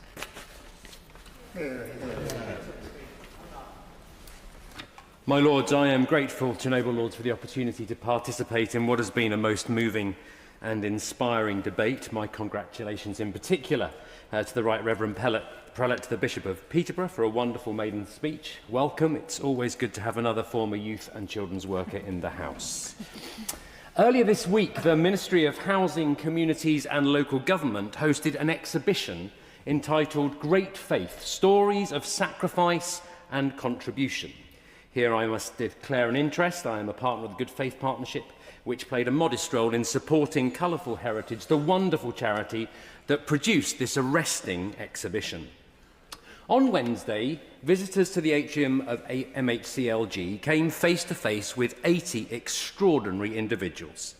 Each picture, painted by the renowned portrait artist Arabella Dorman, commemorates and celebrates the lives of a Muslim serving in our armed forces from World War I to this very day. My remarks from henceforth will no doubt pick up similar themes to those shared by my noble friend Lord Sahota. Each face tells a story of faithfulness to God and to country. One painting is of Abdul Hafiz, the first Muslim soldier to win the Victoria Cross. On the 6th of April 1944, Abdul Hafiz led his platoon up a treacherous hillside in Japan. Already wounded, he seized a Japanese machine gun and led a charge of such ferocity that the enemy fled the battlefield. Another portrait features Noor Inayat Khan, a British resistance agent who served as a wireless operator at the Special Operations Executive supporting the resistance in France. Noor, whose Arabic name translates as Radiant Light, took the code name Madeline. Following the arrest of her colleagues, Noor remained in France, moving from place to place. Dancing in the shadows of the darkest hour, she transmitted messages back to London. True to her faith, her country and her name, she shed essential light on the dangerous activities of Nazi forces. She was eventually betrayed, arrested, and subsequently executed at Dhaka. Noor Inayat Khan was posthumously awarded the George Cross. Mohammed Hussein, who also featured in the exhibition, was 16 years old when he ran away from home to join the volunteer British Indian Army in 1941. He served as a machine gunner in the 8th Indian Division, fought in the Battle of Monte Cassino. Noble Lord Carter will be pleased of a second mention. And on VE Day, Mohammed and his comrades advanced into Austria. The war over, he moved to the United Kingdom, where he lives to this day, one of those last remaining veterans of VE Day. And as if his military service were not offering enough, Mohammed has dedicated the last 75 years to serving his local community and our country, supporting fellow veterans, and promoting greater understanding among young people. I am grateful to my noble friends, Lord Coker and Lord Boateng, and the noble Lord Wallace, among others, for drawing our attention to the contributions of servicemen and women from the Commonwealth countries, particularly in Africa and on the Eastern Front. Lest we forget, more than 5.5 million Muslims fought as part of the Allied forces in World War II, with a staggering 1.5 million killed during the conflict. And yet research from British Future indicates that only 34% of the British public are aware that Muslim men and women served in the Second World War. At the Great Faith exhibition, my noble friend, the Minister for Faith and Communities and Resettlement, Lord Khan, announced progress in the creation of a national Muslim war memorial. I am grateful to His Majesty's government for the progress made, and with other noble lords look forward to paying my respects at that memorial in due time. I would also humbly ask His Majesty's government to seize the gift offered to our country through the creativity of colourful heritage and the artistry of Arabella Dorman, to see that these beautiful paintings are seen and these powerful stories are told up and down our land. I hope that these heroic faces will be seen in schools and universities, government buildings and community settings, places of work and places of worship. I hope that these stories will be told far and wide. Finally, one final face staring out of the canvas in the Great Faith exhibition belongs to Imam Asim Hafiz, the first Imam to serve as a chaplain in the armed forces. Asim Hafiz serves today as an advisor to the Ministry of Defence and also as a reservist in our army.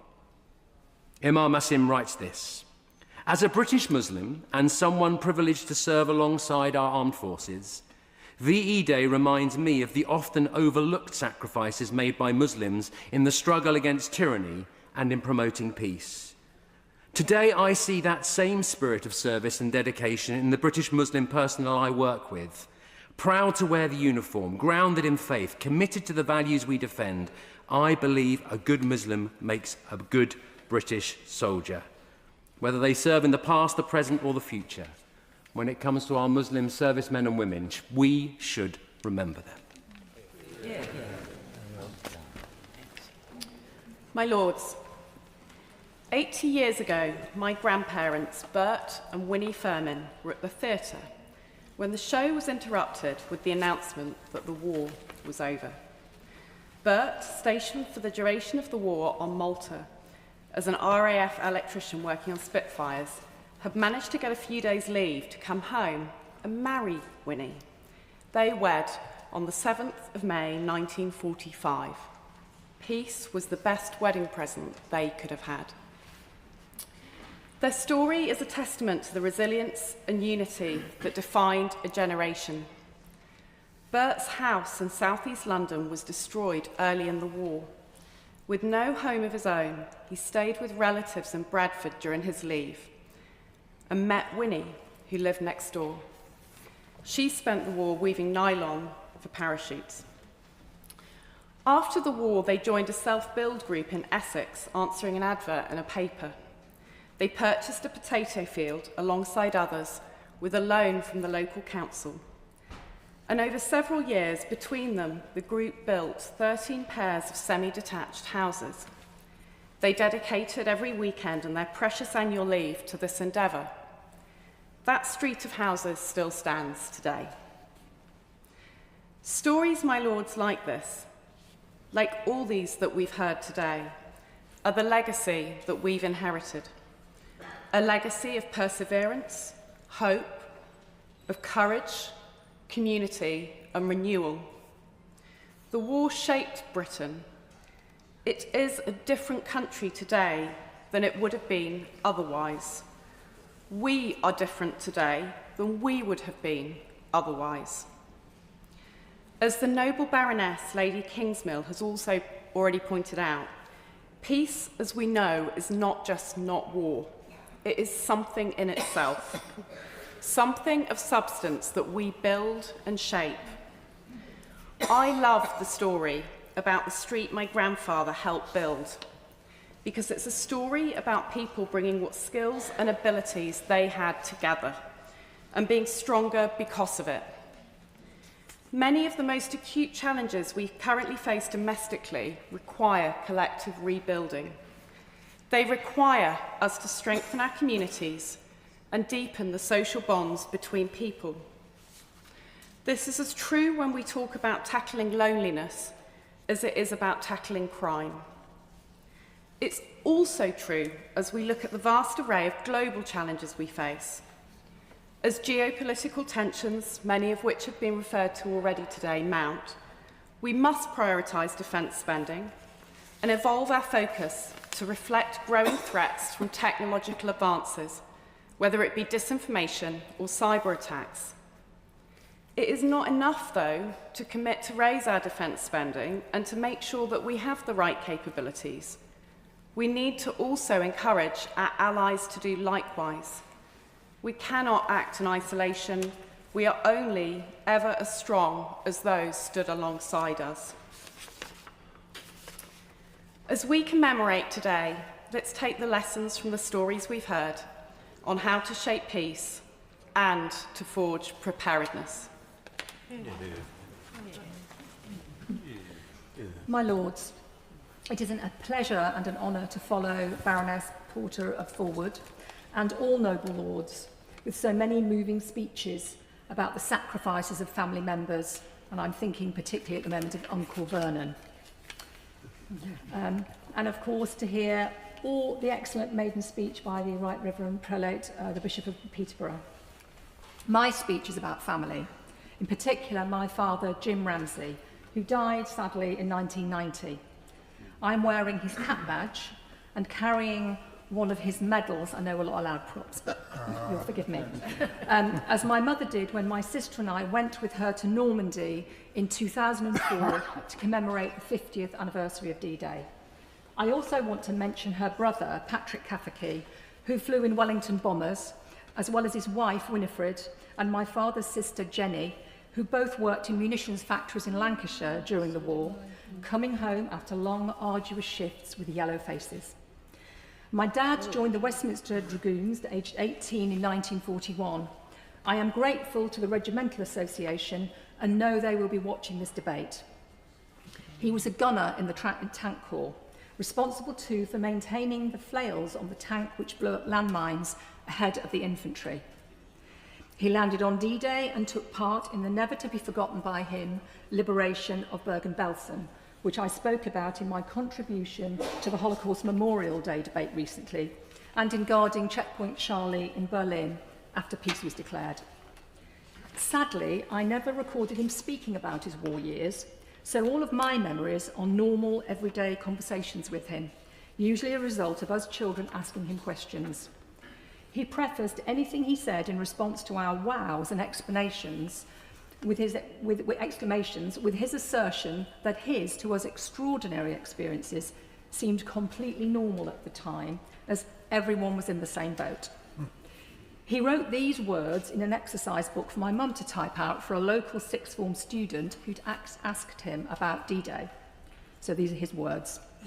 At the beginning of May 1944, A Squadron, Westminster Dragoons, was stationed at Thorpeness in Norfolk. We had to waterproof our tanks. Every inch of the outside had to be brushed, and all the nuts and bolts, openings, escape hatches and gun ports were sealed and made waterproof. It was boring, dirty work and took a fortnight.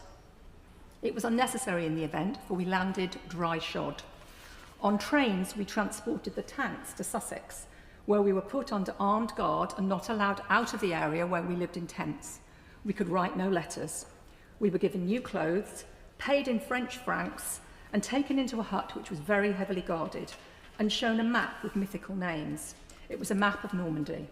I remember the town Caen had the code name Poland and was to be taken on the first day. We were sworn to secrecy. We set sail in the dark of the night of the 5th of June, and when morning came on the 6th, we were not alone. There were ships as far as the eye could see, from horizon to horizon. Normandy came in sight and we got ready. We had a motorcycle strapped on the back of the tank and a motorcyclist riding on the turret. I offered to share the gunner's seat with him, but he declined. He joined me quickly when something flew past his head. Shells were falling round us and a ship near us was hit. Our B and C squadrons had landed with the first wave 3 hours earlier. We were to push inland and with the tanks of the Staffordshire Yeomanry in ordinary Shermans. We went past the village of Hermanville. We had landed on Queen Beach and were crawling through open fields a few hundred yards past the town when tanks behind us began to blow up. 3 flails and a half-track were knocked out from anti-tank fire on our right. We carried on some distance until we halted on the bridge. We waited for the advance, which never came.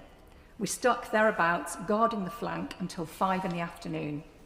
A great mass of 4-engine bombers and gliders came in on our left to reinforce the original airborne drop on the River Orne. Quite a number were shot down and 1 Sterling crashed close to us. Next came a report that 40 Tiger tanks were heading our way.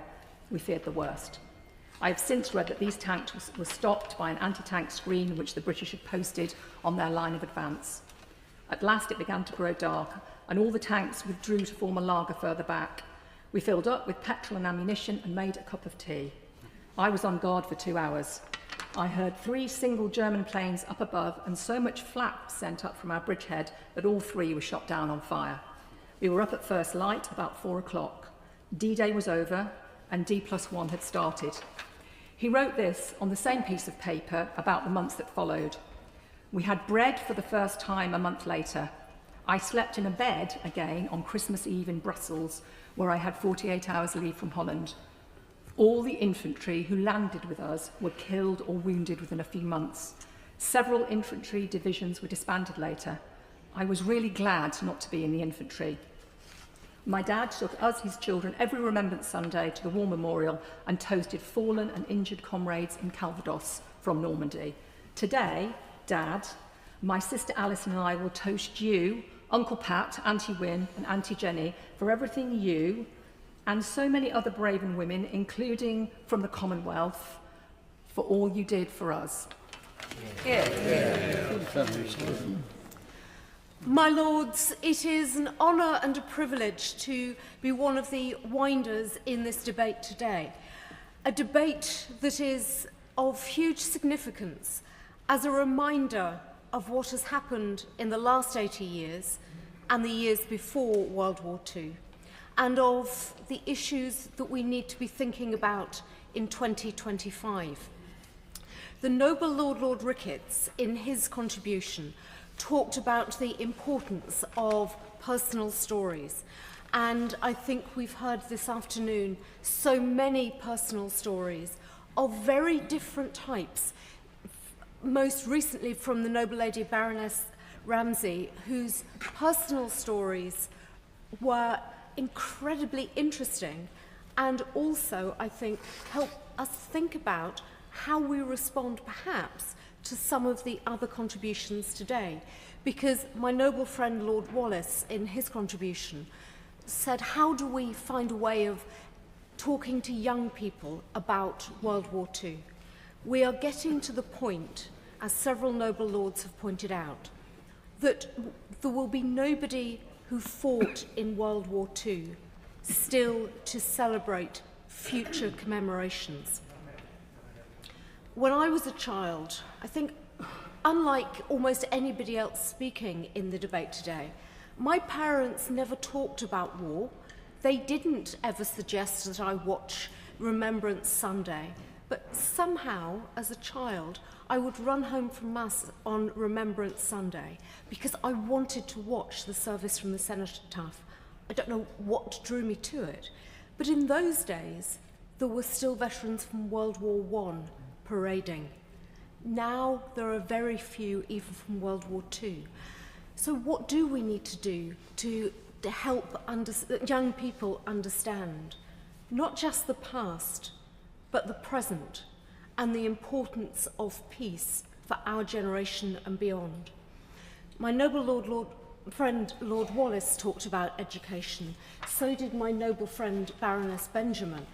And she and the noble lady Baroness Amos rightly challenged us to think about not just British service personnel, not just what we did on the home front, but the support and the actions given by our Commonwealth friends, particularly from the Caribbean. But we also then heard from the noble Lord Howell talking about Commonwealth contributions, the noble Lord Boateng, now I can never remember quite how one addresses former Right Reverend primates, but Lord Semptonu also reminding us about the contributions that have been made by the Commonwealth. And all, in particular, Lord Sahota reminding us that we need to think about those who volunteered to work with the British Army, because it's so easy when we commemorate VE Day to think about Europe, but very much to think from a British perspective. But the Commonwealth mattered without our Commonwealth partners and allies.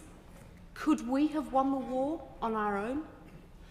So it is vital that we remember not just the contributions of British service personnel, but those from the Commonwealth, but also to think about who we were fighting with and whom we were fighting against.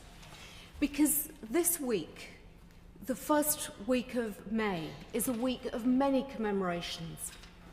In the Netherlands, the celebration was on the 5th of May. In the United Kingdom, we celebrate on the 8th of May.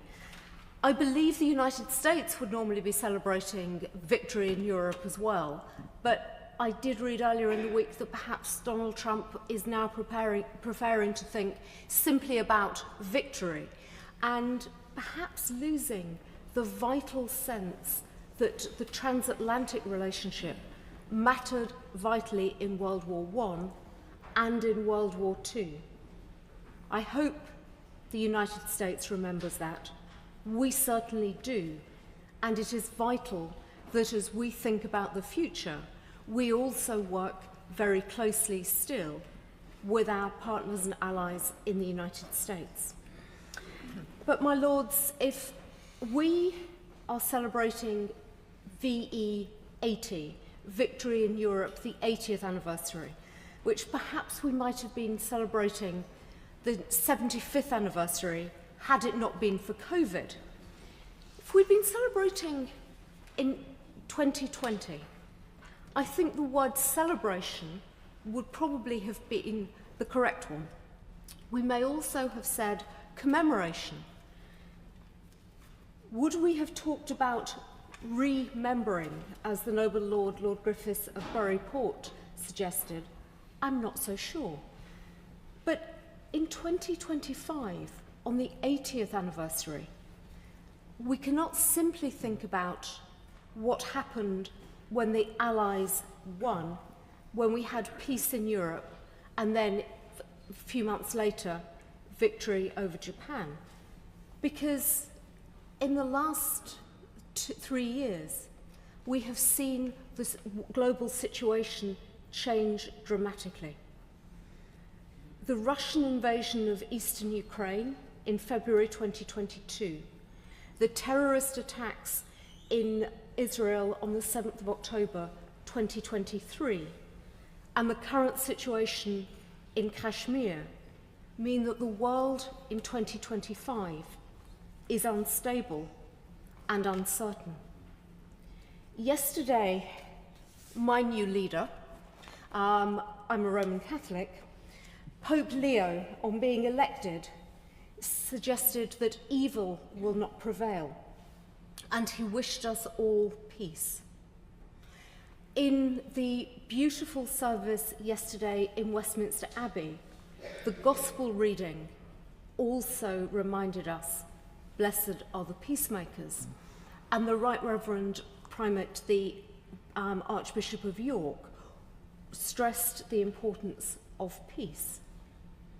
And that is clearly what we all hope for, and yet in 2025 we can't just assume that peace will prevail.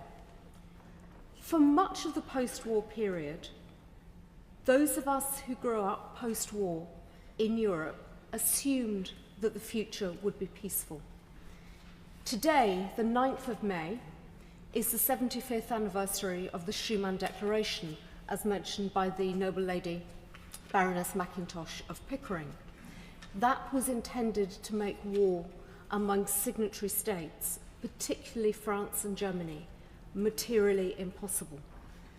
And for many years now, for over 70 years, war between the signatory states of what were the European communities has looked to be materially and in every other way impossible. But war in Europe has not gone away. We saw it in the 1990s in a conflict that I think hasn't been mentioned today, in Bosnia.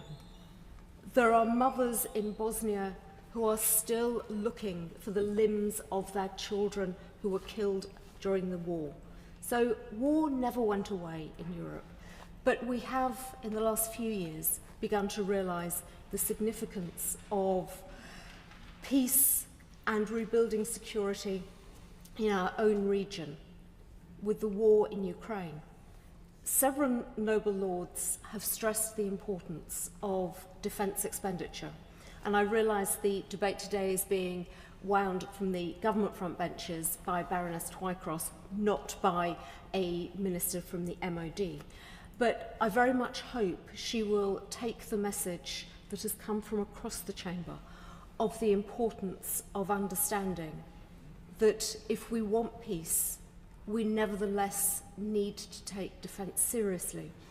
As the Noble Lord, Lord Coker, in his excellent opening remarks pointed out, that in 1938 we would not have been ready to take on Hitler. We wouldn't have been capable of doing so. So I would like to echo the words of many noble lords that defence expenditure needs to be increased, and to pick up on the point that the noble and gallant Lord, Lord Stirrup, raised about the possibility of a European defence mechanism, because as we prepare for, hopefully, the next 80 years of peace, we need to do so in close collaboration with our nearest partners and allies on this side of the Atlantic, this side of the Channel and beyond. My lords, today we commemorate victory in Europe, but we also need to be vigilant to ensure that we retain peace in Europe and we can move forward so that our children and young people can learn about war as history and not about the present. Yeah. My lords, this has been a powerful and humbling debate, and I share the sense of honour that many noble lords have expressed for the opportunity to take part in it. The Right Reverend Prelate, the Bishop of Peterborough, has chosen a very good debate in which to make her maiden speech, and she enhanced it with her wise and compassionate words. We look forward to hearing from her more in the years to come. Many noble lords have shared deeply moving stories about the scars that the Second World War left on their families, from the poignant story that the Noble Lord the Minister shared about his uncle, Sergeant Major Vernon Coker, in his excellent opening speech, to those who recalled the heroic example of their forebears from across not just these islands, but from proud countries across the world. As all those stories attest, no family was left untouched by this worldwide conflict. We rightly honour those who donned uniform and who took up arms, too many of whom paid the ultimate sacrifice for the freedom that we enjoy today, and whose names are etched in stone in every parish of the land. As well as honouring their memory, we're able, after this gap of 8 decades, to give more public thanks than was possible on that first VE Day to those who played their part in other ways, such as the men and women who worked in absolute secrecy, in code-breaking, counterintelligence, and clandestine operations of breathtaking bravery. We recall with horror the atrocities of the Holocaust, the appalling details of which were only beginning to become known in May 1945. We remember the civilians who dug for victory, who kept the home fires burning, and who sat in the biting cold on rooftops, including the Cathedral at Peterborough, to keep watch during the Blitz. We celebrate the vital and valiant role played by our cousins of all creeds and races, from the Caribbean, from Africa, the Indian subcontinent, and across the British Empire. The noble Baroness Lady Benjamin knows of my love for Trinidad, so I particularly enjoyed her summoning up of the steel pan celebrations there. But we heard such powerful contributions from noble lords, including the noble Lord Boateng, Lord Sahota, Lord Parrick, Lord Sentamu, the noble Baroness Lady Amos, and many others. We also remember those who contributed to this total war effort in other ways. My great-grandfather Isaac Parkinson was a trawlerman on the River Tyne. He was awarded the Distinguished Service Cross for joining the Royal Naval Reserve and sweeping for mines and keeping watch for enemy submarines. Another great-grandfather, Jim Scott, was a miner, exempt from military service because of the vital importance of that humble but noble profession. He toiled underground with reinforcements from the Bevan Boys, so belatedly recognised for their contribution, as the noble Baroness Lady Warwick of Undercliff recalled. We remember the forgotten army, men like my great-uncle Bob, who secured victory in Japan as well as in Europe, as the noble Lord Ricketts, my noble friend Baroness Mayer, and many others mentioned. It's been wonderful to hear so many powerful stories being shared, not just by noble lords in today's debate, but in conversations being had across the country this week. I do thank the government for and congratulate them on a very well run week of commemorations and celebrations, and I hope the ministers will take back our thanks to the officials in both of their departments for the work that they've played in organising them. From street parties to the service of Thanksgiving, from that wonderful concert enjoyed by 12,000 people on Horse Guards Parade last night, and by millions more at home thanks to the BBC, a corporation which itself played such a vital part in maintaining morale during the dark years of the war. I thank as well the many organisations like English Heritage, which, as the noble Lord Lemos said, are the stewards of our national memory. Across the country, people have marked this anniversary in manifold and moving ways. Over the bank holiday weekend, I was in Ripon, which was bedecked with hand-knitted bunting, and whose marketplace has stationed an extraordinary knitted tank, 24 feet long, modelled faithfully on a D-Day tank preserved at Bovington Tank Museum. On Tuesday, I had the honour of attending the commemorations at the Tower of London, whose Norman keep rose not only rose like St Paul's Cathedral as a beacon of hope and defiance during the Blitz, but which was put back into use during the war to house prisoners of war. It was a beautifully arranged ceremony, but the most moving part was the presentation of flowers by young cadets from the University of London's Officer Training Corps, as the noble my noble friend Lord Lingfield mentioned, to veterans of the Second World War. That simple gesture, expressed in flowers, reflects a sad fact about this year's commemorations. These are likely to be the last significant moment for us to thank personally and directly veterans of the Second World War. Throughout my life, the obituary pages of our newspapers have been filled with astonishing stories about these everyday heroes. But those stories are slowing, and soon they will stop. Only last week we lost Cecil Newton, one of the last survivors of D-Day, at the age of 101. If there's any injunction that the remaining veterans would give us, it is to remember, not just them, but their comrades and the sacrifices made by so many, servicemen and civilian alike. As noble lords have noted, that injunction is more pressing than ever. This has not just been a history debate, but a chastening reminder that we live, once again, in an age of conflict across the European continent, and that extremism and intolerance are on the rise. Noble, and particularly noble and gallant lords, have made points today of great contemporary pertinence. Just this week, Greater Manchester Police arrested 9 people and seized Nazi memorabilia after they celebrated Adolf Hitler's birthday in an Oldham pub. I'm sure I'm not the only one that was horrified by that news, or who was dismayed by the proposal of newly elected councillors to lower the Ukrainian flags, which have flown with pride and solidarity over so many county halls under councils controlled by all parties and none. Even in this week of commemoration, it's clear that we have much yet to learn. The noble Baroness Lady Twycross and I were both born closer to the end of the Second World War than we are to today, but that gap grows ever wider for all of us. Even for children who are born today, even the wonderful commemorations that we've held this week will not form part of their memory.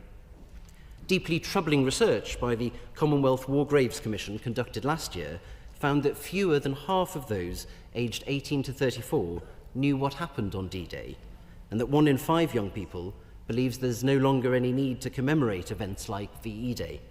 But theirs is a generation which needs so urgently to know the dangers of extremism and hatred. While there are still some witnesses to history among us, let us all ensure that their voices are heard and that their lessons are heeded.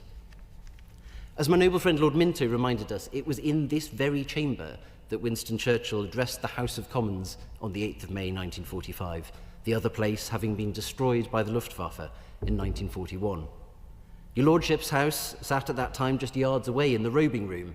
On VE Day, it considered a number of modest but important measures, including the Pontypool Gas Bill and the South Shields Corporation Bill.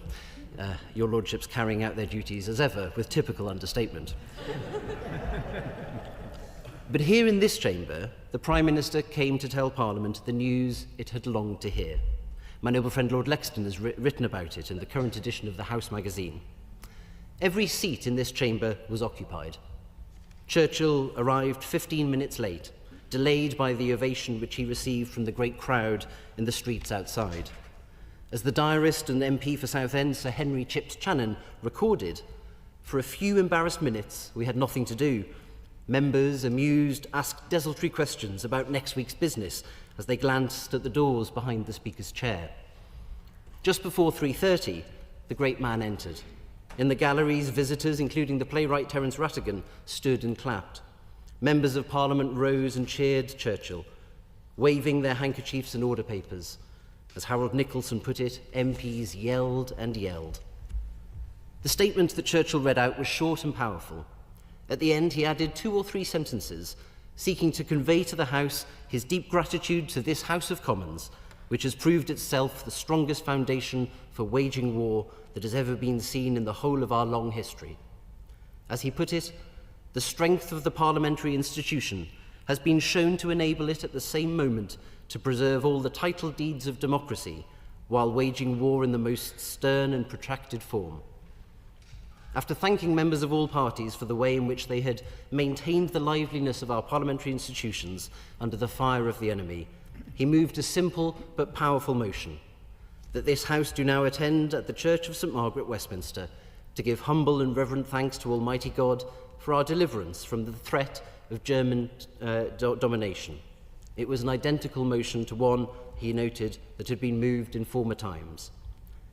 On this important anniversary, we pray that we may never have occasion to move such a motion in times to come, but we recall with pride and humility the indomitable spirit of Britain and her allies in the Second World War, and we renew our thanks for that deliverance, as well as our commitment to preserve the peace and liberty which was so hard won.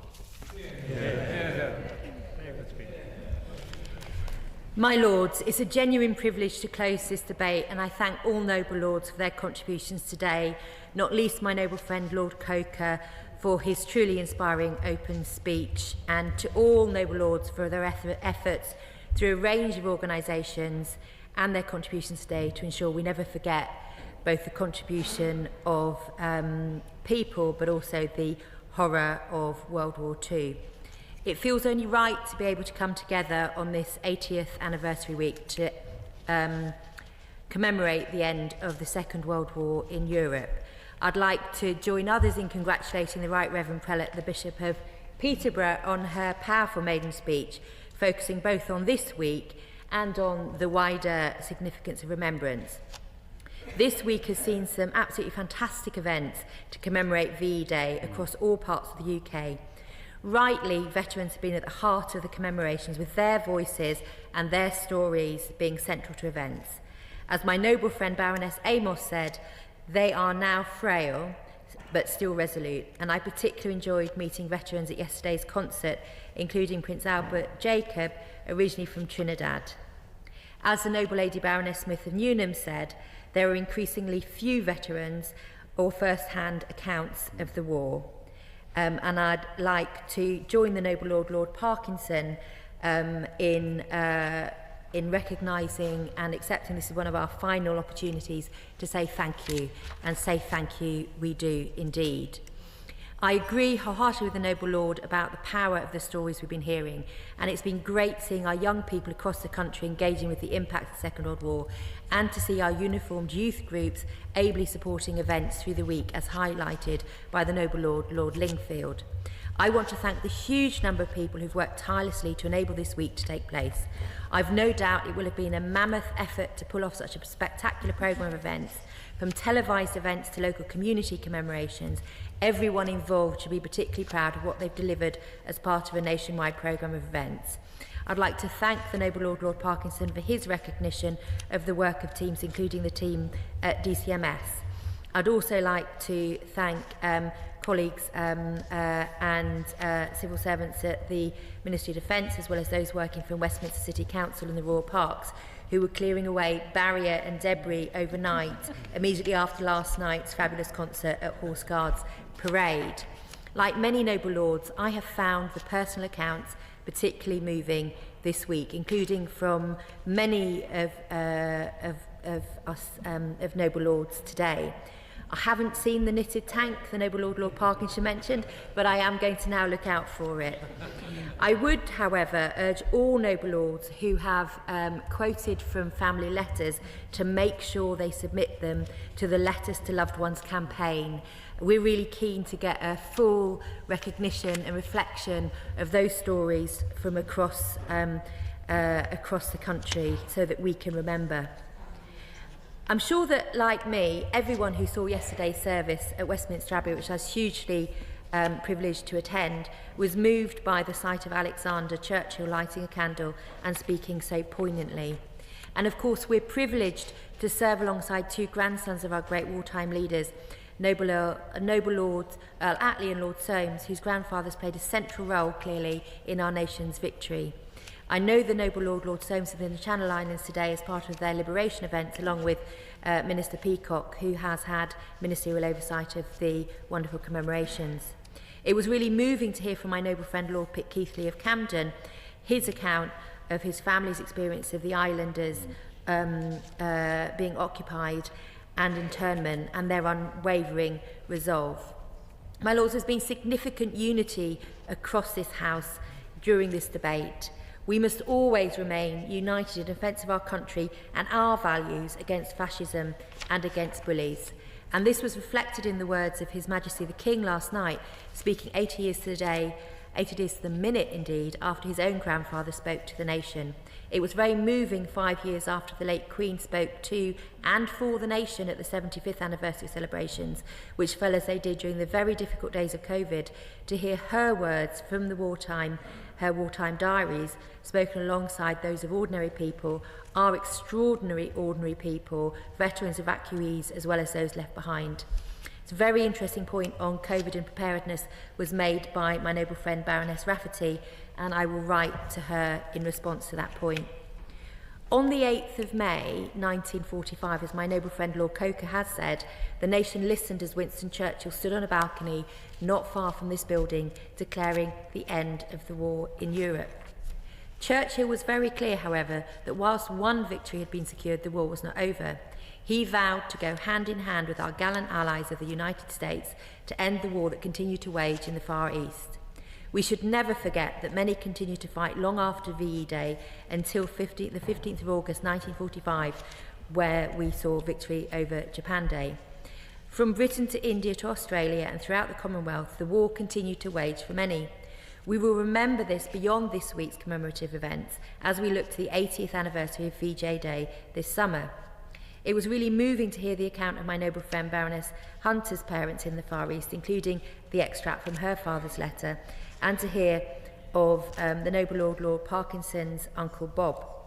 As the noble Lady Baroness Coffey said, VJ Day came after the deployment of atomic bombs, which, as she said, we fortunately never had to deploy subsequently. And the noble Lady Baroness Mayer spoke movingly of her father's reluctance to speak about his experience in a Japanese camp. In answer to the noble lady's point on remembering, the government is doing a lot of work with the Commonwealth War Graves Commission, and my noble friend Lord Coker has recently met them. I agree with the noble Lord Ricketts, both that we must also remember VJ Day, but that we should particularly remember the noble Lord's point on the continued oppression for many decades for all too many people in Eastern Europe.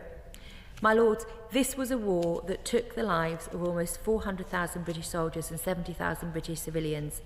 The noble Lord Wallace of Saltaire, my noble friend Lord Boateng, my noble friend Baroness Amos, and the noble Lady Baroness Benjamin, my noble friend Lord Dubbs, my noble friend Lord Parrott, noble and right Reverend Lord Sentamu, and the noble Lady Baroness Harris of Richmond, and my noble friend Lord Sahota rightly highlighted the hugely significant role played by the Commonwealth in the Allied victory.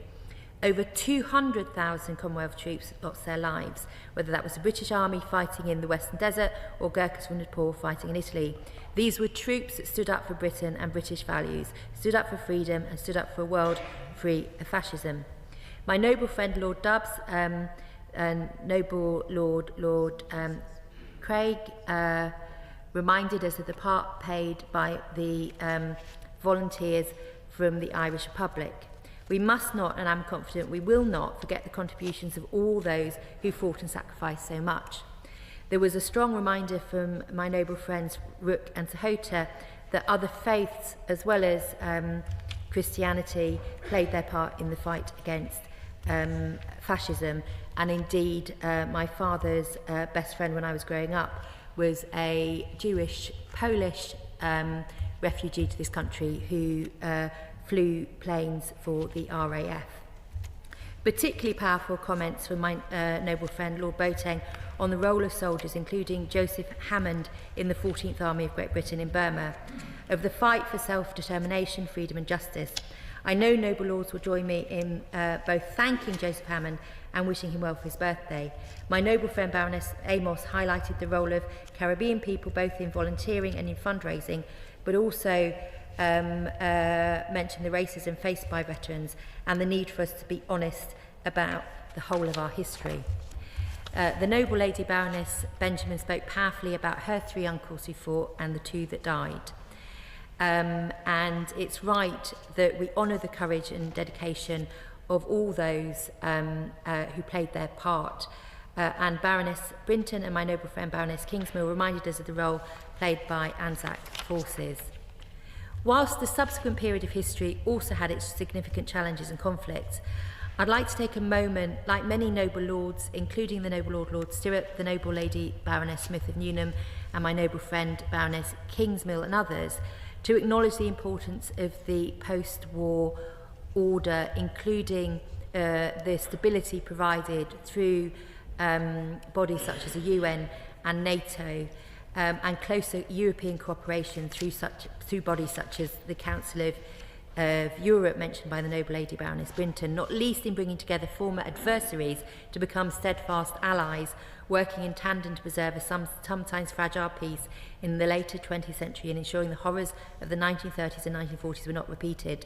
The importance of prosecuting war crimes was highlighted by the noble Lord Bates, and I will pass on his suggestion to the FCDO. As hugely powerfully outlined by the noble Earl Minto in his opening remarks about the days leading up to VE Day, the Holocaust remains one of the darkest chapters in human history, targeting the Jewish community, murdering 6 million people. The government stands with the Jewish people across the UK today and always.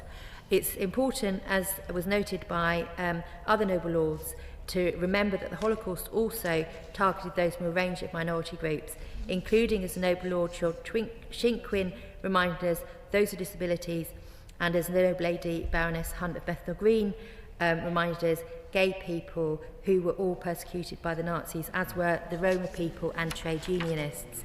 This must not be forgotten, and the government will do everything to ensure present and future generations remember through our continued support for the Holocaust Memorial Day Trust and the Holocaust Memorial adjacent to Parliament. The noble Lord, Lord Wallace of Saltaire, rightly highlighted the importance of younger generations learning about war and the role of schools and museums, including the Imperial War Museum, in doing this. And the noble Lord, Lord Farmer, also highlighted the importance of education. In relation to the curriculum review, which was referred to by my noble friend Lord Boateng and the noble Lord Earl Attlee, the curriculum review and the importance of educating our young people. As noble lords are aware, the DFE is seeking to deliver a broader curriculum.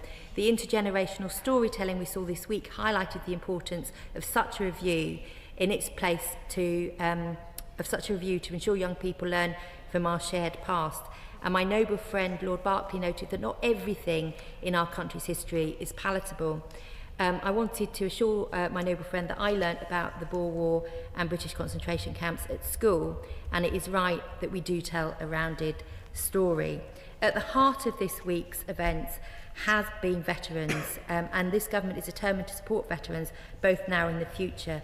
I'd like to echo the noble lady Baroness Hunt in paying tribute to the memory and work of the noble Lord Etherton, in particular. In this context, his independent review into the service and experience of LGBT veterans serving between 1967 and 2000. My lords, the fight for freedom is a constant fight, highlighted by the illegal invasion of Ukraine. This aggression cannot be tolerated, and this government stands with Ukraine as they defend their freedom, as the previous government rightly did too. As the noble Lord, Lord Howell of Guildford said, war has changed and is now almost entirely aimed at civilians. It's also true, as the noble Lord said, that peace is not built on temporary foundations. The noble Earl Dundee also highlighted current conflict. I'd like to ensure the noble Earl that the government will do everything we can to resolve conflicts. In relation to Sudan, which the noble Earl mentioned in particular, the UK continues to work with the UN Security Council partners to galvanise council action on Sudan. This includes securing a UNSC press statement on the 17th of April, which called for the end of hostilities in El Fasher and full implementation of Resolution 2736. A number of noble lords raised the importance of defence spending, including the noble lady Baroness Porter, the noble Lord Wallace of Saltaire, the noble Lord Stirrup, the noble Lord Shinkwin, the noble Earl Attlee, and others. There is clearly a danger of not rearming, and this government is very aware of that and is taking action. As noble lords will be aware, the Prime Minister set out his commitment to increase spending on defence to 2.5% of GDP from April 2027, with an ambition to reach 3% in the next Parliament. The UK is determined to step up and meet this pivotal moment of global instability head-on, with a commitment will see the biggest sustained increase in defence spending since the Cold War. My lords, nobody could have been left unmoved by the stories from members across your lordship's house. Stories that bear repeating and remembering, although I won't be able to repeat all of them, and nor should I. I was particularly struck by my noble friend Lord Davis of Brixton's point about how many people didn't want to talk about their experience. So it is right that we use our voice to tell their story. It was particularly moving to hear from my noble friend Lord Griffith that not all relationships survived reunion. And I think we forget that at our peril. Having known my noble friend, the Lord Coker, for 25 years, I've never before heard about his uncle's death, one of all too many young men lost all too early. Lord Dubbs, my noble friend Lord Dubbs, talked movingly about his experience of VE Day in Manchester and his memories of the ATS women marching in Hyde Park and the horror of hearing the experiencing in the camps, one all too familiar, no doubt, to the father of my noble friend Baroness Ramsay. I agree with my noble friend Lord Dubbs that we should give credit to Germany for how they faced up to their past. I'd like to I